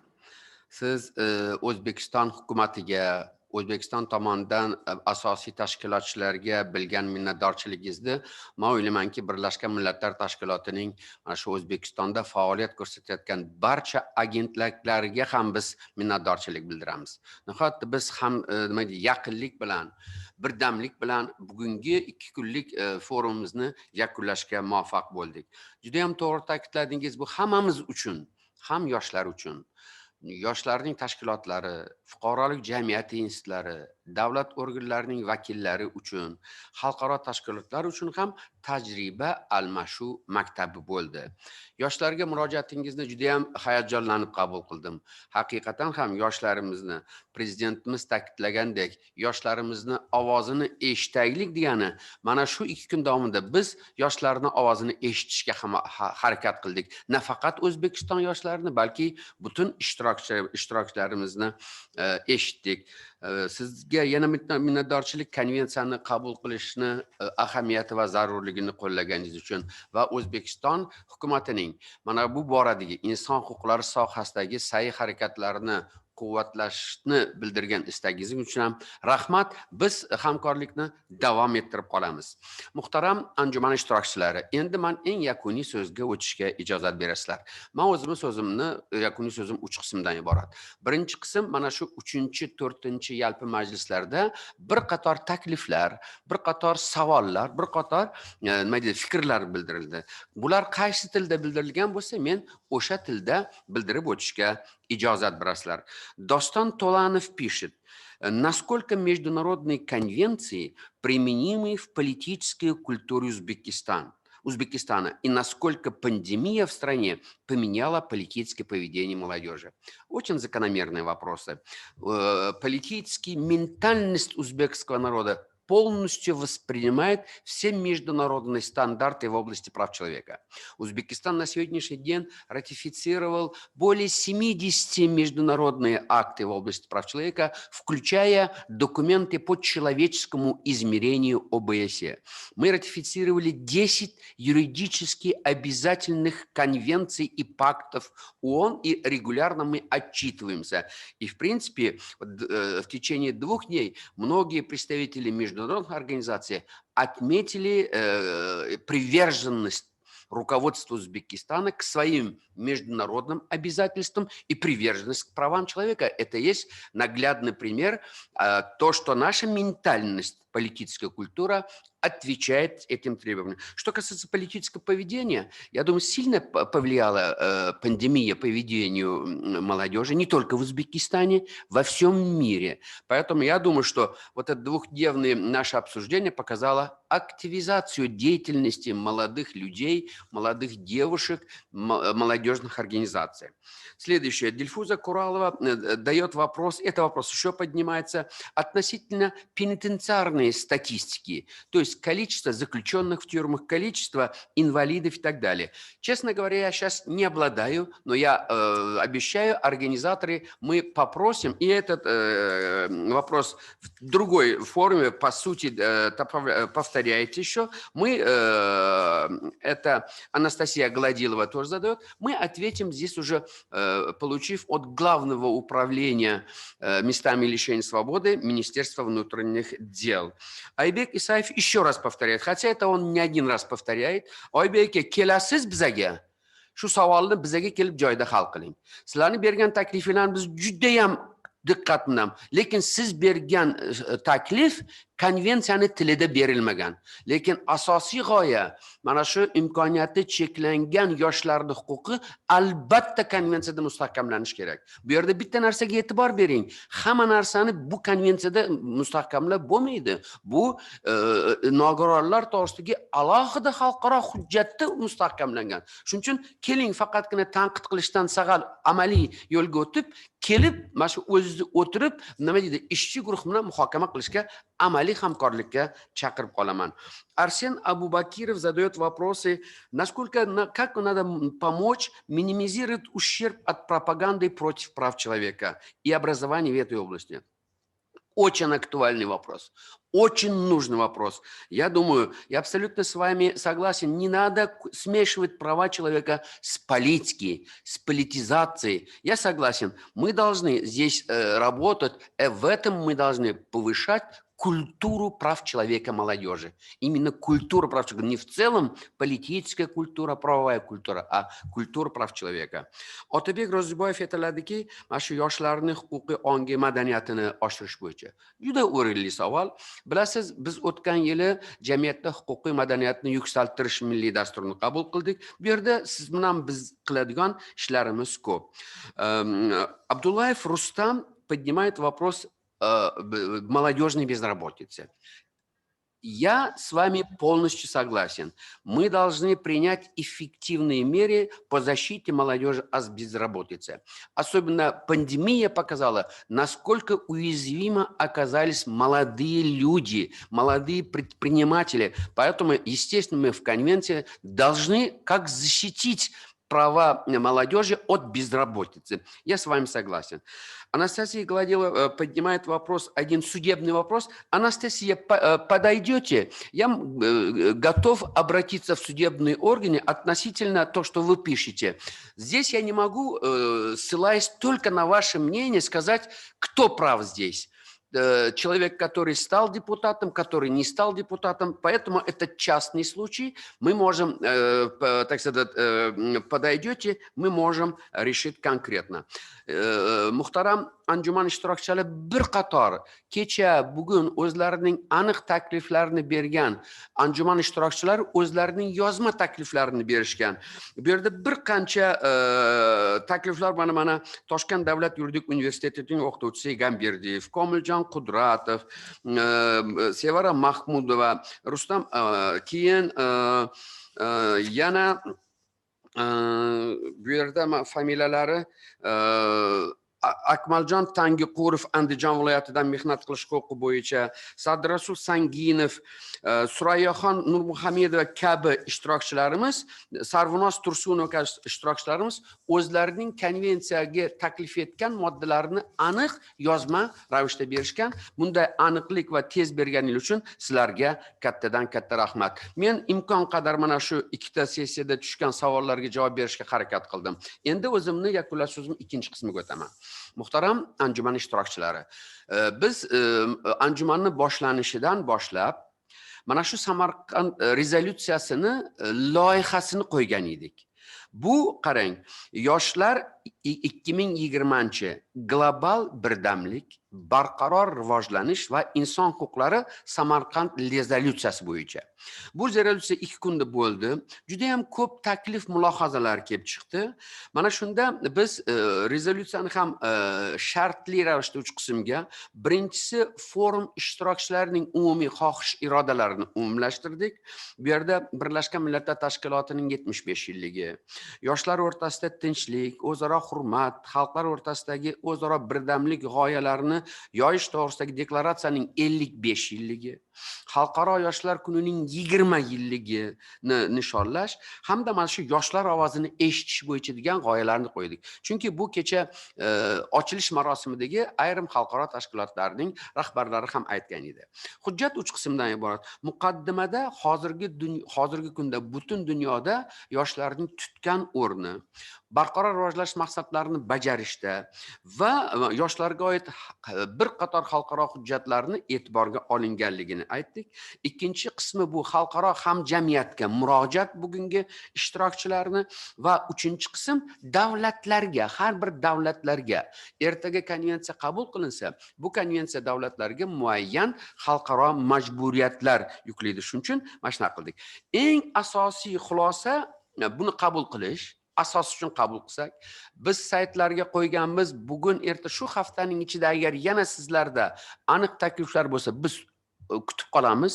Ularni umumlashtirib keyin mana bir necha taklif tushdiki, mana shu yakunlovchi hujjatni, ya'ni Samarqand deklaratsiyasini birinchi navbatda O'zbekiston Respublikasi prezidenti muhtaram Shavkat Mirziyoyevga jo'natsak, ular bizga murojaat qilishdi. Ikkinchidan mana shu Samarqand rezolyutsiyasini Birlashgan Millatlar Tashkilotining bosh kotibi Guterrish janobi oliylariga jo'natsak va mana shu ochilish marosimida murojaat etgan barcha xalqaro tashkilotlarning rahbarlariga etsak. Bizni ovozimiz mana shu 2 kunda shakllangan, umumlashtirishgan tarzda shularga jo'natishga men taklif qilardim. Bu ko'pchilik bilan gaplashilgan. Undan tashqari bu yakuniy hujjatimiz Samarqand deklaratsiyasi Samarkand forum saytiga, Asian forum saytiga qo'yib qo'yamiz, hamma tanishishi mumkin. Undan tashqari xohlagan ishtirokchiga biz yozma tarzda ham yetkazib berishga tayyormiz. Endi so'zimning yakuniy qismiga o'taman. Bu mana bu umumiy baho, umumiy fikrlar. Mana bitta narsa aytdik, 1000 dan ortiq. Meni hisobim bo'yicha 1065 ta ishtirokchi 2 kunlik forumimiz ishida ishtirok etishdi. Anjuman shulardan qarang, 1000 dan ortiq 40%ni xotin-qizlar va ayollar tashkil etdi. Hali ham forumimizda gender tenglikka erishmadik, lekin 40% mana shu ishtirokchilarimiz so'zga chiqqanlardan ham ko'rdingiz, biz imkon qadar mana shu ikki tomonni teng olib borishga harakat qildik. Anjumanni YouTube video hostingi orqali kuzatuvchilarning soni 1,5 dan ortiq bo'ldi. 700 dan ortiq ulanish bo'ldi. Forum ishi 4 tilda olib borildi. O'zbek, ingliz, rus va fransuz tillarida olib borildi va 4 ta tilda ishtirokchilar o'ziga ma'qul tilda murojaat qilishdi, so'zga chiqishdi va o'sha chatlarda yozishdi. Qarang, forum ishtirokchilaridan bitta qarang, men bitta ikkita mana shu ijtimoiy tarmoqlarda olingan gaplardan misol qilsam. Bittasi forum jahon va O'zbekiston yoshlari uchun o'zaro fikr, tajriba almashish va xalqaro muloqot maktabi bo'ldi deb baholashadi. Nihoyat meni fikrimcha to'g'ri baho. Endi yana bitta qarang. Bitta narsani aytishadiki, mana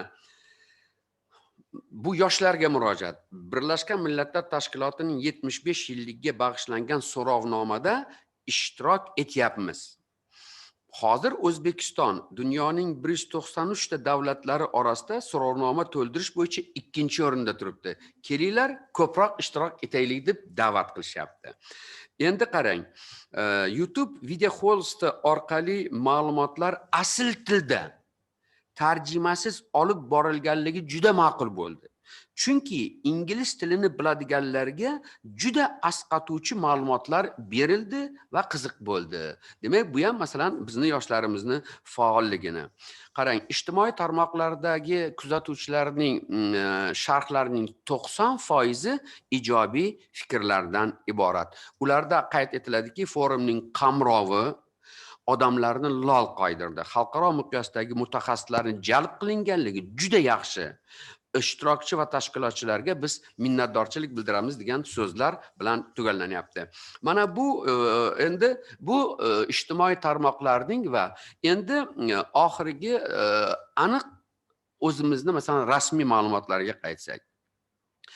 Hammasi bo'lib 15 ta xalqaro tashkilot, 10 ta mintaqaviy tashkilot, 10 ga yaqin xalqaro nohukumat tashkilotlari, 20 dan ortiq davlatlarning inson huquqlari bo'yicha milliy institutlari, 10 dan ortiq davlatlarning parlament va yoshlar bo'yicha davlat organlari, 10 dan ortiq davlatlarning ta'lim muassasalari, universitetlar, 15 dan ortiq davlatlarning yoshlar tashkilotlari va fuqarolik jamiyati institutlarining vakillari ishtirok etdi va Toshkentda akkreditatsiya qilingan 20 dan ortiq elchixonalarning va xalqaro tashkilotlarning vakillari ishtirok etishdi.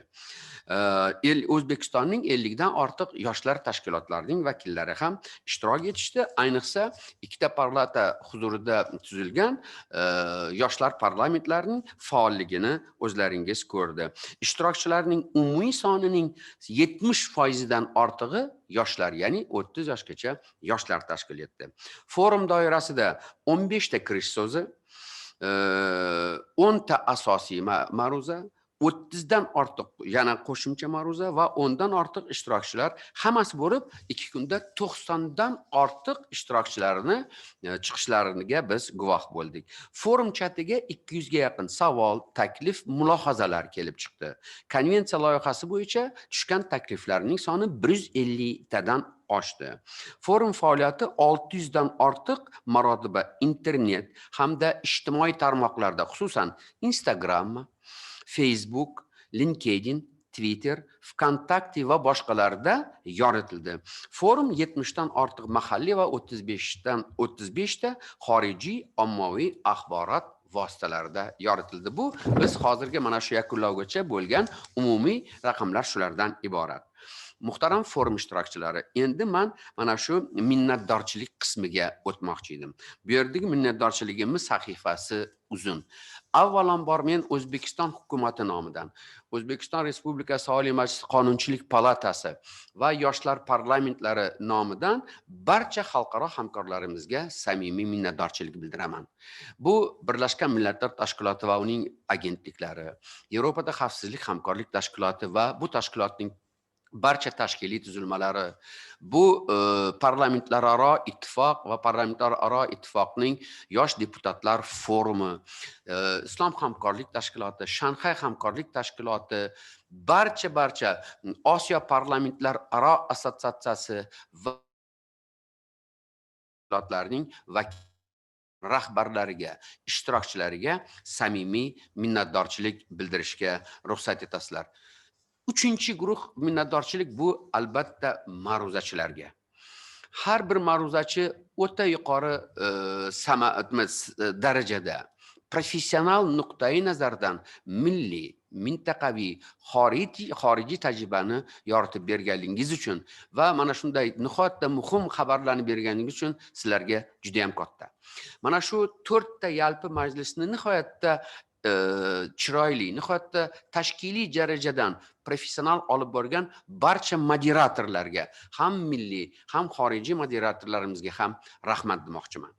Eng muhimi, mana bu anjumanda o'zlarining aniq takliflarini bergan, juda katta qiziqish bilan ishtirok etgan barcha yoshlarimizga, ham o'zbekistonlik, ham xorijiy yoshlarimizga rahmat deyishga ijozat berasizlar. Chunki bu forum sizlar uchun. Bu forum siz o'zingizni ham buguningizni, ham kelajagingizni yaratuvchilarsiz. Bu konvensiyaning qanday bo'lishligi sizlarga bog'liq. Agar qanday yaxshi takomilga yetgan konvensiya bo'lsa, shunchalik ko'p natija beradi. Sizlarga juda ham katta rahmat. Yana aytishim kerakki, mana qarang, yana bitta mana shu ijtimoiy tarmoqlarda o'qiganimda qarang. Bitta mana shu ishtirokchi ijtimoiy tarmoqdan oldim. Biz o'z huquqlarimiz uchun gapiramiz va ovozimiz orqali o'zgaramiz. Biz o'z kuchimizga va so'zlarimizning kuchiga ishonishimiz kerak. Bizning so'zlarimiz dunyoni o'zgartirishi mumkin. Mana oddiy ishtirokchi ijtimoiy tarmoqda keling, mana shu chaqiriqqa biz amaliy javob bersin. Men ham ishonamanki, bugungi forum ishtirokchilarining tajribasi ushbu maqsadga erishish uchun yaxshi vosita bo'ladi. Mana biz yakunlayapmiz. Men xayr demayman. Biz boyagi keyingi anjumanni, ya'ni 2 yildan keyin bo'ladigan an'anaviy Samarkand anjumanini mavzusini birgalikda aniqlashga hammanglarni chaqirib qolaman. Har bir ishtirokchi keyingi Samarqand forumini umid qilamiz tarixiy va ko'hna Samarqand shahrida o'tkazamiz. Ana o'sha yerda muhokama qiladigan mavzuni o'zingizlar beringlar. Bu yerda ham demokratiya asosida ochiqlik, shaffoflik bilan mavzuni tanlab olaylik. Shuning uchun bu ana o'shanda 2 kun davomida uchragan ayrim texnik muammolarga yo'l qo'ymagan bo'lardik. Endi eng oxirgi ikkita nihoyatda muhim minnatdorchiligim. Bularsiz, bu ikki guruhsiz bizning 2 kunlik muloqotimizning imkoniyati bo'lmasdi. Bu birinchisi bizning tarjimonlarimiz. 4 tilda bu sinxron tarjima qilish bu nihoyatda murakkab. Biz 2 kunda nihoyatda samarali muloqotimiz uchun tarjimonlarimizning juda ham katta mehnat bo'ldi. Agar bular bo'lmaganda biz o'zaro bir-birimizni tushunmasdan tarixdagi Vavilon minorasini buzib qo'yishimiz mumkin edi. Shuning uchun muhtaram tarjimonlar, sizlarga bitta qarsak chalib hammanglarga minnatdordirman.